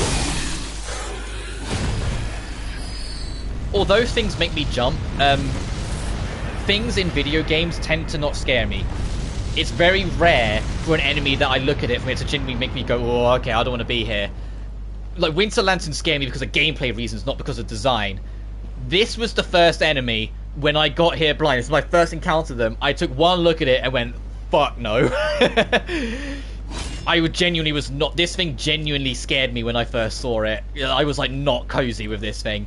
I wasn't just trying to brag. There is a reason why I wanted to tell that story. This thing scared the ever-living fuck out of me when I first saw it. Because look at this thing! Like, nowadays they're not so bad because I've seen them so much while I used to play Bloodborne so much. Like, the Winter Lanterns don't visually scare me. I said that's entirely gameplay that those things freak me out. Because they're just such a death sentence. If I could, like, get a good lineup would be nice. There we go.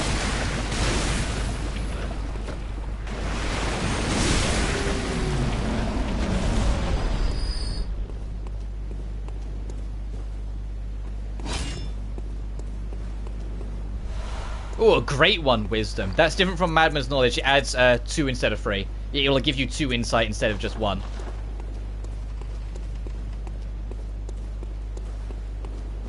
Let's proceed onwards.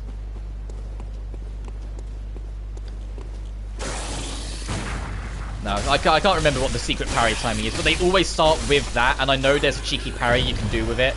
It's just not coming to me. And it gives you sedatives, so you can try and deal with Frenzy a little easier.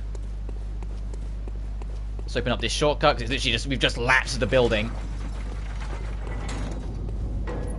Right, in here, there is another hunter that is, like, you know, turned. And I can't remember if it's a magic or a weapon, but one or the other is up here. I think it's a magic. Like, I think it's a new magic tool. Let's open up this door as well, so we can get easy access from the other side if we so feel it. But let's go find that hunter first. I think he's... I can see him.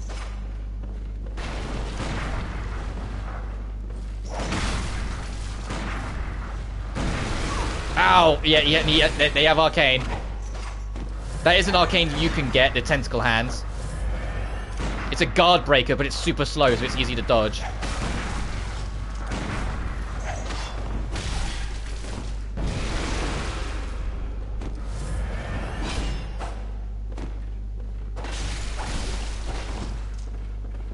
Oh, this is a corner. I can't circle that. I thought I'd circle round, but no.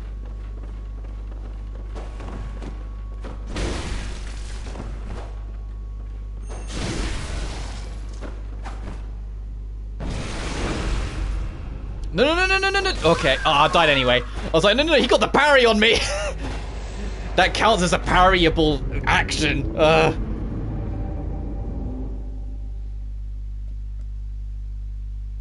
was expecting him or her, I didn't actually register if it was a boy or a girl, to visceral me, but for some reason they just waited. I absolutely deserved that death. I got way too complacent. It's alright, we get our bullets and blood back up.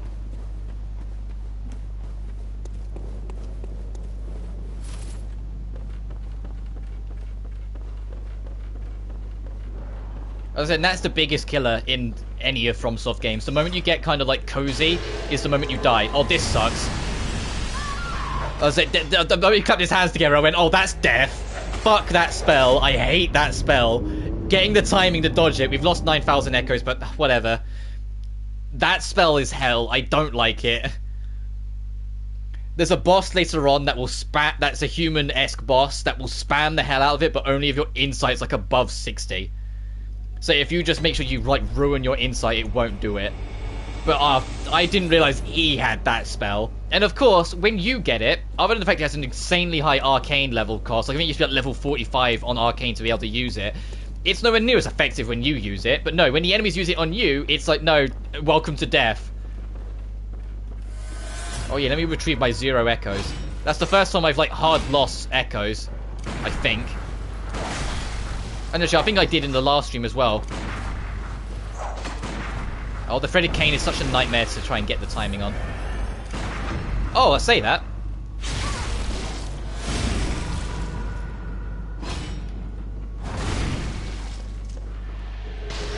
Uh-oh. I'm just gonna back. Ow! Was it one stray caught me and it did like a third of my life? No, no, no, no, no, no, no, no, no, no, no!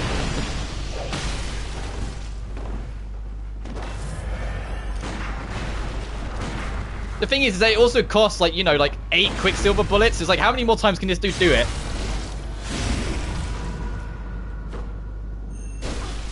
Oh, her. I recognize. I can hear the feminine sound.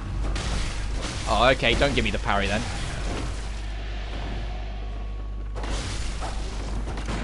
I'm gonna choose to believe they can't do it anymore. I had to speak. I swear it costs like 7 or 8 Quicksilver bullets to actually use the spell. And he's using the gun as well. Her, sorry. She's using the gun as well, so I don't know what. Goddamn AI and their cheap bullets. Yeah, you get out of here.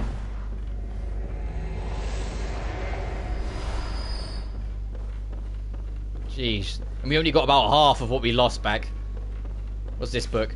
When the red moon hangs low, the line between man and beast is blurred, and when the great ones descend, a womb will be blessed with child.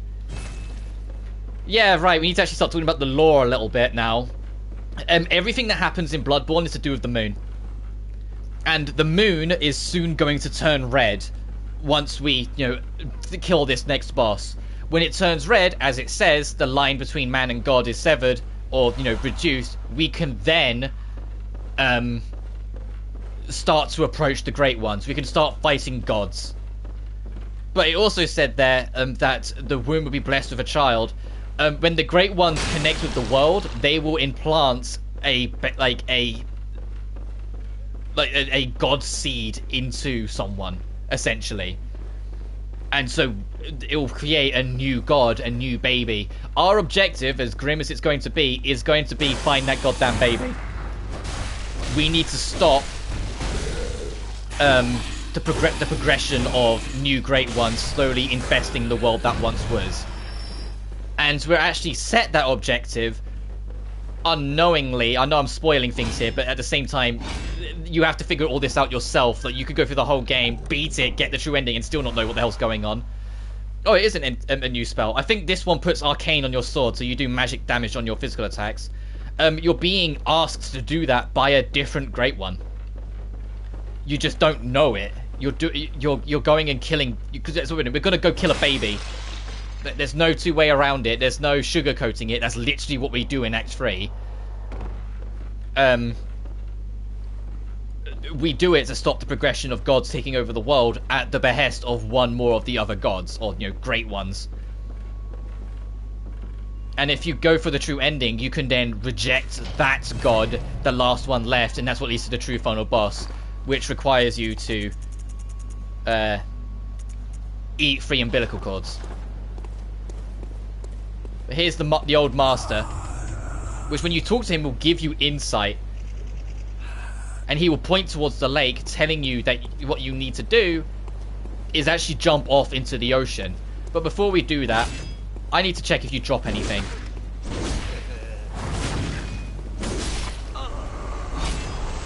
You're not tied to anything quest related, so it doesn't matter if you live or die. What's I? More items. Okay, so loot drops. I'm going to retreat instead of fighting it, because this next boss, I'm looking at my equipment and I'm like, I'd rather go in with more. So I'm going to retreat. I think if I do this, that'll be enough to No, I have to actually go back to the Hunter's Dream. Okay. and just kind of restock up on stuff, and then we'll go fight the boss, because the next boss is not so kind to try and fight. I never look forward to it. We won't really need the bullets, so I'm not too fussed about that. How many have we got in storage? Enough for 2 full attempts. So I will spend more, making sure we're all topped up. There, so we can make it 3 full attempts.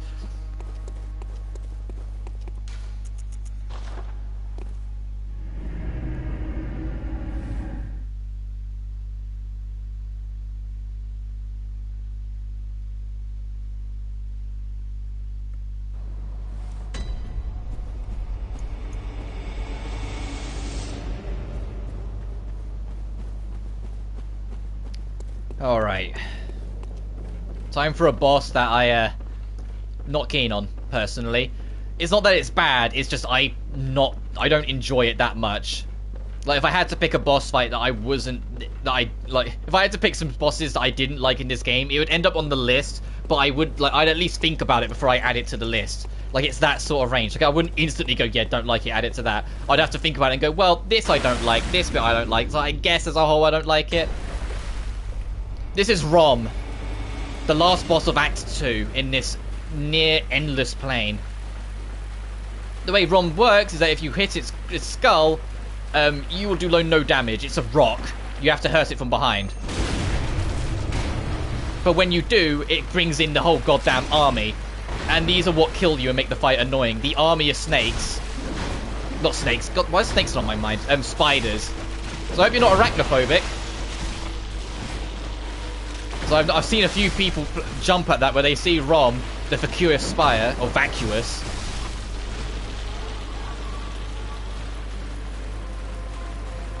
And like they start attacking it, and suddenly they just get bombarded with spiders, and they go, ah! But same with the little ones, with the big ones. They have a rock-solid head, which is why they're trying to jump and headbutt, because it's literally, they're jumping on us with stone heads. So you need to try and hit them from the side or behind.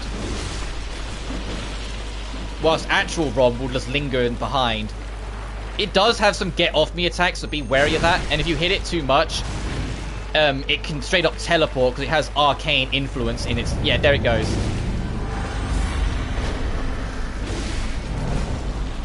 So you got to find where it teleported to. Okay, over there. Every time it teleports, it brings in a new army of spiders with it.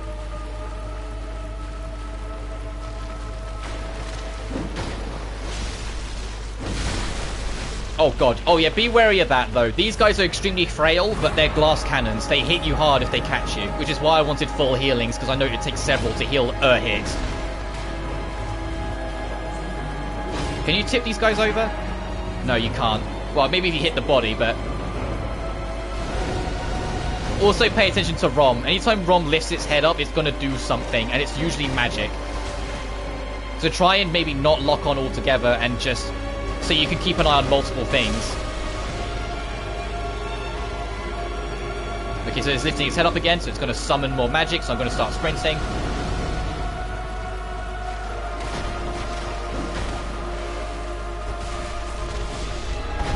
That's an AoE. Yep. So if it rolls on its back, it's going to do a get-off-me attack, so you can't be in the vicinity.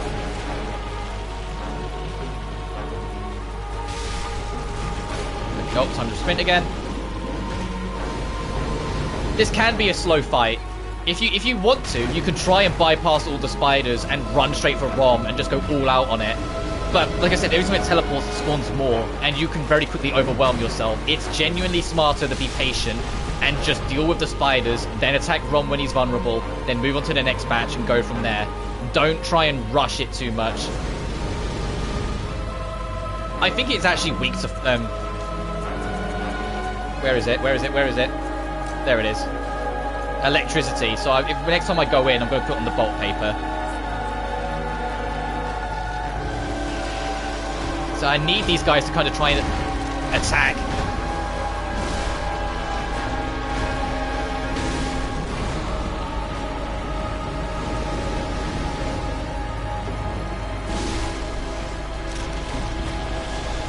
Okay, that's the AoE. Oh no, I wanted to do that. So we're in a position where we can probably push Rom.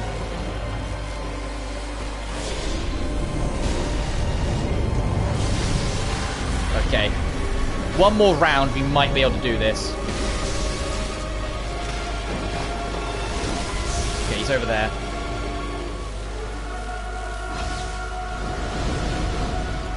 That was lucky. I didn't even realise he lifted his head whilst I was over there. Maybe 2 more. We'll see.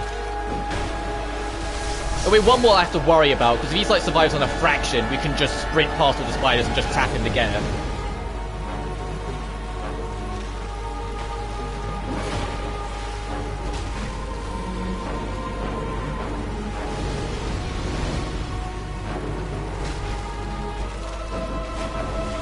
Okay, he's AoEing.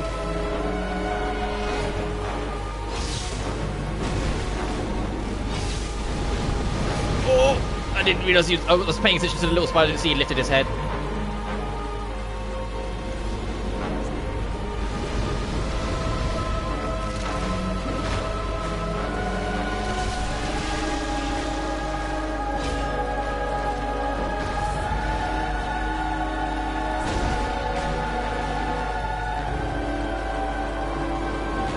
This fight isn't too bad. So if you try and do it quick, as in like rush in and get Rom, it can overwhelm you very quickly and you can be here for a while. And as I said, and everything here is kind of glass cannon-y a little bit, other than Rom himself. He doesn't seem to do too much damage. So these spiders can wreck you if they catch you, but they die super quick themselves. So it trades off.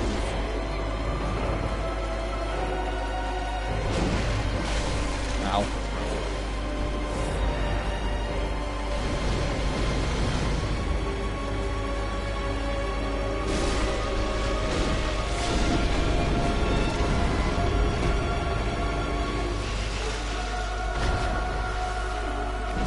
That's probably the most threatening attack. If they jump and slam their head down, that does insane damage for no good reason. I mean, I get it. It would hurt if a giant rock like jumps down on you like that.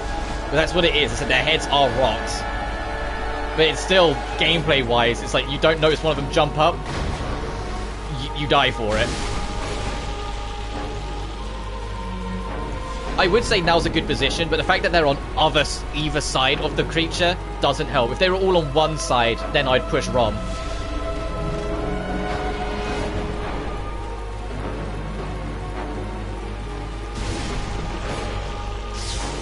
Alright, you fuck.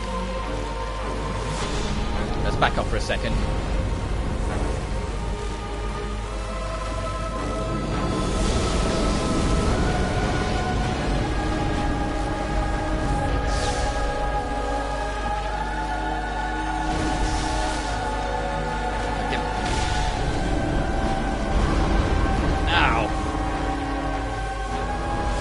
It hasn't ran away yet. You might be able to get it on this cycle.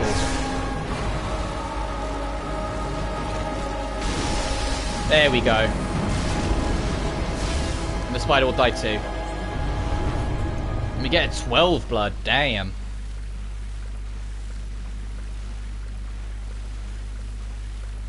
Alright, and so once it's dead, you're looking for this. This is the red moon's about to show. This is the, I believe, the Queen of Yharnam. And she is the one that is chosen. It's why there's blood on her belly to become the birther of the next god. And now it's a red moon, and you hear the baby cry. That's your signal. It's time to go commit baby murder.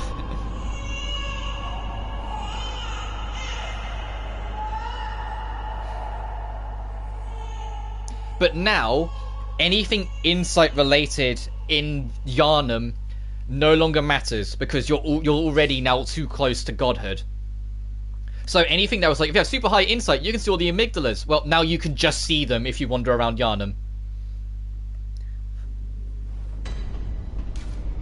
Yeah, ritual secret awoken. Seek the nightmare newborn. This fucker's been here all along. He's just been here, right above you in this room. So let's just run through. So I want to tweak the next lantern, and then we'll go back and start doing some side questing again. This is Yahgul, the unseen village.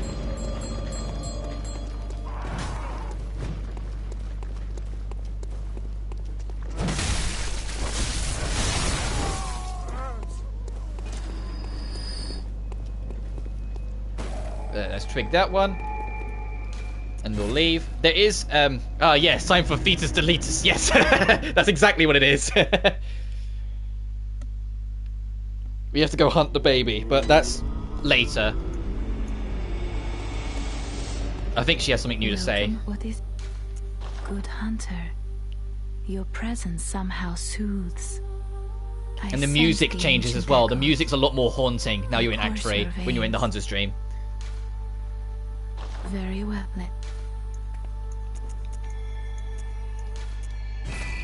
Right, the first one is that our crow friend is going to go for our next hunt, and it's at the Grand Cathedral. If you warp there, it won't happen. You have to warp at the ward and then run over to there to get it. So I need bullets. And a prayer, if I'm honest, because it's not an easy fight. So let's go to Cathedral Ward.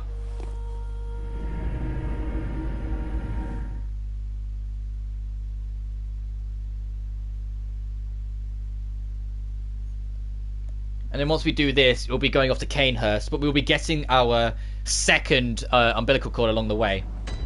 So if you come back here, things are a little bit more dire. Oh, the hunt, thank you. Holy woman. I sort of never been any use to it, just... if you find anything. But she's not going to feel well, because she'll actually be your fourth umbilical cord. Oh, forgive me. So... no. The reason being is that she's, like, the queen was chosen, but she was as well, but she was a failure. So she has something that once resembled a god in her, but now it doesn't. So what? Much later in the game, literally like when the final boss is available to us much later, she will leave here and you will be able to find her elsewhere, and she'll be like dying on the floor, and if you talk to her, you can get an umbilical cord.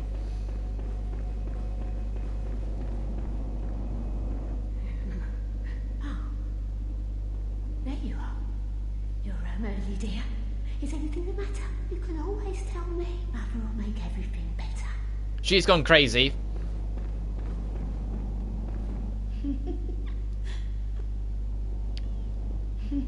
She's not doing great either. Right, anyway, up to the Grand Cathedral.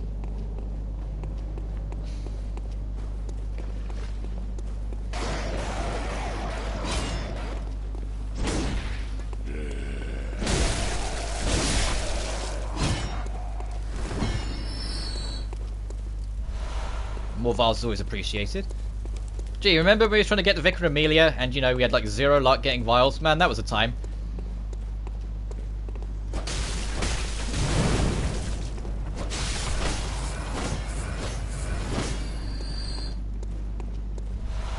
Cool. Oh, no, you say a Kip. Yeah, she's here. I'm afraid I've made a bit of a blunder. Though. What if they turn If back? you leave her here, she will get up and fight the dude that's in here again and die for it. So you need to come in and be the one to do it. But it's not easy. This is like, of all the hunters you fight in the game, this one's probably the biggest pain in the ass to actually deal with. He's really difficult to deal with.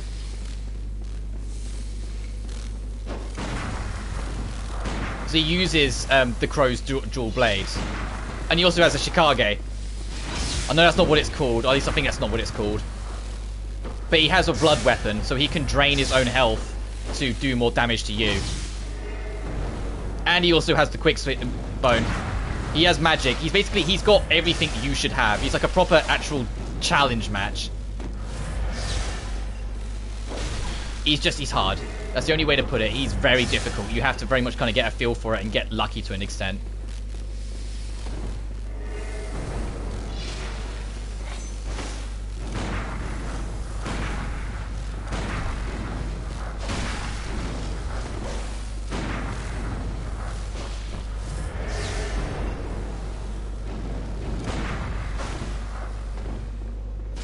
Ah, I was hoping you'd keep the blood on. There we go. So you can get the blood on and then get the parry. The blood's going to keep on doing, like, specks of damage.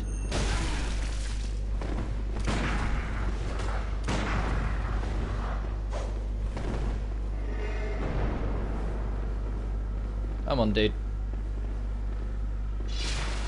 Okay, now you're going to start hurting yourself again.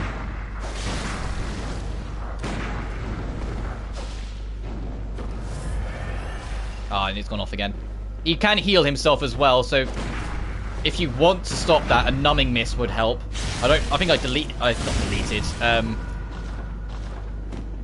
sold all of mine, but that's alright. Yeah, that's why he backed up there. That was to heal.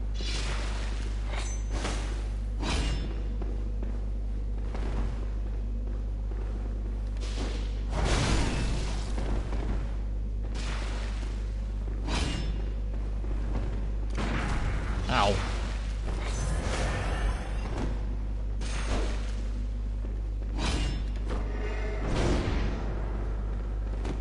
Come on, then.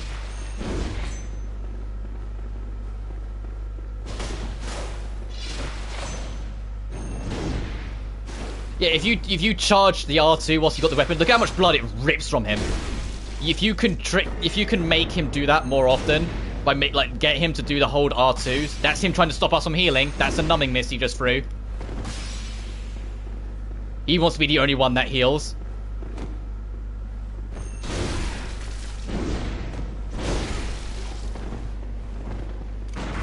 Ow.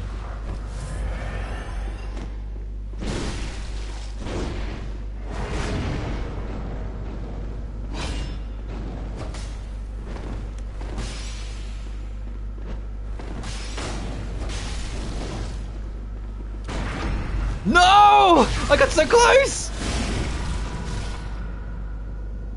Ah! Oh, he got the parry timing. Bastard, I was so close. I had him dead to rights.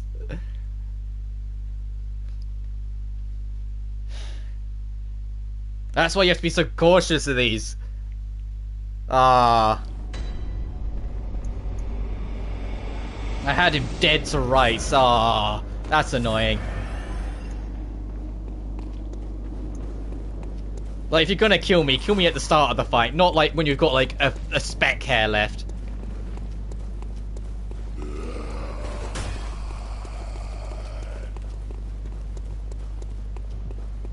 Oh well.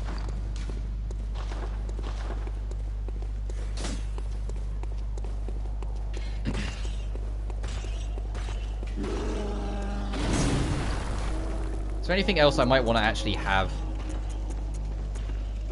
Poison knife might actually be kind of nice. See if I can get a poison on him.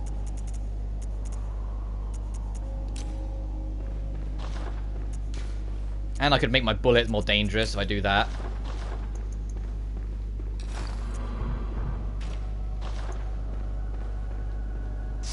Alright, let's try this again.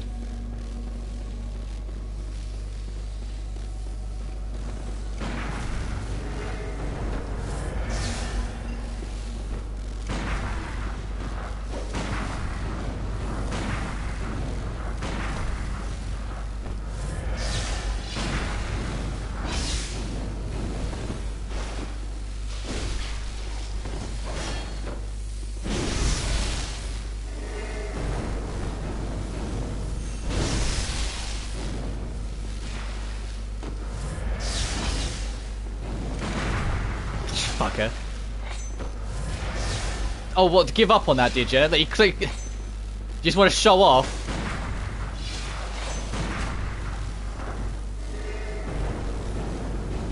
But yeah, that weapon works the same way for you. You could, if you get it and put the blood on it, charged attacks rip through your health but do great damage. So it's a huge like trade-off weapon. He hasn't used his Estus yet, so I know that's not Estus, his vial yet.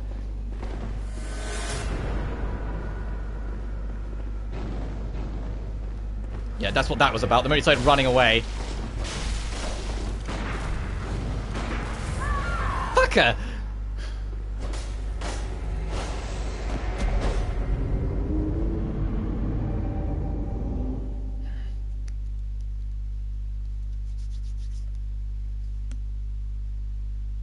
I need to actually try the poison knife. I did this time. I didn't even, once I was in fight mode, I was in fight mode again.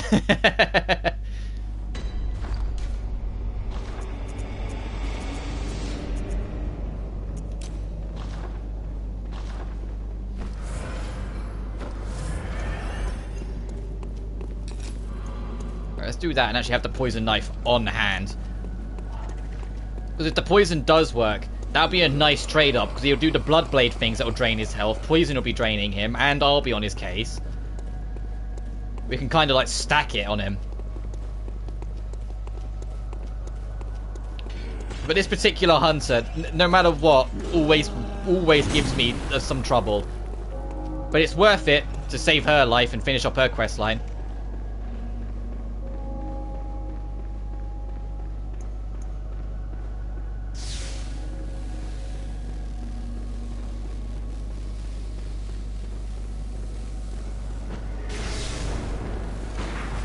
That's not enough to cause poison. He's got enough resistance.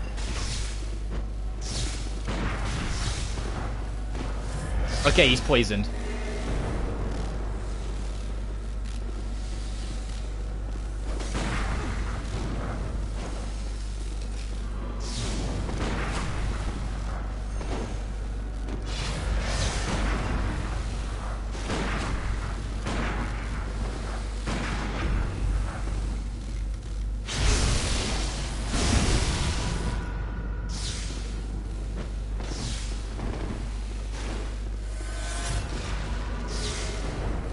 It's one bullet count. Yes.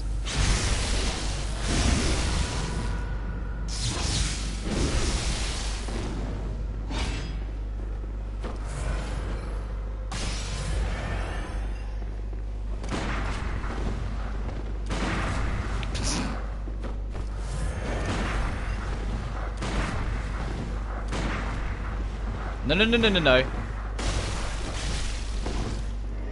Oh, I thought he was going back to heal. No, he wanted to go get some range so he could shoot.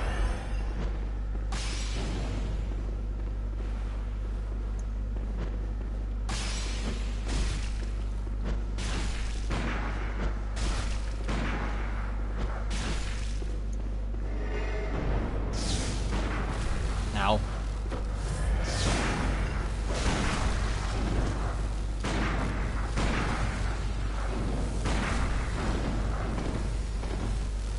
Yeah, there's the heal. Knew it was coming.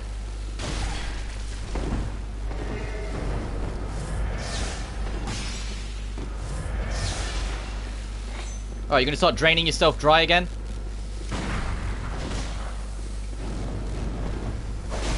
Oh, how'd that catch me? Come on.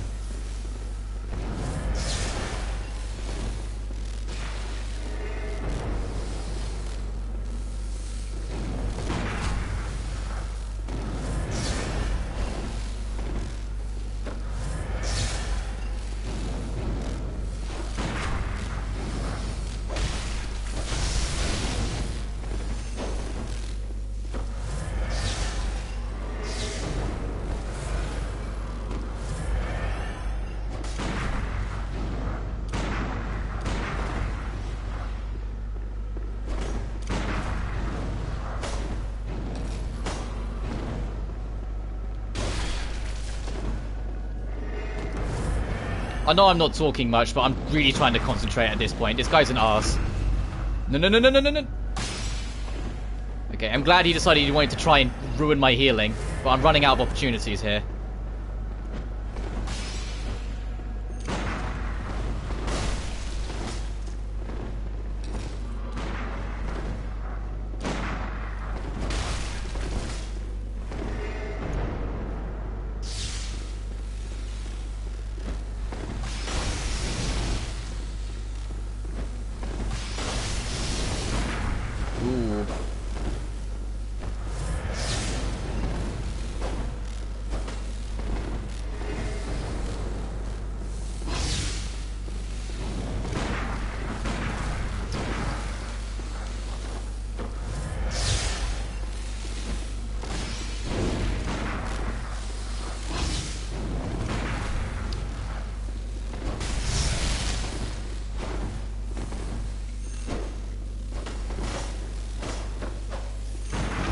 Oh, fuck you.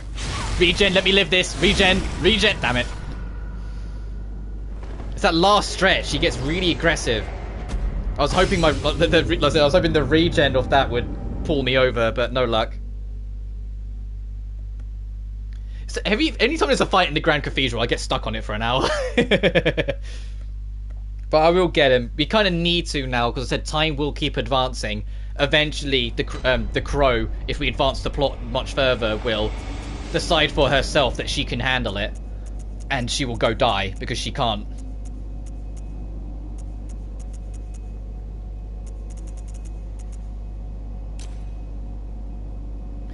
The problem is I have no bullets. I need to get some bullets.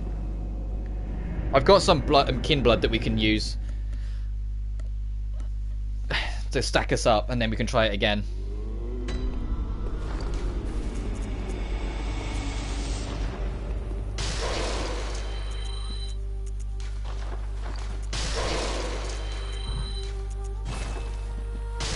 Yeah, that'll do. I don't need that many.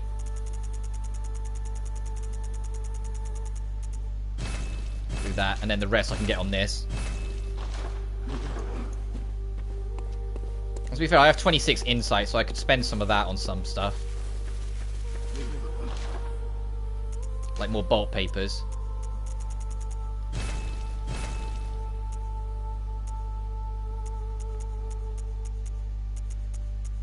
That's kind of it, isn't it? Ugh.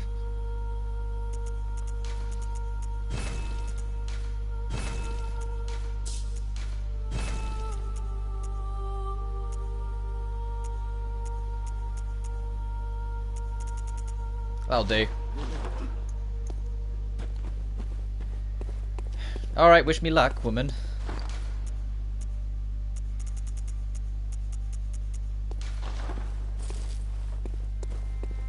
The doll doesn't have a name, so for the record, at least not as one as I'm aware of. It's based on another character called Maria, but that doesn't mean her name is Maria. It's just a doll that's loosely based on Maria.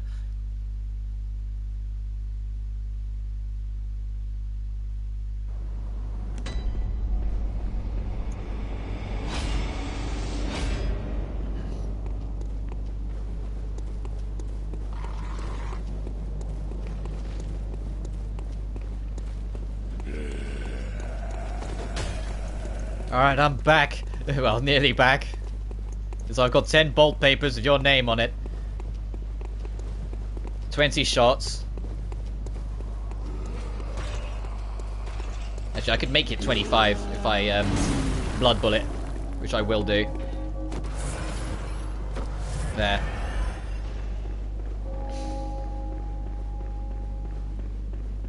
Alright, you animal. Get there. You know what they say about Lucky 4?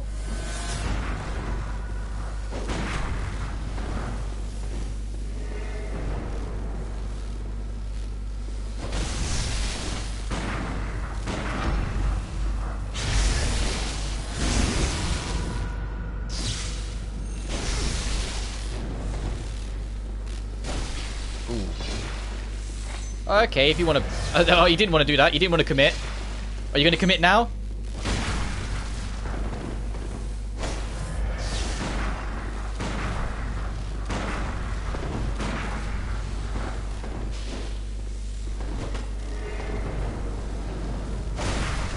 Damn.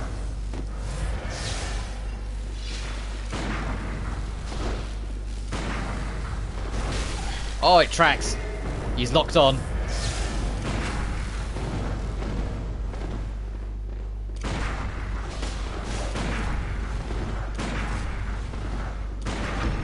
There we go, that's what I was trying to go for.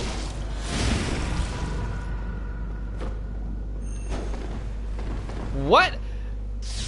Did he just... What happened there? Why did it not hit him? Did he just decide that wasn't counting? I mean, I think he got stuck on something and he dodged, but the dodge frames is what gave it to him. Give me that back.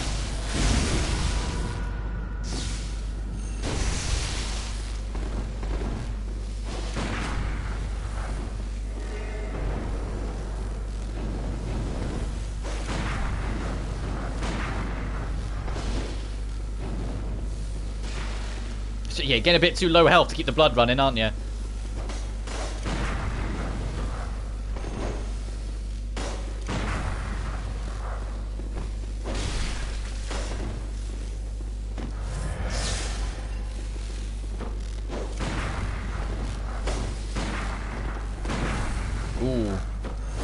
That did more damage because it counted as a dodge. If you're in dodge recovery and get hit, it will do more damage to you. Don't try that.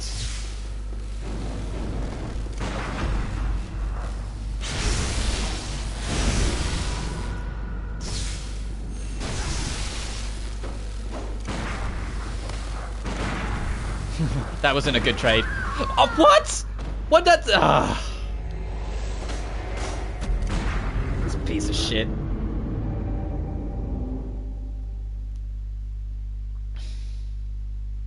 This piece of shit.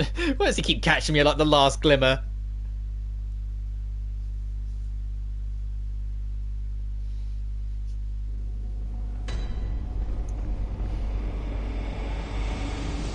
Oh, I was really feeling good about that attempt as well. I thought I had him. I had got in a good mojo with him early on. It seemed to be panning out. I think I got robbed a little there. God dang it.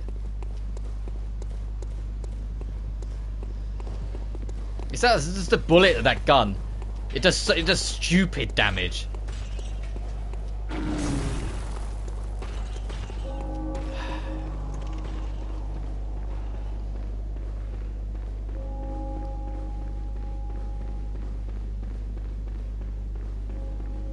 Alright, prick, come back for more.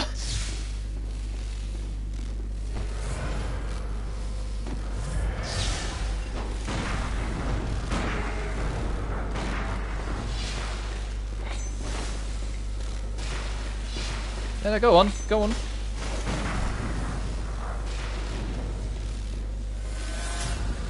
Go on, what's stopping you?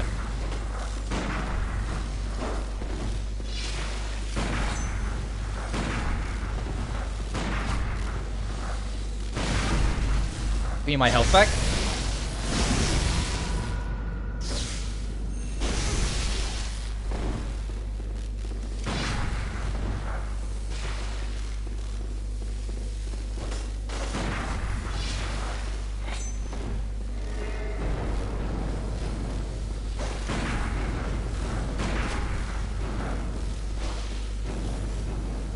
Is that your heal? Yep.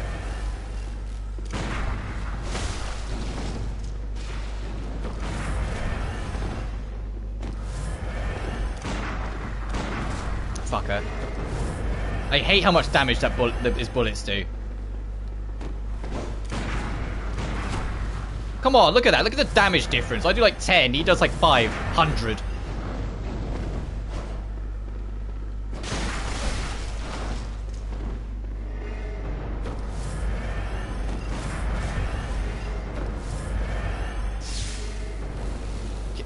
I wish you had limited amount of bullets. Don't know why you seem to have unlimited that you can just spam. So I think it would make it more interesting if the enemies had to rely on the exact same amount of resources as we have, instead of them just getting unlimited bullets. Because fuck off, because he says so. Parrying my healing, piece of shit.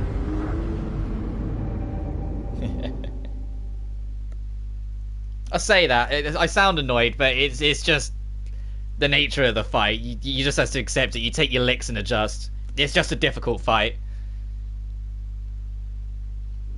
And I want to finish this side quest properly. I don't want to just let it go. Because although I could come back a little later, I don't know where the deadline is, that if I leave it too long, she'll get up and try and fight him herself, you know? I don't know where the close off is, so I don't want to go too far ahead and then her die and the quest is lost.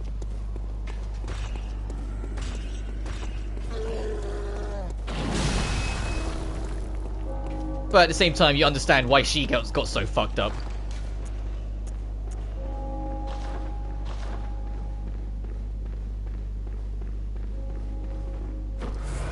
We're not even going in with full resources anymore.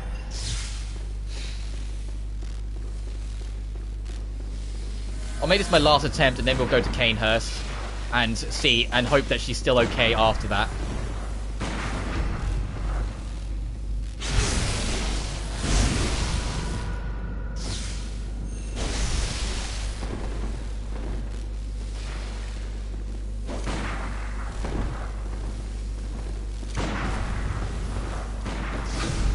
Fuck off. That parry shit needs to go. I can pop up everything else, but him just random parries because he says so. That's not on.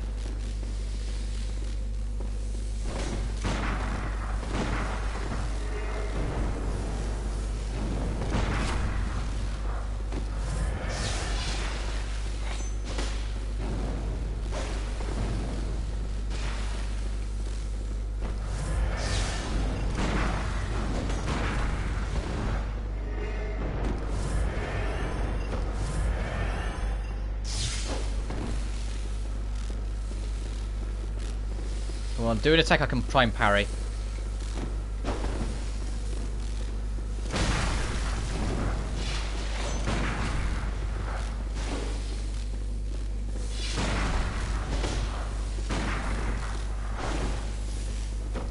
I don't have any more bullets.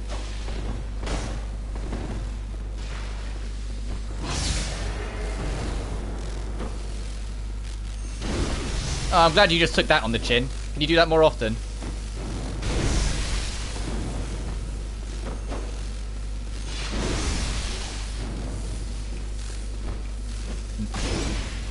Oh well, I can't heal for a while now until it dries off, so I have to be more careful.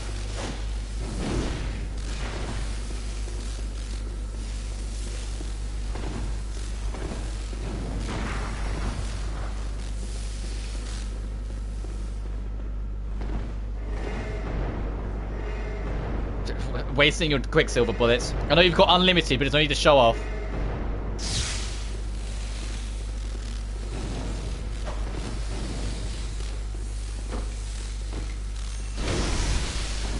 Alright, you're going to try and heal soon, probably. I mean, or not. You don't have to. That's unfortunate. Yeah, that was unfortunate. Okay, we'll come back later. I really just set myself up a bit too nicely for him there. We'll come back. We'll come back. There's no point burning through every single resource we possibly have to try and kill this dude now when we can hopefully come back a little bit later and be fine. Only a little bit later though. So we're going to do Castle Cainhurst, which is my favourite area of the game, and by that time, by the time we're on the other side of that, we'll have better stuff anyway. So to do this, let's see if there's... I can buy some resources, and then I'll show you how to get into Castle Cainhurst. It's something that you're unlikely to figure out every single step for it yourself. You might figure out some of it, but the odds of you finding everything leading to it, yeah, no. It starts in the Forbidden Woods.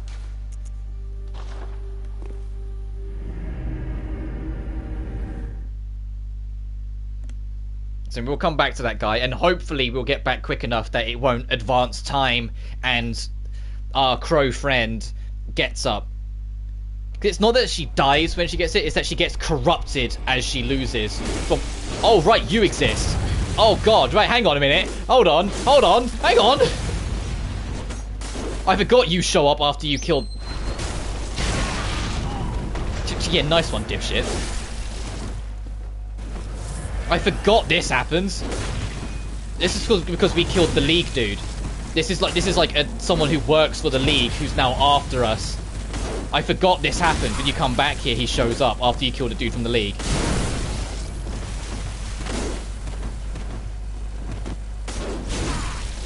You see, look at the difference from the dude with the insanely good AI to this dude who's just a basic bitch.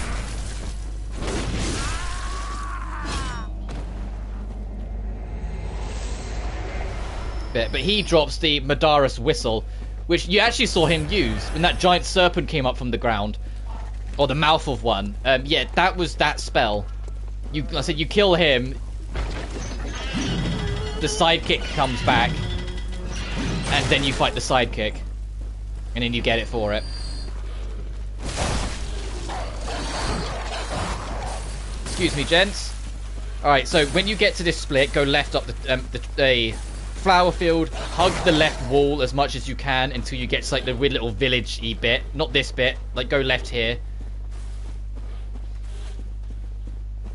And eventually the path will curve all the way around and it'll go down into a tunnel.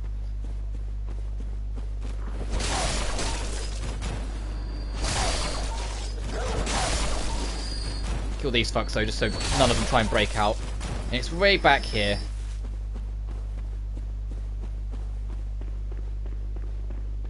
Watch your step. You fall off the edge here, that's a pit.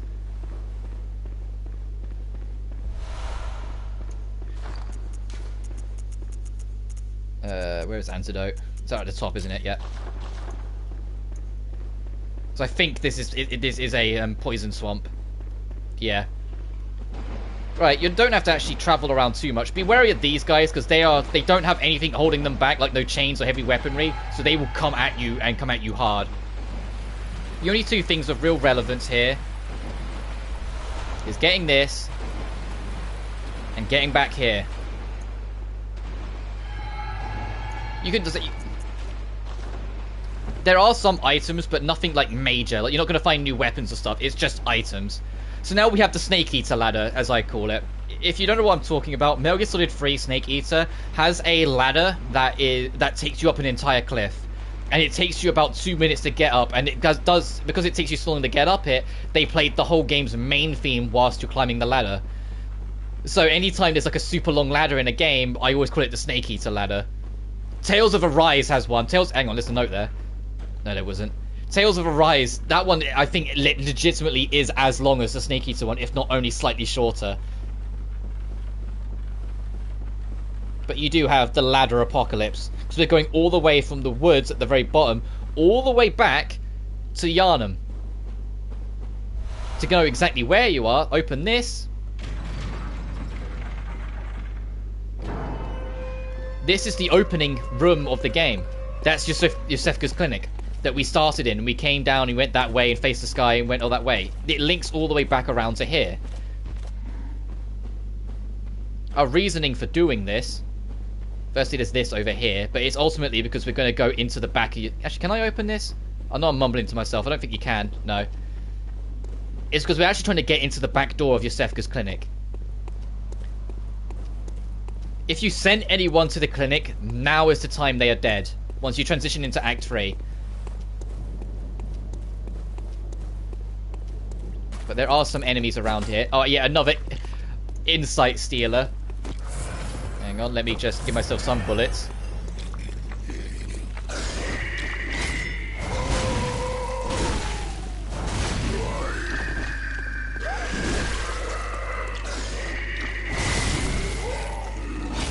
Damn thing.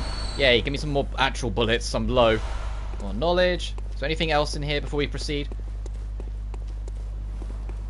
Because there's two things of note that you want to get in Yosefka's clinic. Firstly, it's the second umbilical cord. And the other one is a letter inviting you to Canehurst.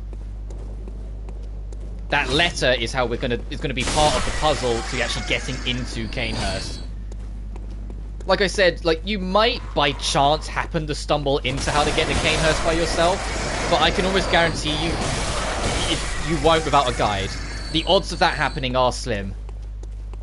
Like, getting the letter is fine enough, but figuring out where you need to take the letter is the problem. But now we're in the back of Yosefka's clinic. We need to clear this whole place out.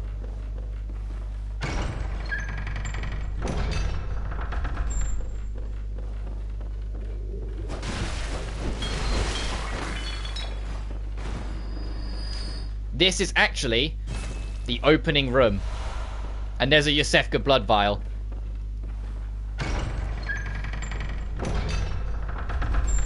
This is actually Yosefka. This is what became of her. I think. And we get our Canehurst summons, which, like I said, is a key item, I think. I'm trying to think where it would be. Oh, there it is. An old bloodstained summons inviting an honoured guest for the sacred castle Canehurst. Rather bafflingly, it's addressed to you. Do not hesitate. The stage close leaves for Hemwick Crossing. So that might be your only hint that you go, oh, maybe somewhere in Hemwick, but still, the odds of you finding it, I'm still sticking by it that I think it will be a guide for you to find it.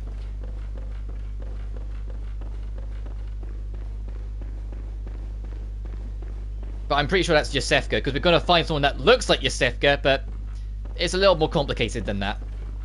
But she had been experimenting with kin. Communion. What's that one? More vials. Okay, I'm not going to use that. I keep on seeing something glow in the corner of my eye. We need to go upstairs, actually, is our thing. Which I think is here.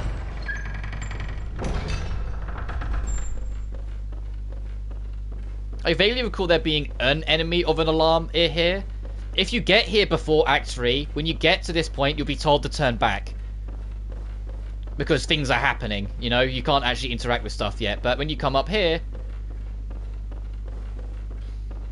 someone was being experimented on. God, I'm nauseous.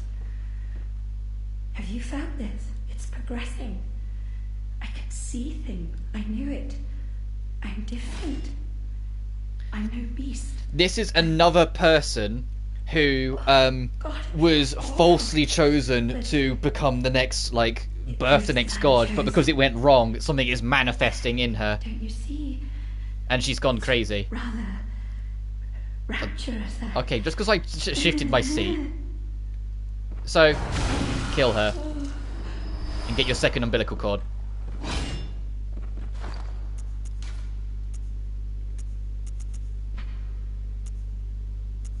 Which is, Provost Willem sought the cord in order to elevate his being and thoughts to those of a great one. By lining his brain with eyes, the only choice he knew if man were to ever match their greatness. And now we're 2 down. And if you're at this point, you've got yourself ready for the true ending. Because the last cord that you're likely to get is given to you by a mandatory boss. So if you've got that, you're good. You're ready for the true ending if you decide to go for it. When we get to that point... the game will also force you into New Game Plus after you see after you beat the final boss and ending. So what I'll do is I'll beat the first phase of the final boss, but the second phase will leave so I can show off the DLC. Because there is DLC for this game called The Old Hunters. I'll show off the DLC and then we'll go from there. Oh, wrong way. And then once we've done the DLC, I'll come back, do the true ending, so you can see what it is and wrap it up for good. Which might mean if I want to actually get this done before Elden Ring, I might need to actually not take a break this week and just stream every day. Because there is a fair bit left.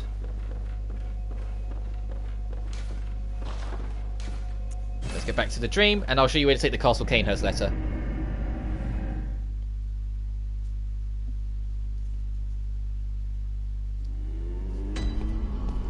Oh, she's sleeping.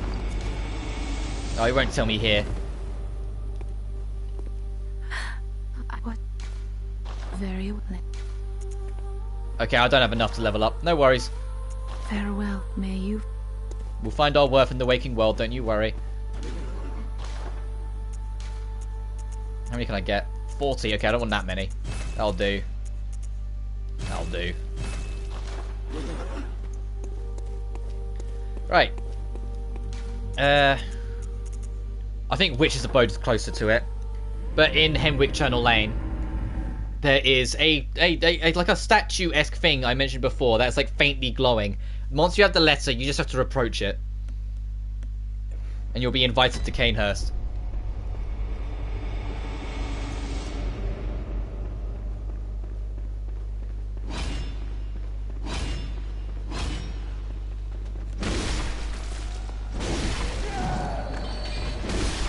Yeah, come on, get out of my way.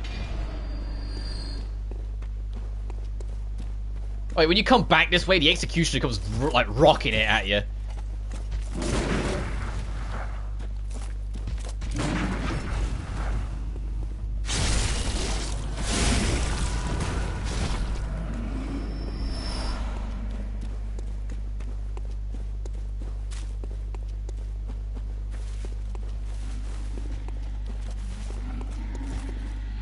Alright, here we go. We approach it, we get a little cutscene, and we can go to Canehurst. Because we have our invite. This is an entirely optional area, by the way. You never have to step foot in Canehurst for any reason ever, which is a grand shame because it's my favourite area in the game. The boss at the end of it's not that great, but the area itself is fantastic in my opinion. I love exploring Canehurst Castle.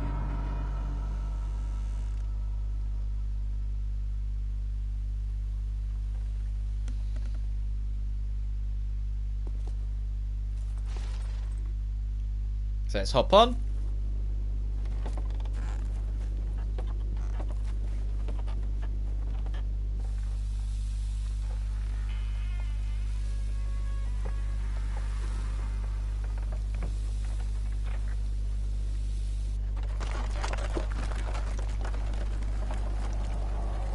off we go. When we're eventually let free, we'll be somewhere else entirely.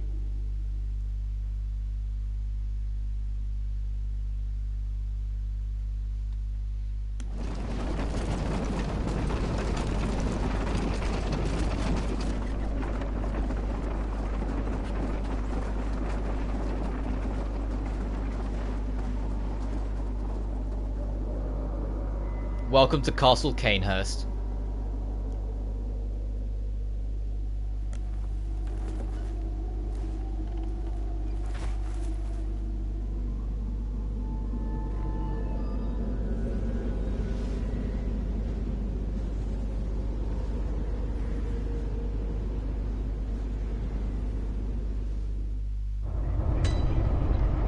The Forsaken Castle Canehurst. Also, the horses, like, were skeletal horses, so they just went back to being extinct or whatever the moment it stopped.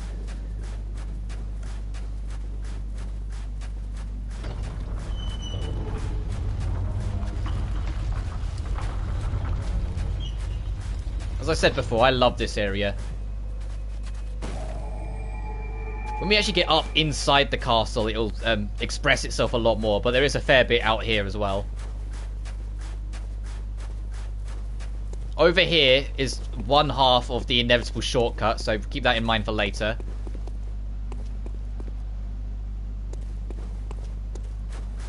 Alright, these creatures here, the more bloodshed you cause, the more they'll be attracted to it. It's supposed to symbolize that a great war of some kind took place here, and that's why so many of these guys are around, and why their bellies are full. Because they've just been devouring on everything else's blood. There's actually a chance they'll show up in Chalice dungeons. If you like kill most enemies in a Chalice dungeon, eventually these guys will just show up so they can start feasting on the blood. And they'll usually be a lot more thin-bellied. But this is all supposed to be implication, because they've all got full bellies, that they've had a feast. There's been a great fight here and a lot of deaths. These guys are kind of mercilessly aggressive though. Ow. As you can see.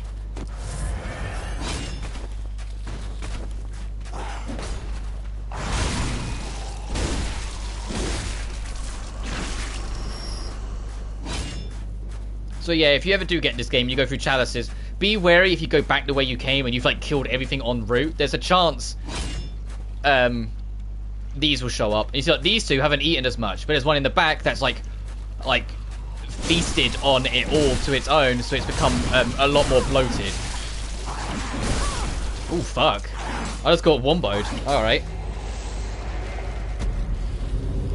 I do want to get over here though, because there's things to loot.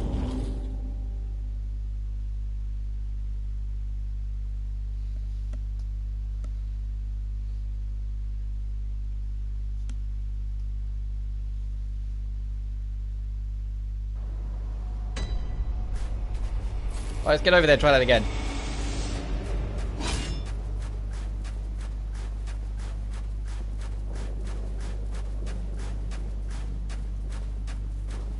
These creepy ass things.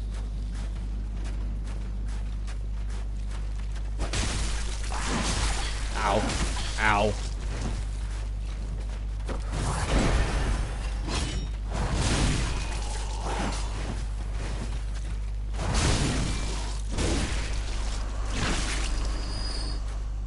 I should probably clear the way behind me as well, because these guys come up later.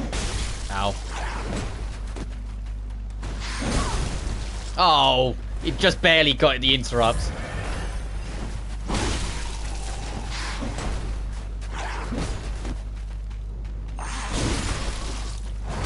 There we go.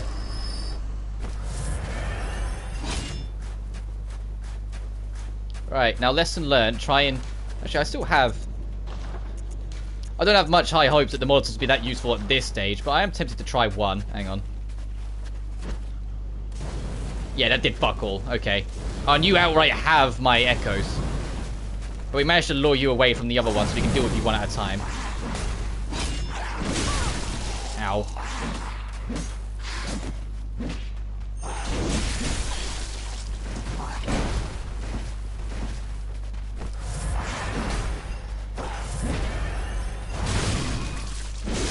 Thank you.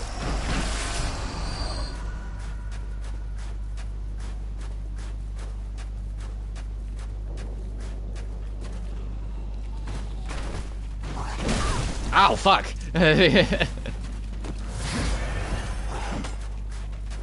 Come on.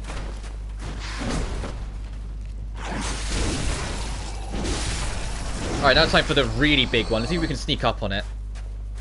I don't know if it has a parry, if it's a parryable enemy. So I don't know if we'll actually get the like knockdown when we approach. Assuming we can even sneak up on it, it might like sense us or something.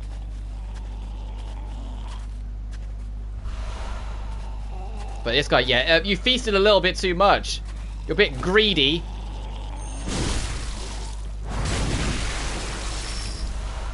Well, that was a huge splattering.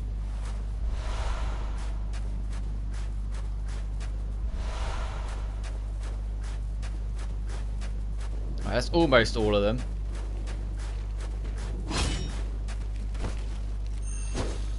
Oh, no, oh, come on.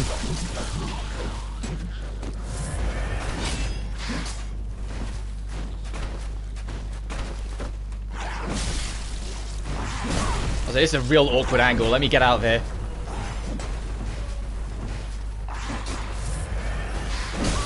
Ow.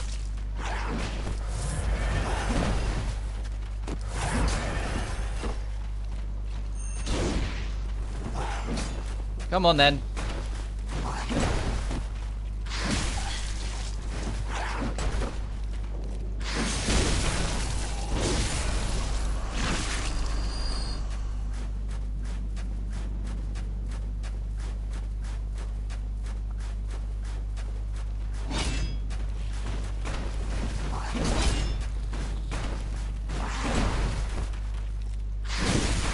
I had to let that go early. I was like, no, I think that's going to interrupt me if I let that go.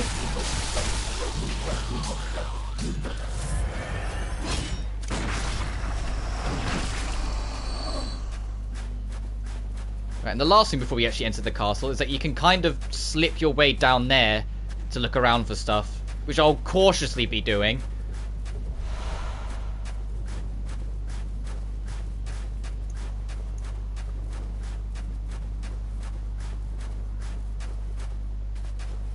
Because you can go down from over there, but... Ooh.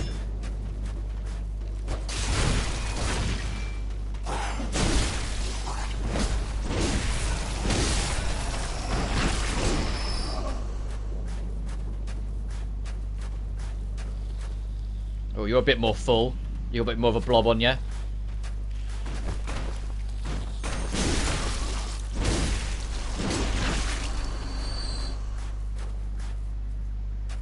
But if you do come all the way down here, the only thing to be wary of is that there's these tiny little, these things, these like these tadworm things. Like these tadpole worm things. I don't know what they're called. Tapeworm, that's what I was looking for.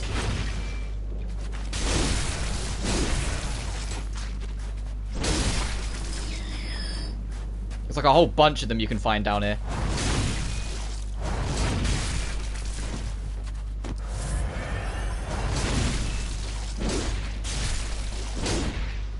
Because they're so small, they're a nightmare to kill with, which is why I say be wary of them. And there's a whole fucking bunch of them down here, between here and whatever loot they're guarding.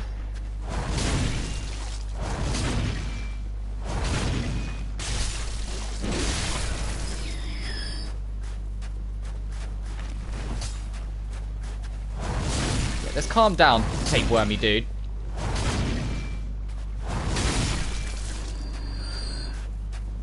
There's so many of you, and it's not even going to be worth it. Alright, let's back up. Okay, I said back up more than that then.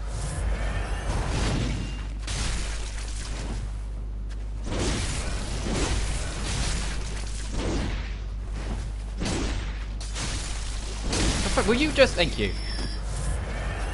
Problematic things, because they're so damn tiny.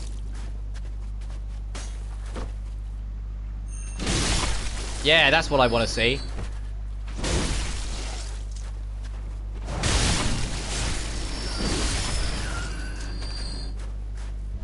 And for this we get, oh, fucking gemstone. Woo!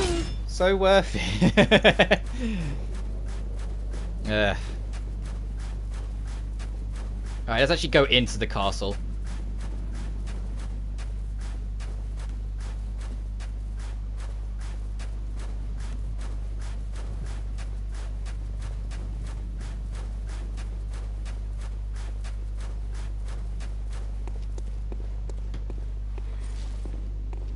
In here are... Oh, I didn't mean to take my lantern out. I thought I already had it off. There are enemies that are straight up, like, invisible. That you can hear. They're crying. So if you can just get near them, like there.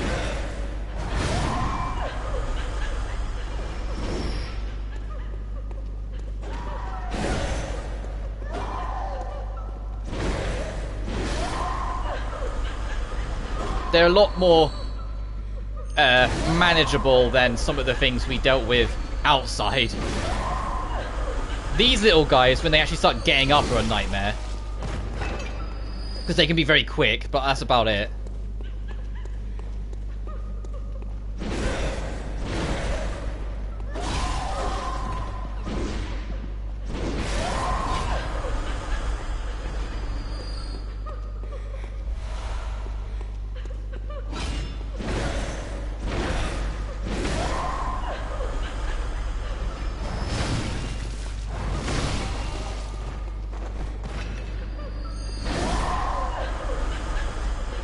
Treasure chest. Am I in danger of opening this? Oh, the Writer Palash. The Writer Palash. Oh, requirement's not met. Never mind. It's a sword that can shoot. It has like I think that's what it is. I'm not being mistaken with something else. Combines an elegant sword knife with a peculiar firearm. Yeah, it's a sword that you can make shoot. So you can, like, mid-swing, just kind of click it and fire. It's actually pretty cool. It's just... It can be a little gimmicky, so it's up to you how worthwhile it becomes. So I know I'm using the Holy Sword for, like, most, if not the whole rest of this game. But that's just because it's my comfort zone. If you ever go for it yourself, just experiment. Try different weapons. See what works. You're gonna find more and more as you go. Some of them are really interesting. Like we already saw the Shikage that I was talking about earlier. The katana that one dude that we can't beat right now has. Where you could sacrifice your own health to like maximize damage. And if you like charge up the attack, it will drain from your health super quickly. But then you can unleash like a ferocious slash. Also, we picked up a chunk so we can start upgrading our weapon to +7, +8, and eventually +9. Once again, same rule applies. You need 3 chunks, 5 chunks, and 8 chunks.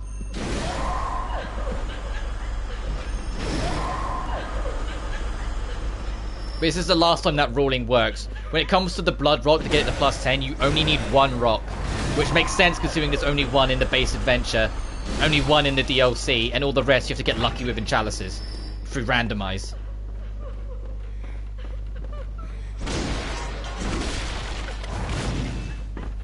As I say, I know there's creatures, there's more of these guys in here, because they try and lure you into that.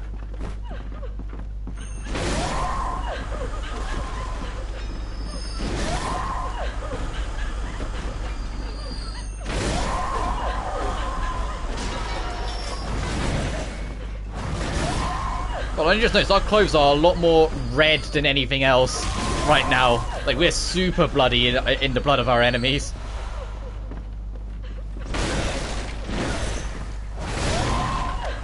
I was like, well, we're glistening a lot. No, it is because we're like 90% enemy blood.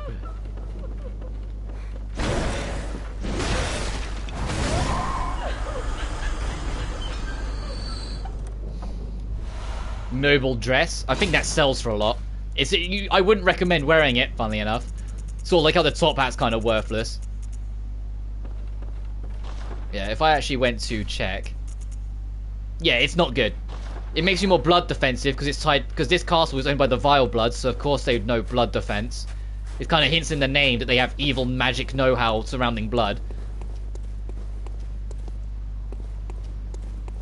But that's it. It's really not worth trying unless you want to laugh.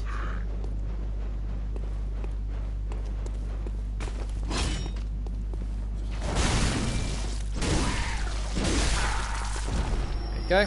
I don't know what these enemies are called, but I always feel like they're like gargoyles, but not quite. Like, they pretend to be gargoyles, so that's what we're going to call them. The only enemies I tend to remember the names of are the ones that give me a lot of trouble. So, Kidnapper and Winter Lantern. Yeah, now we're in light. Look how much red is on us. We're so crimson. I can only imagine it's from the blood insects we encountered outside. When they exploded the blood, they just got all over us. But still, we're more red than black. It's kind of badass.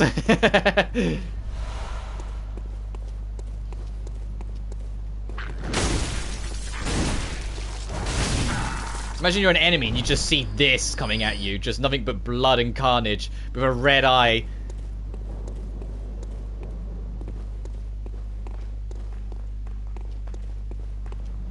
Okay, yeah, you can be a menace, so I'm going to be careful with you. That, ow.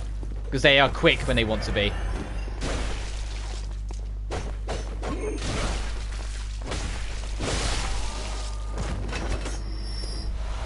Some vials, that'll be nice.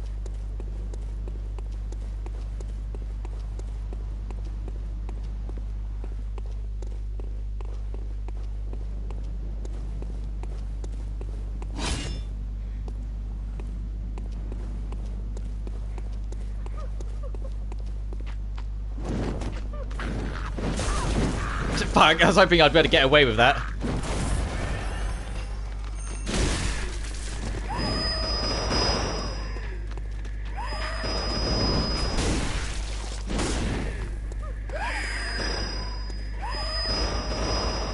Yeah, do you mind? Uh-oh, no, you don't want to hug me. Get off me, get off me, get off me.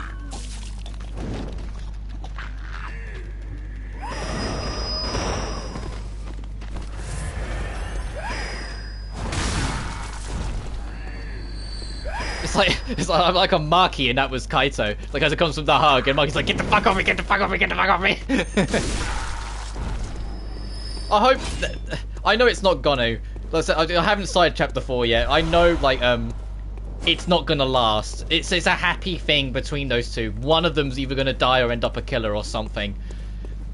It's not gonna last, but until that does go sour, I hope some really cute shit happens between them, because I feel they both deserve good things to happen to them. For Kaito being such a bro all the time, and Maki because of everything she's gone through. Alright, the Vile Blood Register is, if you join the Vile Bloods, like Covenant, so to speak, I'll send this down to show you where this lift leads to. You can, once again, like a record book. So like you can get the League record book, so you can keep track of like how much you've helped and how much you've done things. This leads to that lantern here, so now we have our shortcut. Just to show you where it is.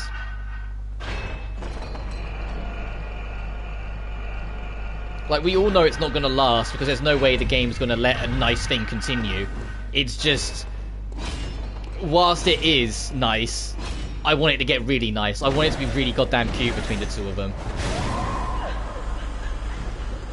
With the whole... Like, it's a bit like, it's been there, done that with, like, you know, the Ice Queen defrosting kind of plot thread. But it doesn't change the fact that it's done a lot for a reason. It's really nice when it's done right.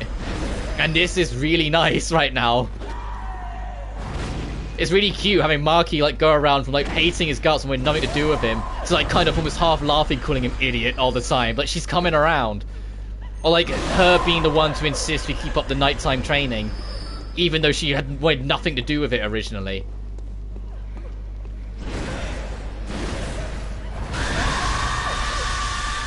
Alright. Do you mind? Ow, ow, there's something throwing something at us way back there.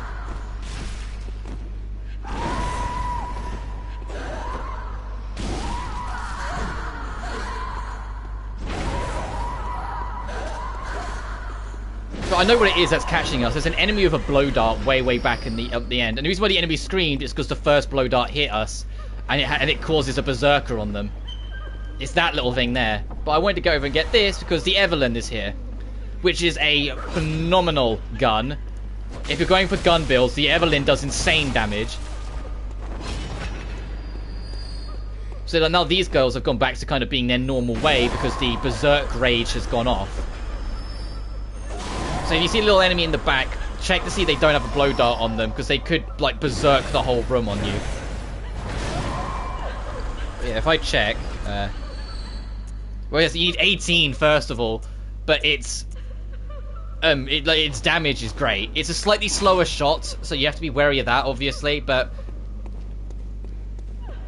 it's a fun gun. I don't really bother, because, like, well, as you haven't been able to tell already, I do just fine with the starting gun. Because I use it as a parry tool. And ultimately, the guns aren't the main damage dealers. That one enemy that kept on killing me might suggest otherwise. They are never the main damage dealers. There are other things of greater significance.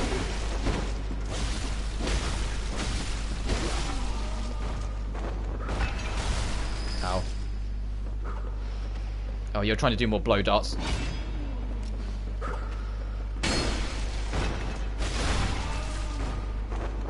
And that broken window is where we're going through next, but I want to kind of search the area out.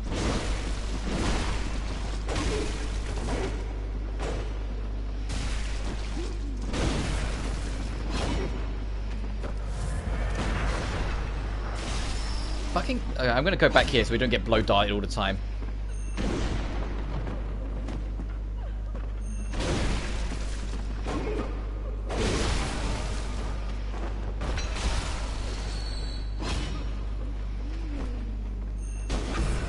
We'll get to you, Mr. Blow Darter.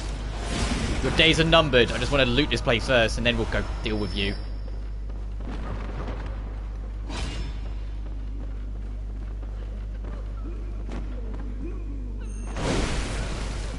Oh, that was a trade. Hey, no, don't you start blow darting. Bad enough your friend's doing it.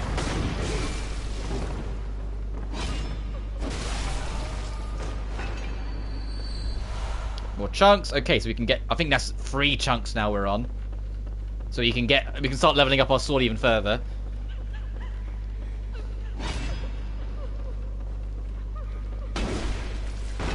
Yeah, not so great now, are you?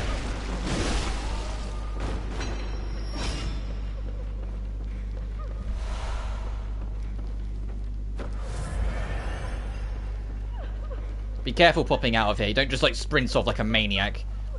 You kind of want to, like, do this and work your way down that way. There you go. That's the safe way down. You won't die from full health if you just go straight from there down, but it's unnecessary damage, you know?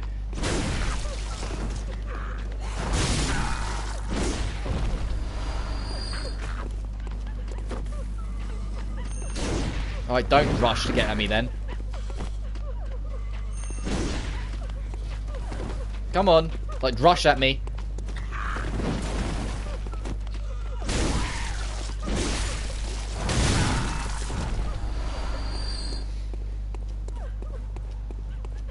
Oh yeah, if you, hang on, let's do this first. This just circles back here if you're curious. So there is an alternate way to this bit. Actually, no, this is a new room. Ignore me, this is a new room, because there's new enemies here. Oh, no, no, no, no, no, no, no, no, no, no, no, no, no, no, no, no, get me out, get me out, get me out, get me out, get me out! No, no, oh, for fuck's sake!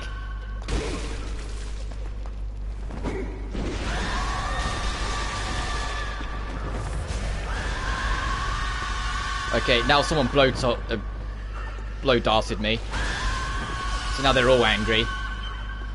But the main thing you want to get is over back here. It's a knight's clothing.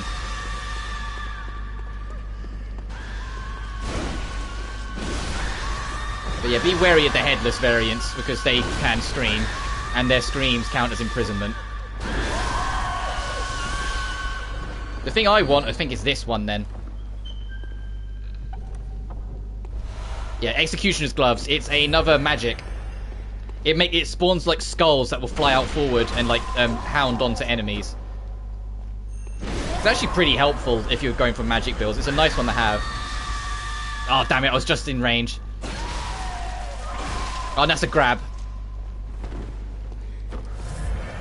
It's a very short grab, thank God.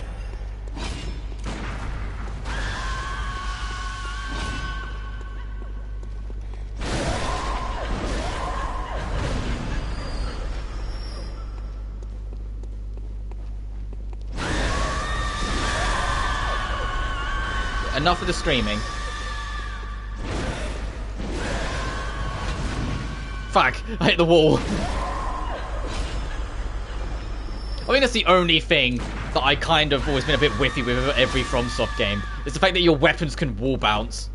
Oh, that worked out.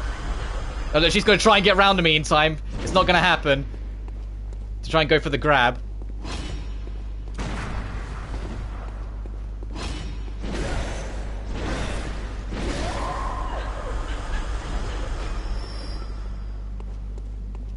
Alright. Be careful, obviously. This is a bottomless pit if you drop. We need to go in there, but if you carry on to the end, there's a couple of enemies and a little bit of loot. So they will drop down from... Well, you can see him, he's there.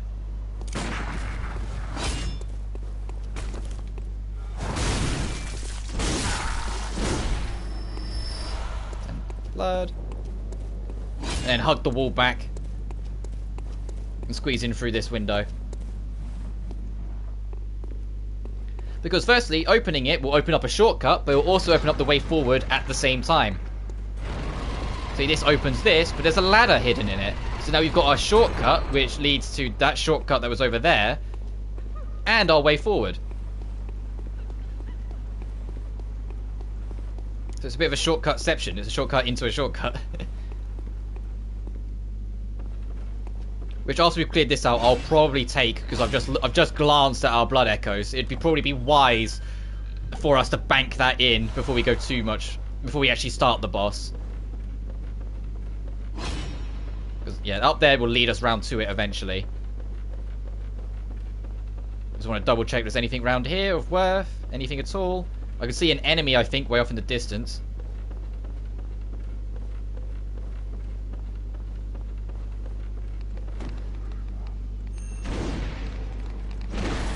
Oh, I wonder because that was his late game if you'll drop chunks.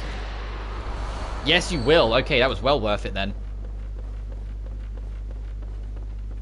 It was well worth the ring around the rosy to get it.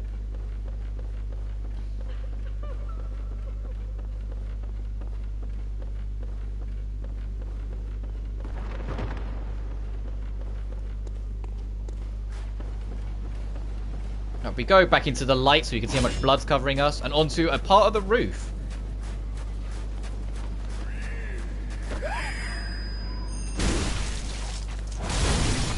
Oh god, I clipped him through the floor, I hit him so hard. Oh damn.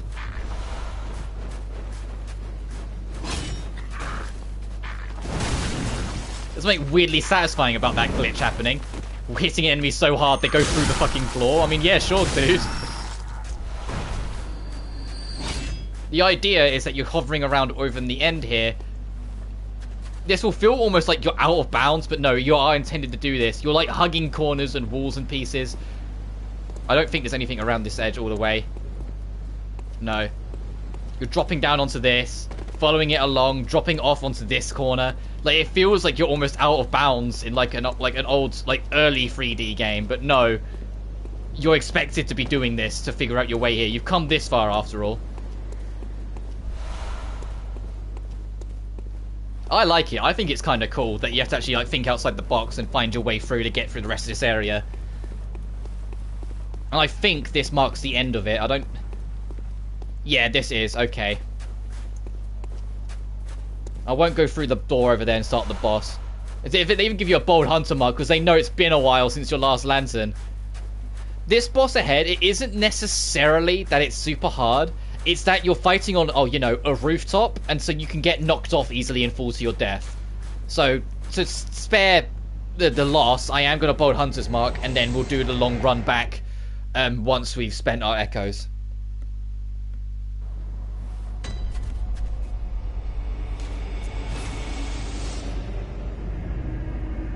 And then once we're done at Canehurst, we can go find Alfred and continue the Vile Blood quest. And we'll actually be wrapping up that quest. And speaking of wrapping up, we can try that dude again to take on the crow. Very well. Okay, 1, 2, 3, 4.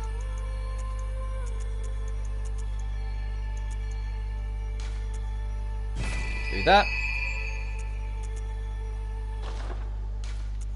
Farewell, May.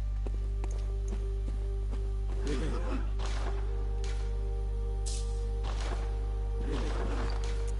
didn't realise we were that low on everything. I can just do this.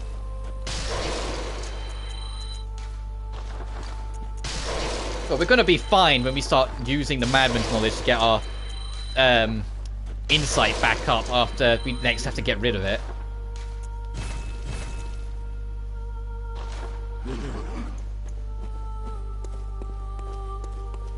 I think it's this one is Canehurst. Yes. Because the first grave is Yharnam, second grave is outside Yharnam, third grave is secret areas, fourth grave is Nightmare. Alright, now to get all the way back there. The run back's kinda damn long, I'll be honest. You've got to go to this one. And then we're going to book it straight to the next shortcut. And obviously, try and send this back down so if we die, it's a bit shorter. So, send, roll. And then we're running past everything. And hopefully not letting that happen. Up this. Ow. Ow.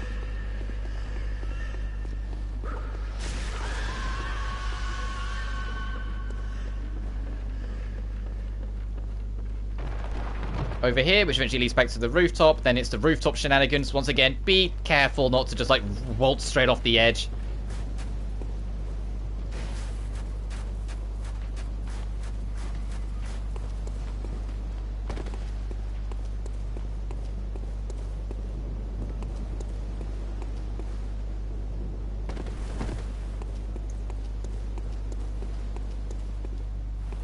And then where we are. So it's a bit of a longer run back. So if you die repeatedly, this will come quite frustrating. But I genuinely love this area. I know it probably might not have seemed like much, but I genuinely have a lot of time for this area. It's my favourite spot in the game. Before we fight this boss, though, I am going to take a quick minute break because I need to use the loo, basically. But quick bathroom break. So refill your waters and whatnot, and I'll be back in a sec.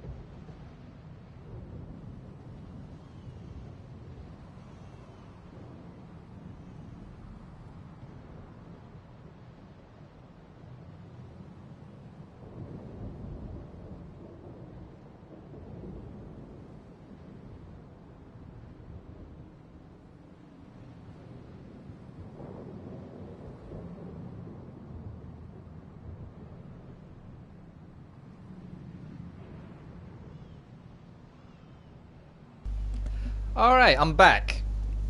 I've got a bottle of water next to me, which I will sip now. Because it's only when I started talking again, I was like, oh, my throat's starting to get a bit dry. This stream's gone on for a while.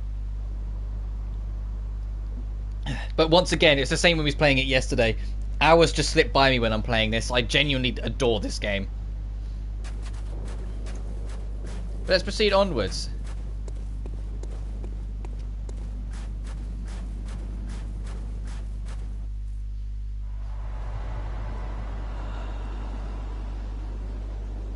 If any of you have seen Maxor's video on Bloodborne, he kind of like it's a review, but it's like hyper aggressive, hyper fast, and there's a lot of comedy.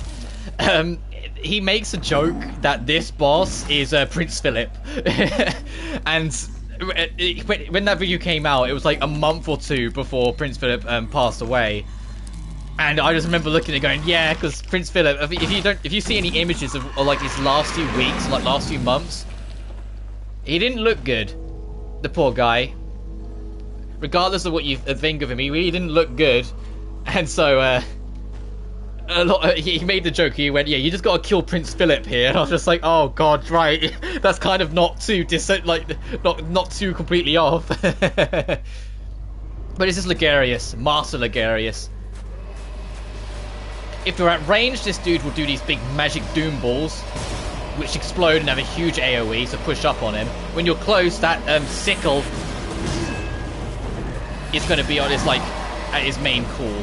The main thing to be wary of is that there's no boundary on the edge, and the boss won't fall off, but you absolutely can. Yeah, enough of this.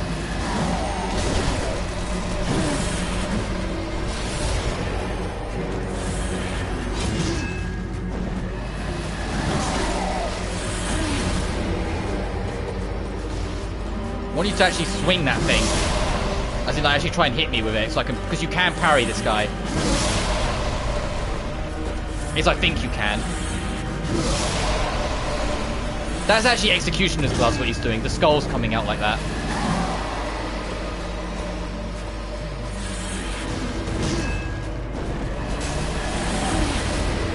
If he backs up to the edge, there's an invisible wall for him, but if you back up to the edge, you can fall off. That's what I was trying to say. Which is really annoying. It's like, come on. It's something I liked in Dark Souls 1. There was a boss you could nudge off the edge. And I think that's probably why they put an invisible wall, because everyone dealt with that boss by nudging it off the edge instead of actually fighting it.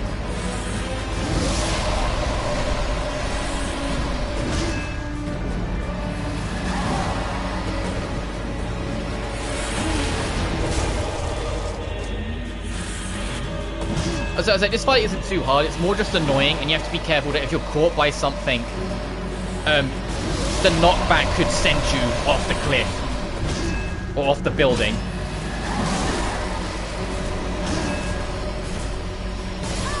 Ah, fuck. But yeah, I kept on dodging away, I just dodged more into it. I needed to dodge left or right. That was my bad.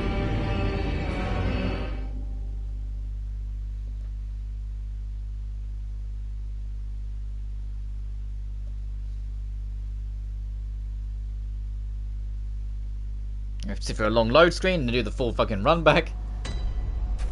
That was entirely just my fault. That was just me getting in my own head a little there and just kept on dodging backwards further into the attack.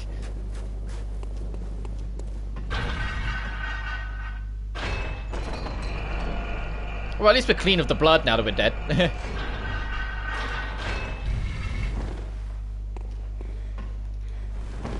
Oh, fine.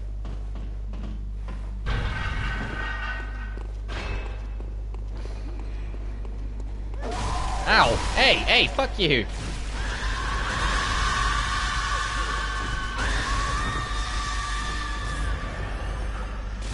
Ow, ow. Ow, ow. Ow.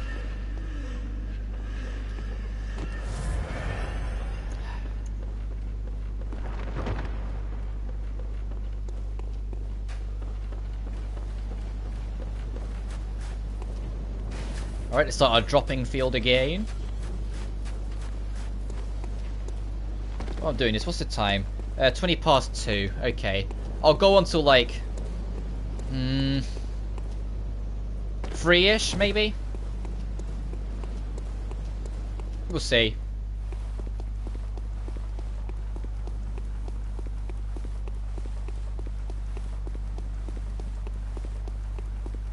I might get to 3-ish and be like, we're in the middle or something, and be like, actually, I'll go a little longer. I want to get the Alfred quest and the Crow quest done. Eileen quest, sorry, done before we wrap up, because I might forget starting up next time after I've slept, you know? I don't know, before we actually like get too into this, if you're weak to anything, but it's no harm in trying.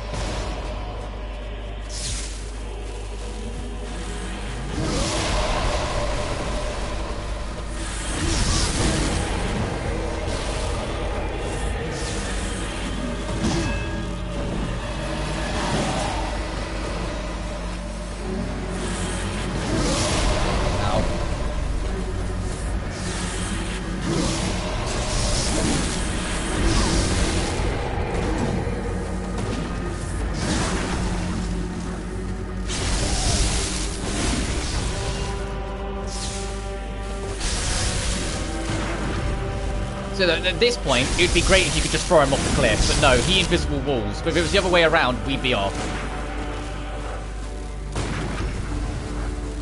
If he wants to keep doing this whole fight, though, that would be really nice.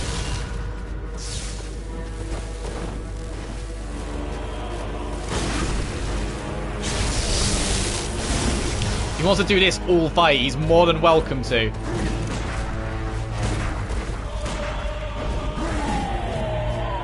Where is he?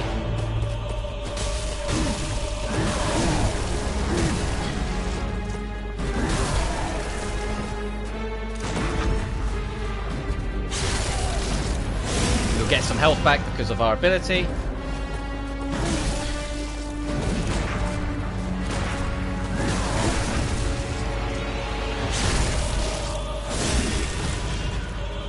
He's nearly done.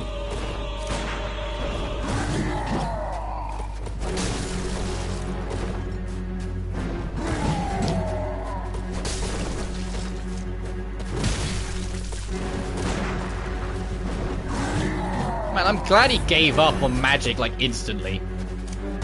Oh, out of bullets. Let me heal, you fuck. That we need to stop. That's a problem.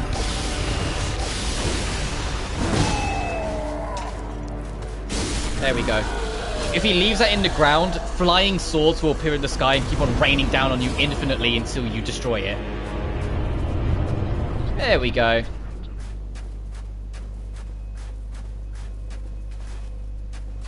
That wasn't too bad. The first death was just real unfortunate, but yeah, we got it. And if you come back over here, you get the Crown of Illusions. And if you wear it and then approach this back wall, you'll get a cutscene.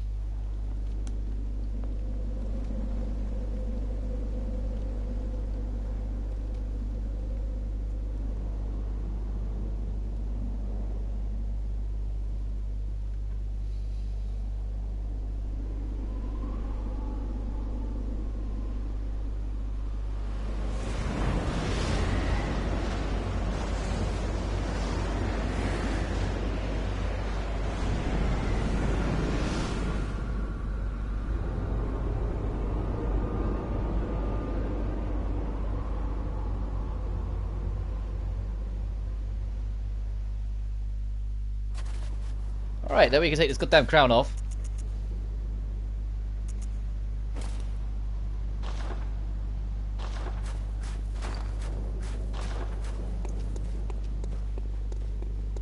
And up it, after a bit of a stretch, is the opportunity for you to join the Vile Bloods. Visitor, I claim no subjects, but here lieth our throne.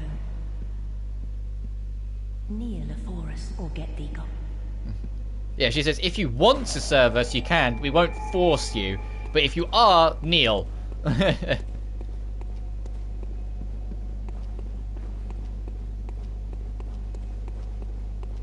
But over here is the unopened summons, which we'll take to start the Alfred quest. But let us choose to kneel. Visitor. Moon-scented hunter. I am Annalise, Queen of Castle Canehurst. Ruler of the Vile Bloods. And sworn enemy of the Church. Yet our people are murdered. And we are prisoner to this wretched mask. What is it thou art in search of? I'll swear oath. Well, an odd hunter thou art indeed. On my main file, I think I'm a Vile Blood as well. On my original main save file. Tired of these piteous share in our plight. And take... Because I find the Vile Blood lore interesting. That they are basically immortal, but their heads are trapped in cages, and their ability is quite nice as well, I think, when you join their oath. So let's swear our oath. Well, drink deep of our blood. Feel the spreading corruption burn. And we get Vile Blood in us. Now, thou art too a Vile Blood. We too. Yeah. The very last on this earth. And we get corruption and the Canehurst badge.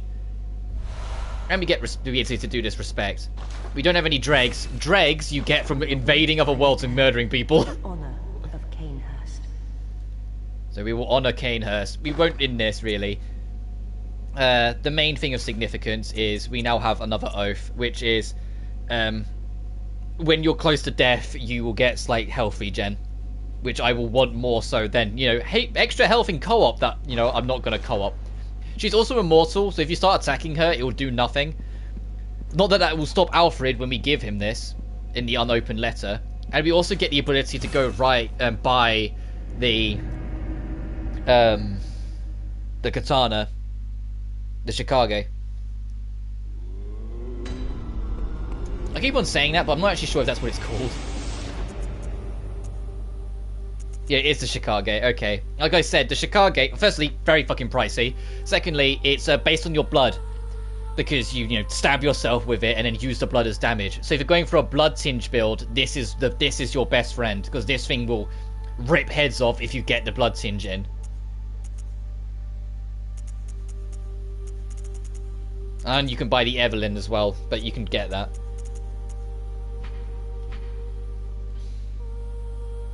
It's a great weapon. A friend of mine it's like their main weapon. Welcome home, good hunter. Oh yeah, the doll will react to your very well. Your gestures. One level. Put you there. Farewell, mate. I think if you bow to her, she bows back.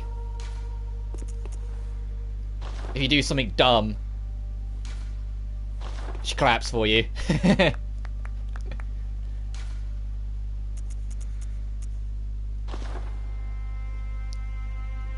And if she doesn't understand it, she'll tilt her head. It's really charming, like little things, you know. Right, let's put this on.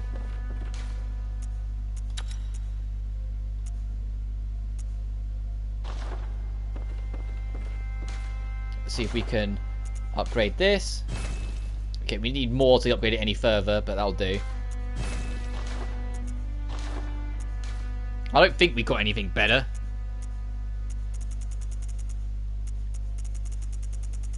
No.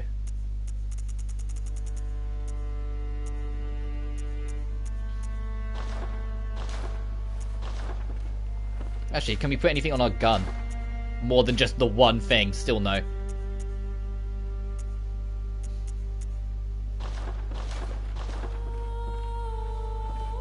And let's spend the rest on bullets so we have some.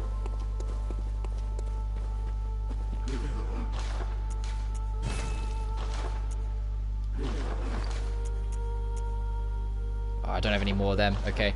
Then we'll go do Alfred's quest whilst I remember. And then we will attempt to fight that fucker again.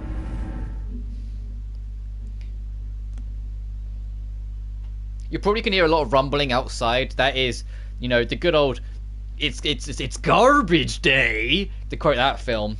And so Yeah, the bin lorry, because I'm British, is working its way down the road. Or the rubbish truck if you're American. It's amazing how much that, of all things, that changes. It's like both words change so much between UK to US.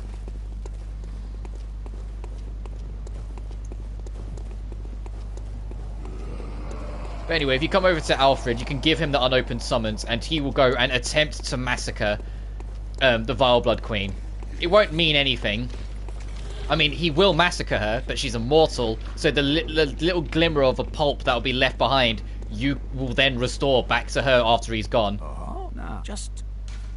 Let's give him the summons. Aha!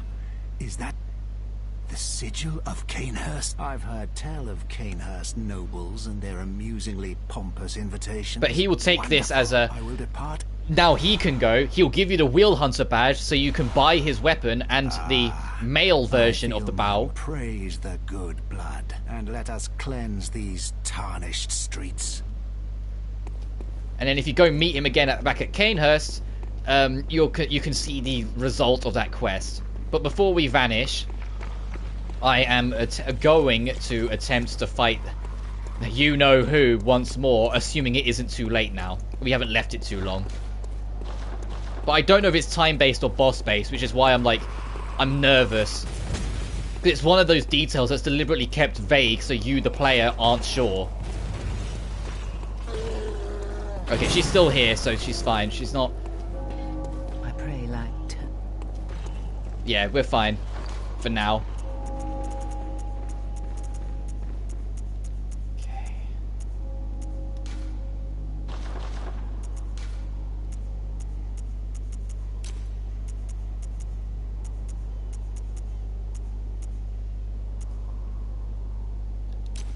We did pick up some numbing mist. I don't need you. Give ourselves some more bullets. Alright, fuck stick. It's time again.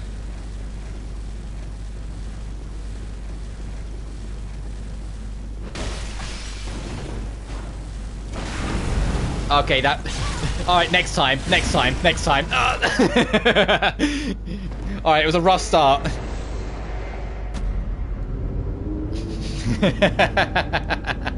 Oh dear. It was a false start. Doesn't count.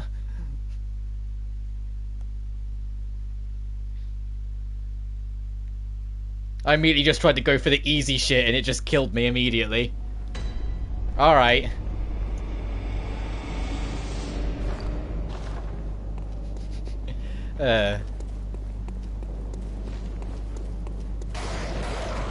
We are a few levels higher, and I did notice that his bullet didn't hurt us as much as it used to.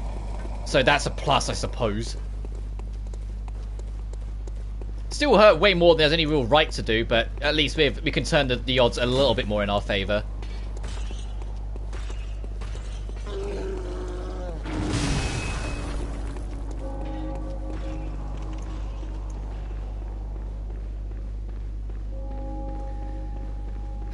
Alright, round whatever this is, like 7 or 8.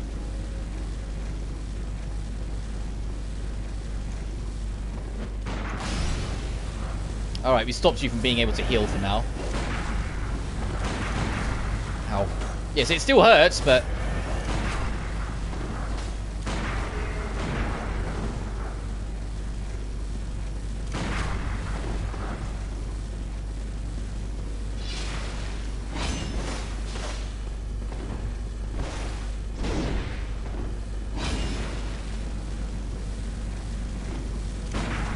Oh, too late. Too early, even. I'm doing this ghost shit again.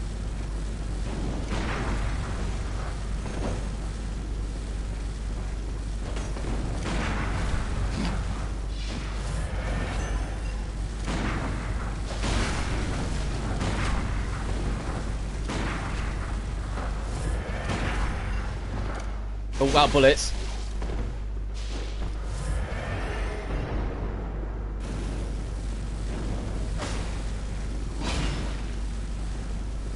Get it out of the way.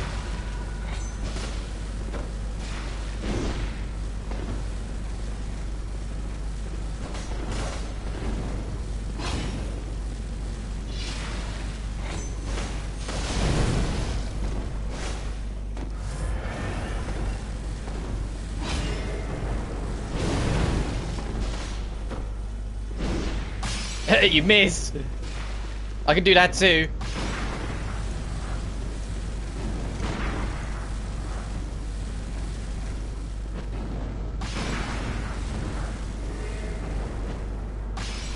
There we go. Alright, no bullets, right? Took me that long to forget.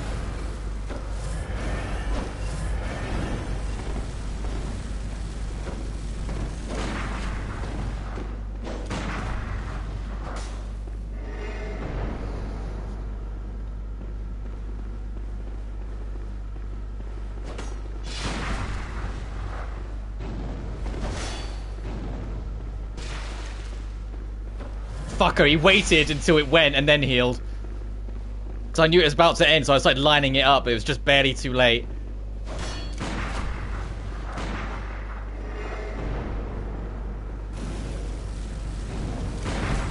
Ow. Okay, that still does more than half if you are caught mid-dodge.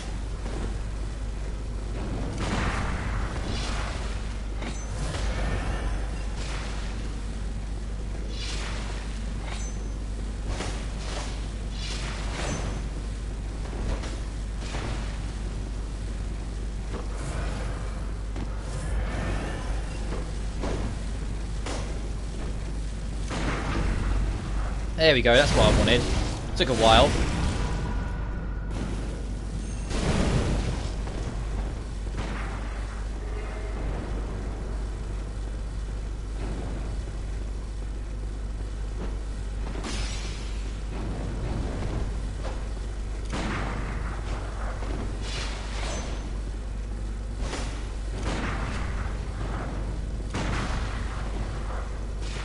Oh, something you keep it on for longer.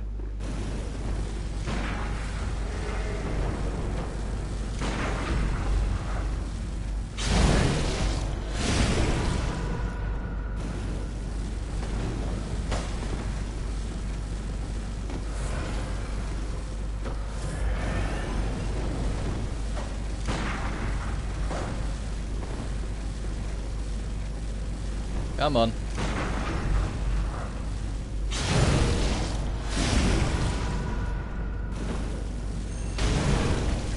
Let's not get cocky. That's what got us killed last time.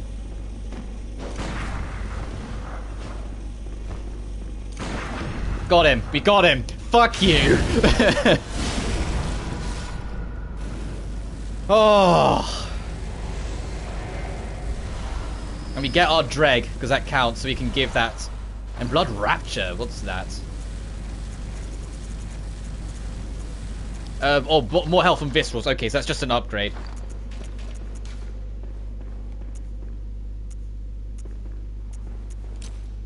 Oh, thank God. Alright, let's go and talk to her and let her know the deed's been done.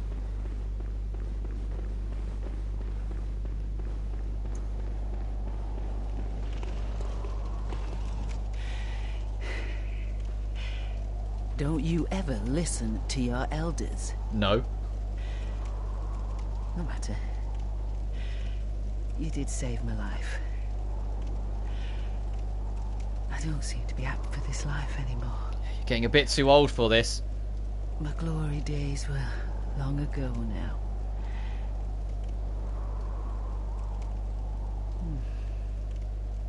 I know. Here. For you. We get the Crow Hunter badge so we can get her armor set and her weapon, and we get Hunter. If you want to be a true hunter through and through, you can do that. Bears no honor. Oh, let me rest. I'll be... Don't worry, she will be fine. At least I hope she will.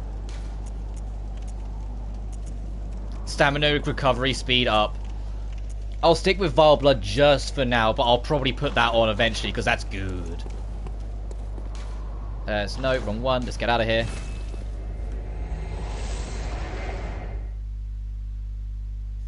And we need to get the Alfred quest completely done.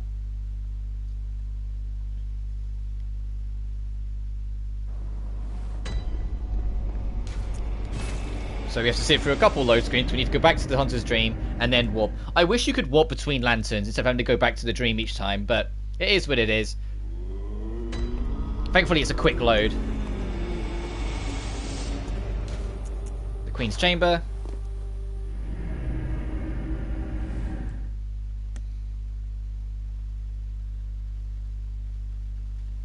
Master, look! I've done it! I've done it!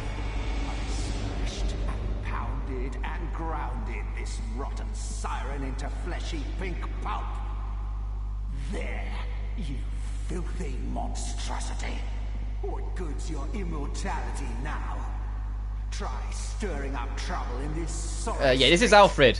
all mangled and twisted, with every inside on the outside for all the world to see.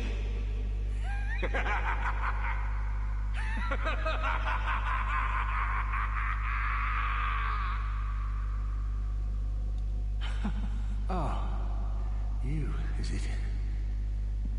Look at this. He's got the luxurious wheel and his own rifle. Well, isn't it wonderful? I've done. We get raw. I've. If you want his wheel and weapon, this motherfucker has to die. But if you inspect, you can take up a piece of the flesh, and we can speed up her regeneration with something later on. But for now, forgive me, dude, but that's to happen for the Vile Bloods.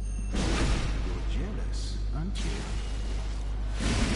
Bloody fool! Has the blood gone to your head? Ow.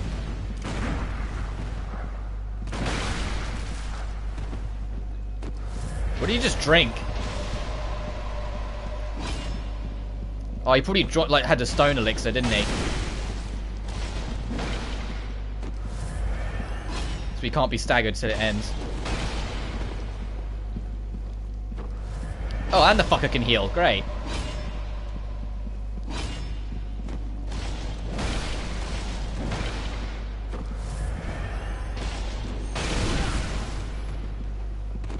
If you try on the very first encounter to attack him and kill him, you won't get his rewards for it. It's only once he moves to the second location where we talked to him and gave him the summons. If you decided to attack him and kill him there, you can get his weapon. As you deserve. The blood you spilled my pray for Master Ligarius in my stead. Get his Dreg. We get Radiance, which is his Covenant. Which is, the Vials will give you a little bit more health. So both Hunter and Radiance are pretty good, considering, you know, you have to go out of your way to get them. They are worth it. It's just how much they're worth it for you. Like, better Vials, better stamina. But we've got the Queenly Flesh, which we will use to restore the honor to our Queen. But we have to actually, you know, find how we restore her, which is at an altar, which we can't get to right this second, but we're working towards. We can't level up, there's nowhere near enough.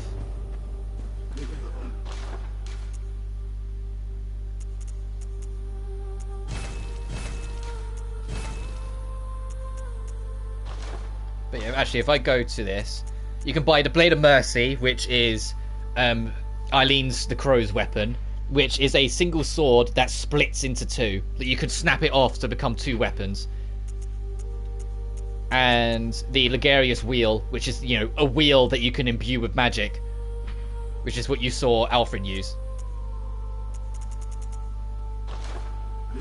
If you're going for 100% in this game, you need all the weapons, so both those side quests need to be done.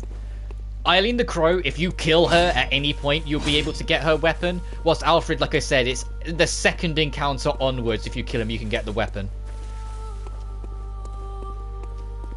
But, is it here? Yes. Now we're going back to Jarl Ghul, the Unseen Village. For a little while. About halfway through this area is a secret path that will lead to a key to an area that I told you to remember from the first session. Like I said, there's a lot of Metroidvania-ness that really creeps into this. It's definitely a 3D Metroidvania. And it really starts to show now of, like, you have to find a little thing, and you have to know exactly where to take it to unlock a secret other thing that leads to a hidden area.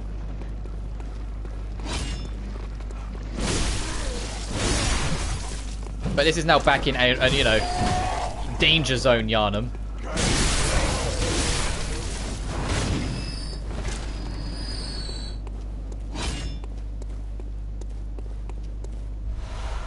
More chunks.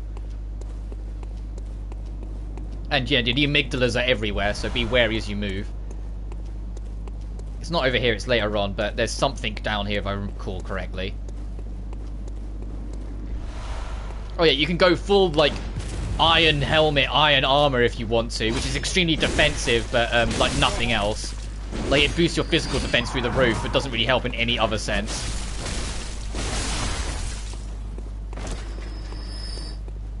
This is a shortcut lift, so we can't do anything about that just yet, unless you want to fall to your demise.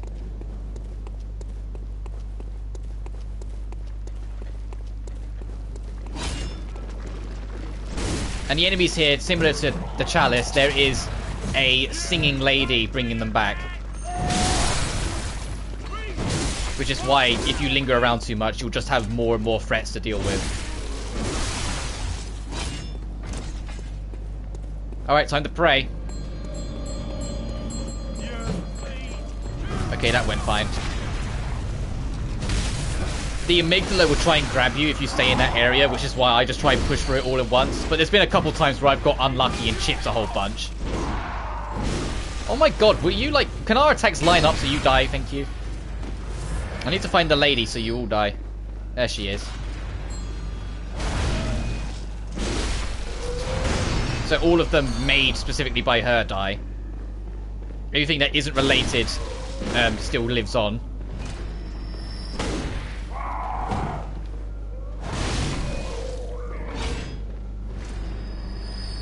So they don't count.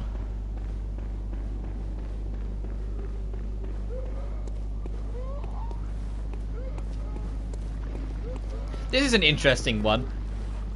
Oh, there's another amygdala over there, terrifyingly. This door's locked from the other side, so it's a shortcut door. But it's literally, like, there. You just, it's just like, there's some enemies. You have to go down this stretch and then around it. You only save, like, a handful of seconds.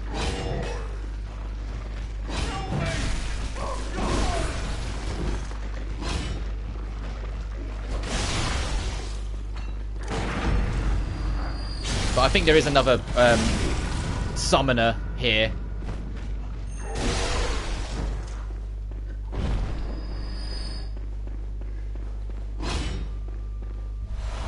Ooh, air. What's that one? Like more experience from viscerals. Okay, that's not helpful.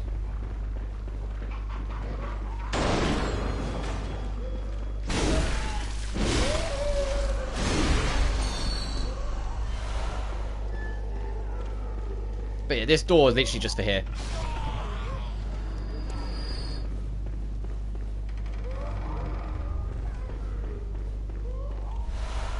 More cold blood. Oh, you're not a part of her then. There you go. And something else opened fire at us, I heard it. Oh, they're on the other side of that, that doesn't matter.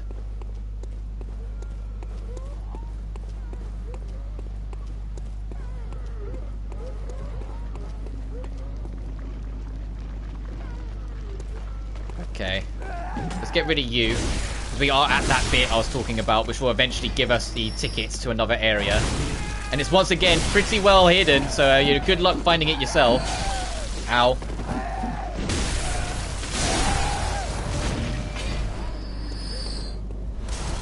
Hey, do you mind? I'm just clearing these enemies out, so when we come back through here, they're not in the way.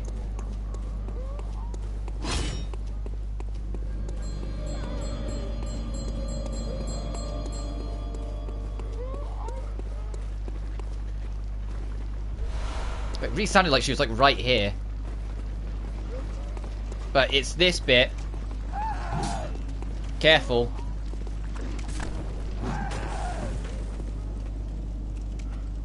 Come on down, you've already come down this far. No, not interested.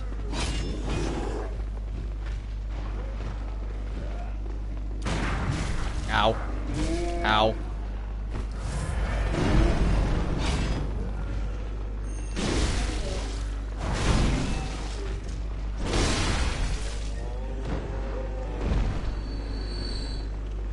Oh, it's because he was in that sort of area.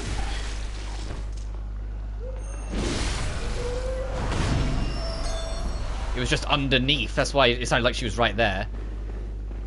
But yeah, the reason why you want to come this way is because you can't open this hatch from outside. You have to drop into it from the top. And in here is the upper cathedral key. When we go back to the Cathedral Ward, there is a door next to where we got the ability to get this weapon we hold. That can now be opened. And as I said before, that area straight up feels like a horror game area. And you'll see what I mean when we get there. It's excessively dark, though, when we do.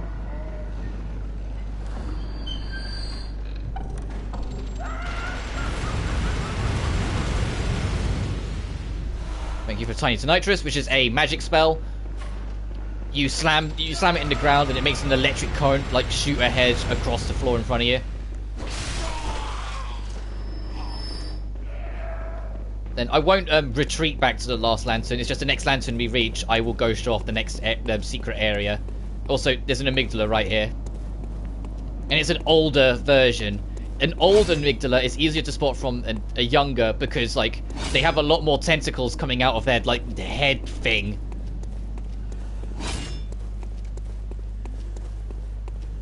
If they're clean shaven, for lack of a better word, then they're younger. Like the one we fought as a boss. That was a younger Amygdala. Well, as young as they can be, I suppose. They're probably several thousands of years old anyway, but you know what I mean.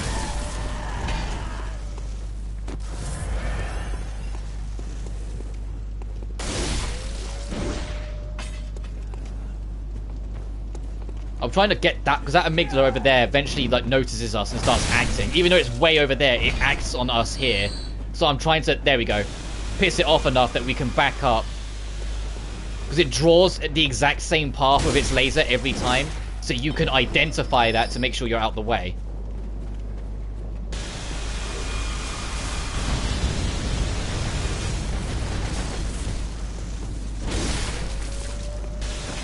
So we should be safe here. And then book it, and we should hopefully make it to the end. Yeah.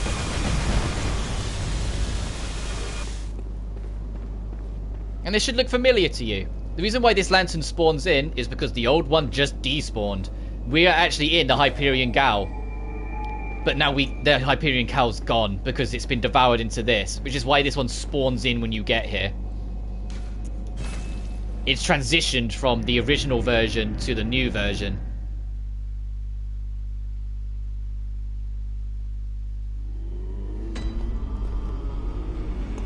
Do we have enough to level up again?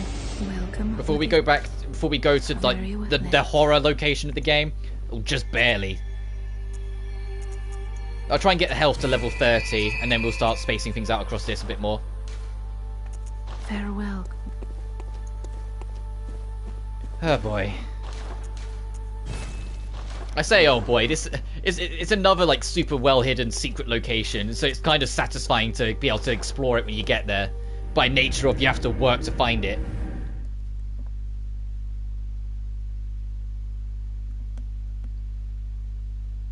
What I'll probably do, depending on time, because I'm keeping an eye on it, it's 10 to 3.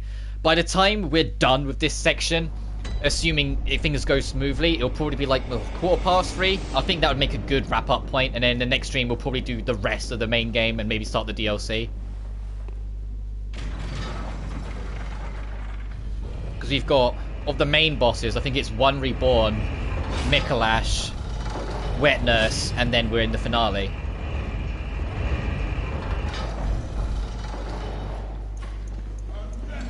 I don't think there's another boss hidden in there somewhere that I'm just forgetting about, but there's always a chance.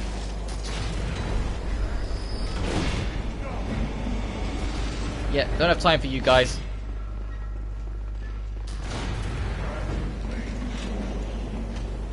Excuse me.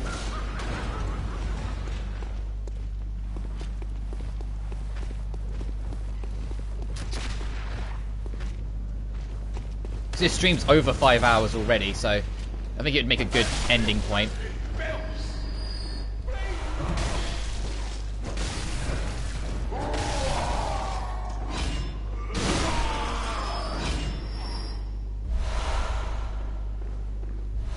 I could actually do with more bullets, so that's quite handy. So now...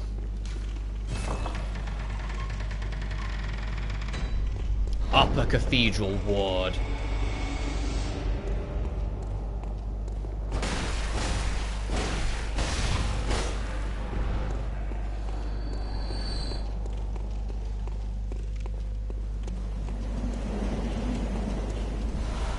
The real horror of this location doesn't really happen until we actually enter the Cathedral Ward itself. These guys have higher stats than the ones we're used to, for the record, so be a little careful. These guys can hurt you.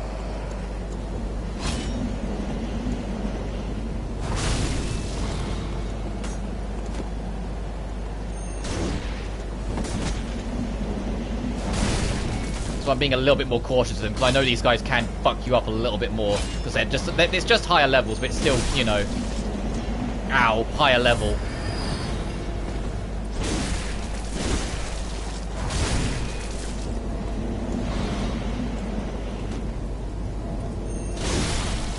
Ow, that was a trade and a half I didn't want. Oh, the music's starting. You won't be able to hear it too much. All of these things, they're all looking one particular direction. And it's your hint to what's going on here. Essentially, the church were not so good.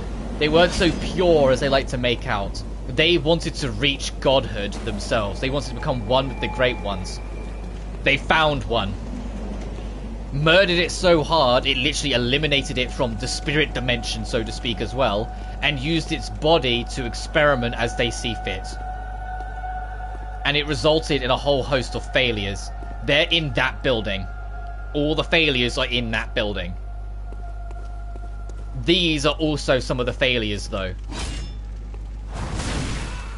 I don't know the exact detail, but I think these are supposed to be like some of the children they experimented on that became these things. These are all failed gods made by man, made by the Healing Church, the supposed good guys.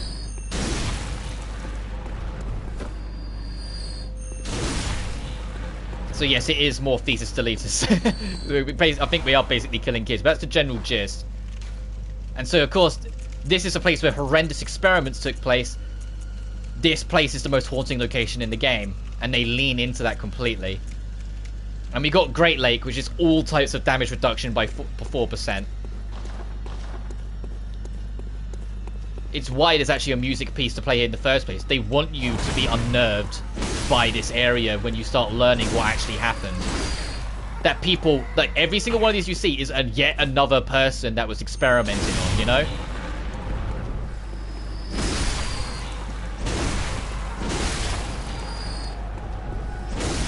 I know the music's very quiet, but you'll hear it better when you hear it yourself. There's just a quiet feminine voice that just kind of sings out into the shadow here and there as you proceed.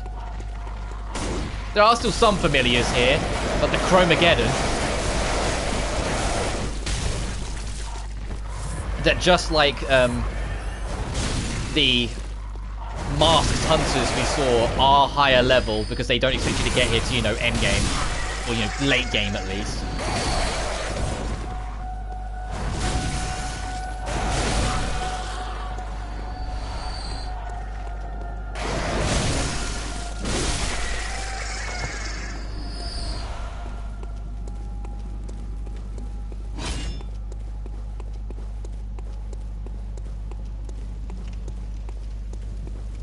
So, of course, by extension, this guy's a little bit more threatening.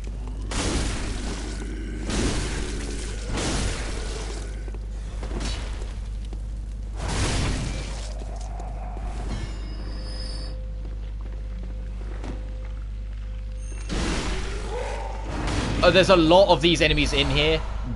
Count yourself lucky if you get through all of this without losing any Well, I can't remember what it's called. Insight. Because they will all try and steal it from you. And so this area is, once you're inside, it is very dark. And like I said, it's a horror location. So it's going to try to scare you a lot.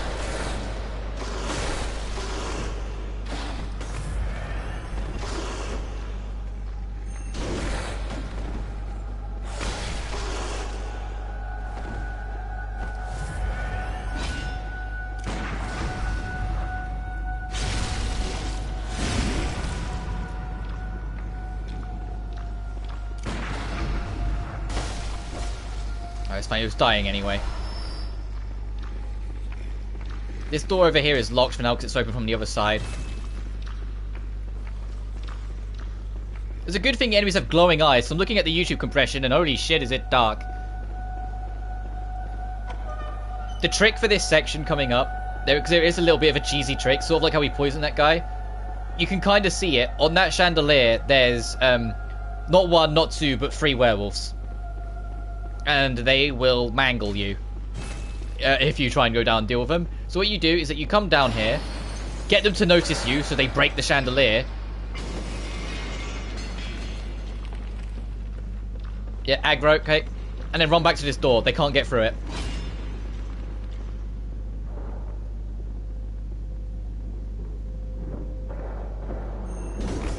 And the audio is super muffled for some reason. Because it counts as 2 different spaces, I guess, so if they just muffle the audio to make it out that it's sounding coming through the walls. But it just comes across weird. Obviously, be careful. They have pretty big range.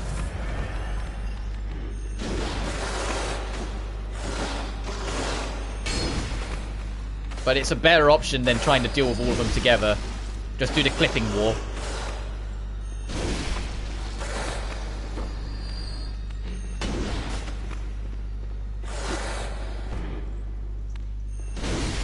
There we go. And this one ended up over here. Oh, a chunk as well, thank you.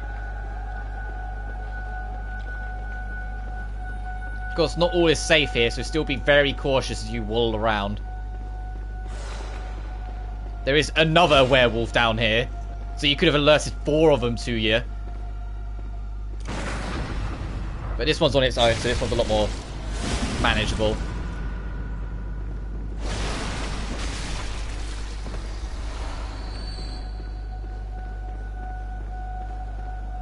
Oh, we'll go down there in a second. That's where we need to go. But there's other things we can open up first.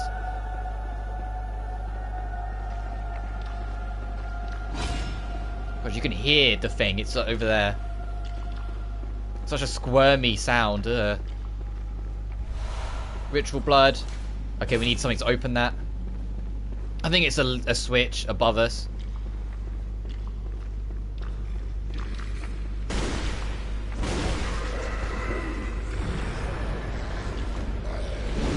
Okay, we're gonna lose some incense.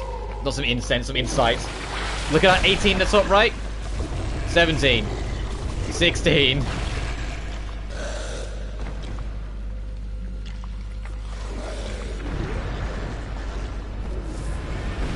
No. Oh, god dang it. Alright, I think we just got to push to try and kill this thing, so we're losing more insight. I say, it's actually pretty difficult to get through all of this unscathed, insight-wise.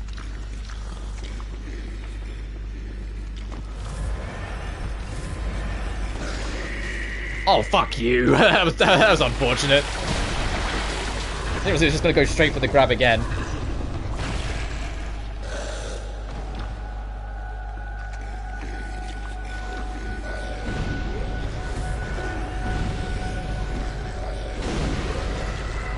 Please give me, escape. Okay, it missed its grab, it's an idiot. Alright.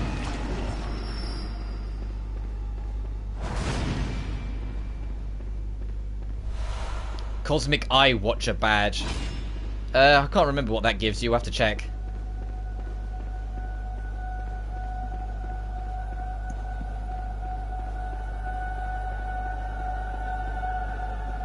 But there's another one. We might be able to sneak up on this one. Oh, it's not. It's one of these guys. Never mind.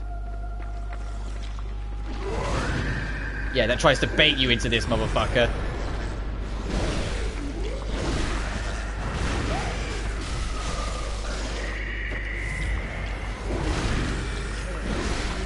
Got ya.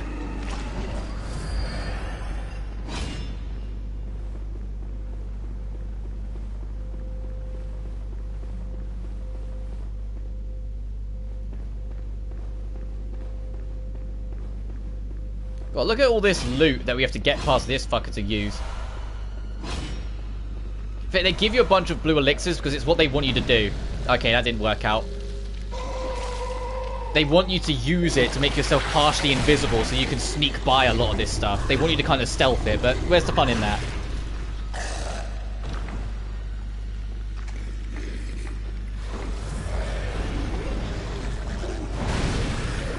Don't grab, don't grab, don't grab. Ignore me. Damn it.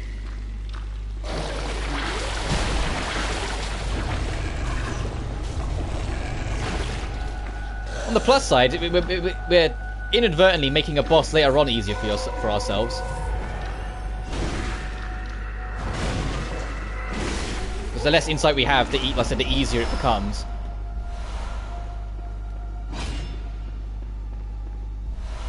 Let's open this shortcut. Alright, let's go the other way. But now we've had our brains sucked like 8 times.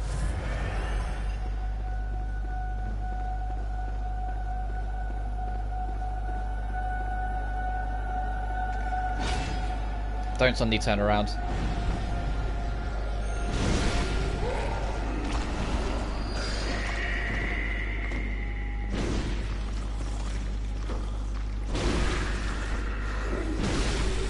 There we go. Then we can open this one. Because this just leads us to where the werewolf jumped out at us.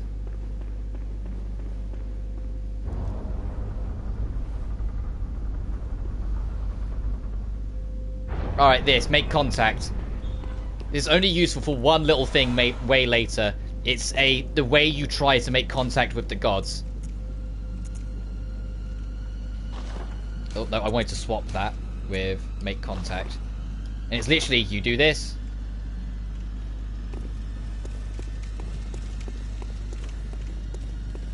It's how you try to make contact with the gods. More importantly, there should have been a switch or something that we could have pulled to open that locked door beneath us. I'm sure there was. We might have gone past it. I don't recall pulling a lever.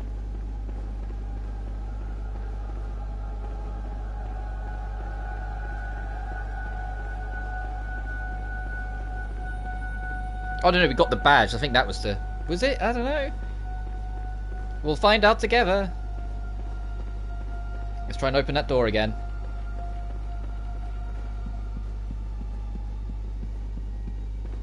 We'll find out together if I've got it or not. Okay, we have the orphanage key.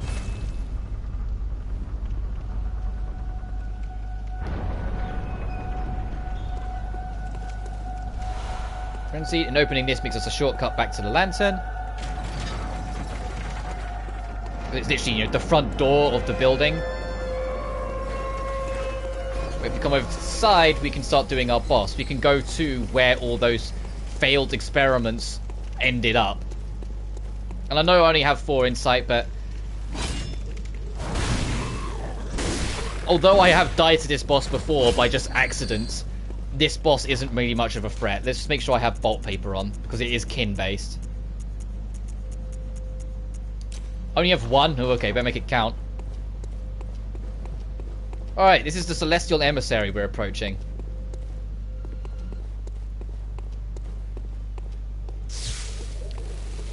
All but one of them is a normal enemy. One of them's a boss. And this is kind of it. You're just thinning the herd until you find the one that's the boss. Which, as you can imagine, is the one hiding back from you.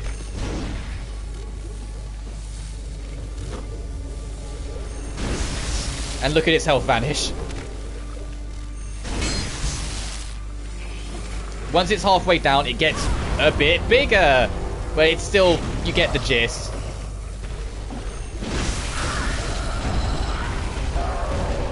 You can get a little overwhelmed by these little guys if you're not careful, but there's really not much to be afraid of here. Other than the fact that it has magic if you make distance from it. But it's already dead. That's the boss. That's why I really wasn't too fast about not being able to heal. And we get communion. Which is more vials if you want it. Now, you might be forgiven for thinking that's it. That's as far as this goes. But, no. We're not done here yet.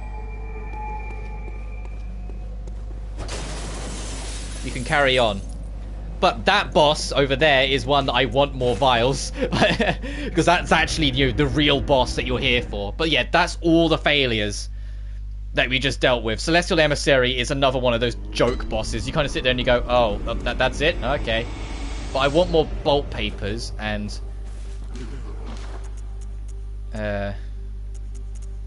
Actually, no. I can spend my incense on that. I keep on going to call it incense. It's not. It's... insight. My ability to view other natural horrors. Welcome. What is it you desire? Oh, whoop, that was Flicker there. Very well.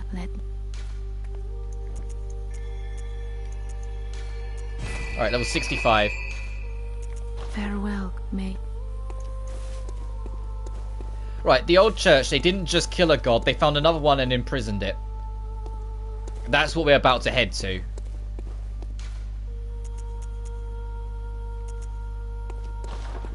Counts as here, doesn't it? Yeah, Upper Ward and the Lumaflower Gardens. It counts as part of Yharnam and not secret area. Which makes sense, because it is. It's like an extension of the Cathedral Ward, but still.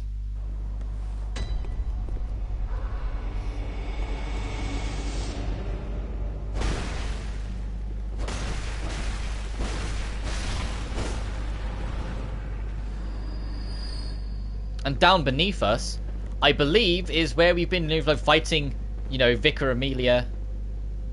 Or is it? Is it something different?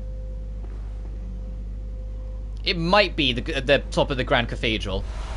And there's a cool beyond. That's you clap your hands above you and it makes like a rainstorm. That like, one-shots you if they use it on you, but like does nothing. I never went and brought more vials. I only just noticed. I'm actually going to go correct that because I really don't fancy my chances on a boss with only 6 vials. That's my bad. I didn't notice. I was too busy focused on get paper that I assumed the auto refill that I had enough, but I don't because of how much what's his face took from me. I don't even know who that dude was. The dude that we killed. Yes, because we're out of insight, she's gone back to just this, depressingly, so we need to actually go... Hang on.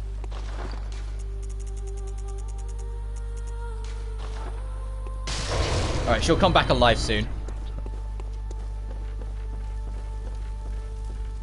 Shop, Rob. Brain. I'll wrap it up after this, because clearly my brain is starting to give up.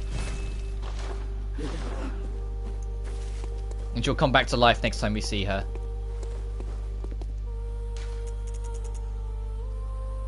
Alright, now let's try. I mean, it's good to have the one insight anyway, because I'm half tempted to summon a buddy for this boss coming up, because it does genuinely give me a lot of trouble usually.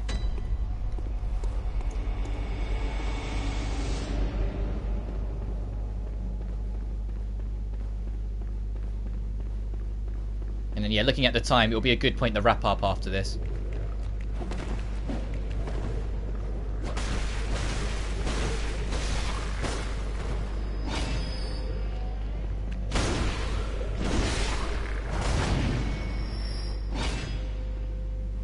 Summon down here? Oh no, there is a summon. So I used it. It must be at the bottom just before the boss door. Yeah, it's there. Okay. So not only did they kill a great one, they found another one and imprisoned it down here.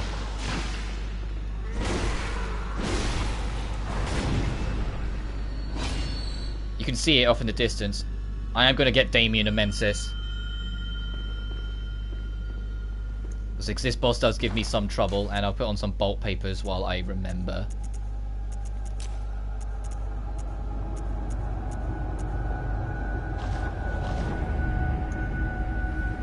Alright, crazy dude, let's go. You won't be able to enter the boss arena straight away, but this is the Altar of Despair. And over there is Abritus. Abritus won't aggro until you make the first move. It's kind of depressing in that regard.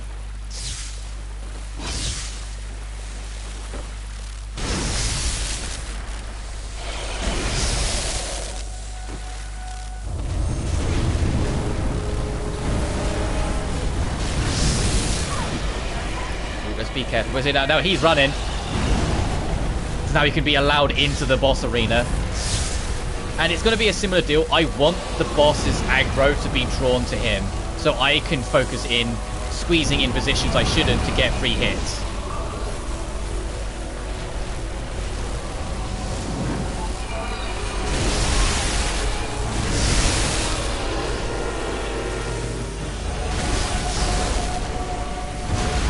And it will use magic a whole bunch as well if you're not careful, so be wary of that.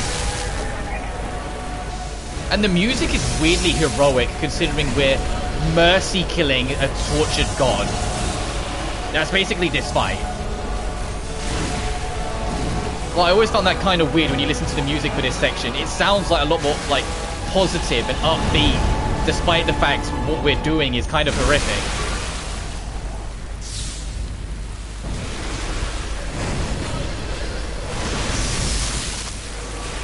That looks like an AoE. I'm going to back up. Yeah, you spam your magic. Now we're in phase 2, where it's going to have like an AoE. Which will just chip at your health if you're in the range of it.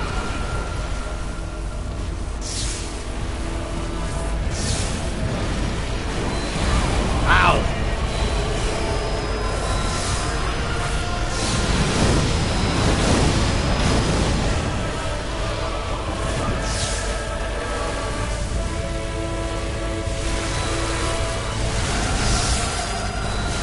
It'd be nice if we could get the stun. Ow.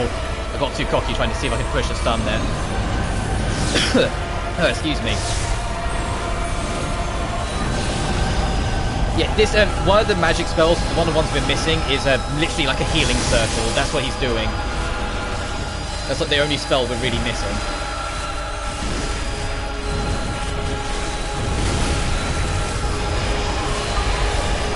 Alright. That's not going to be enough to kill it, but it's going to get us close.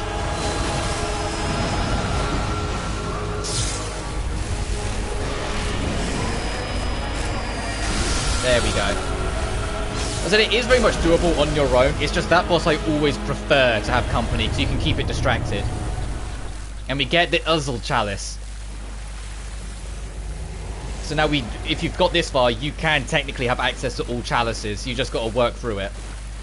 But the main reason you want to come down here is that you can offer the flesh that we got from Cainhurst back to it, and it will time flows in reverse for this scrape of flesh. We restore her back to life.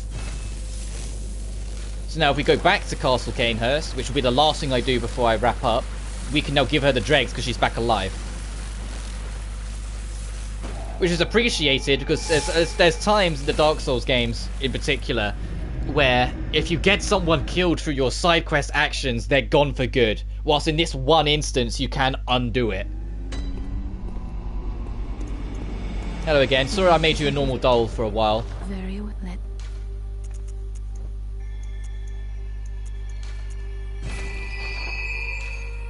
Farewell. May you Right, let's offer the dregs and see what we get, if anything. The Queen's Chamber.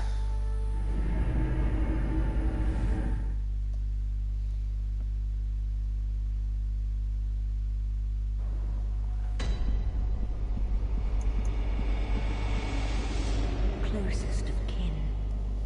I well, what is thy gift pleases us. So I don't think we'll get anything for just 2. Let this Oh no, because it's like 1, 3, and 10. I think give rewards.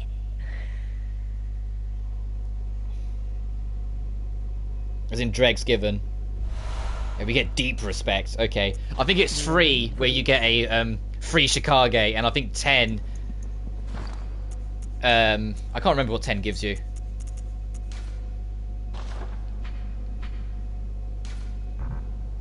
Anyway, I'm going to return to the Hunter's Dream, and then we're going to wrap up. Because this has been a... Oh, God, I need to stretch. My back aches a little bit. It's been a healthily long stream. 5 hours, 45 minutes.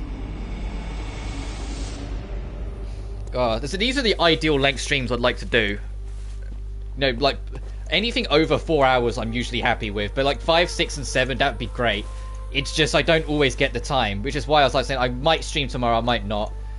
I know I said on the last stream that if I stream today I wouldn't tomorrow. But I kind of want to make sure this game is done before Elden Ring is out. So for the sake of pushing, I might stream again tomorrow. And then if we finish it early, I'll just take days off until Friday, you know? But we'll see. Anyway, as always, thank you so much for watching. If you're curious about what's going on with Danganronpa V3 right now, I literally have yet to start Chapter 4. The video I uploaded last night is the last I've done of it. But I'll start that up and work my way through it, making my notes as usual soon. But other than that, thank you so much for watching as always, and I'll see you next time. Peace.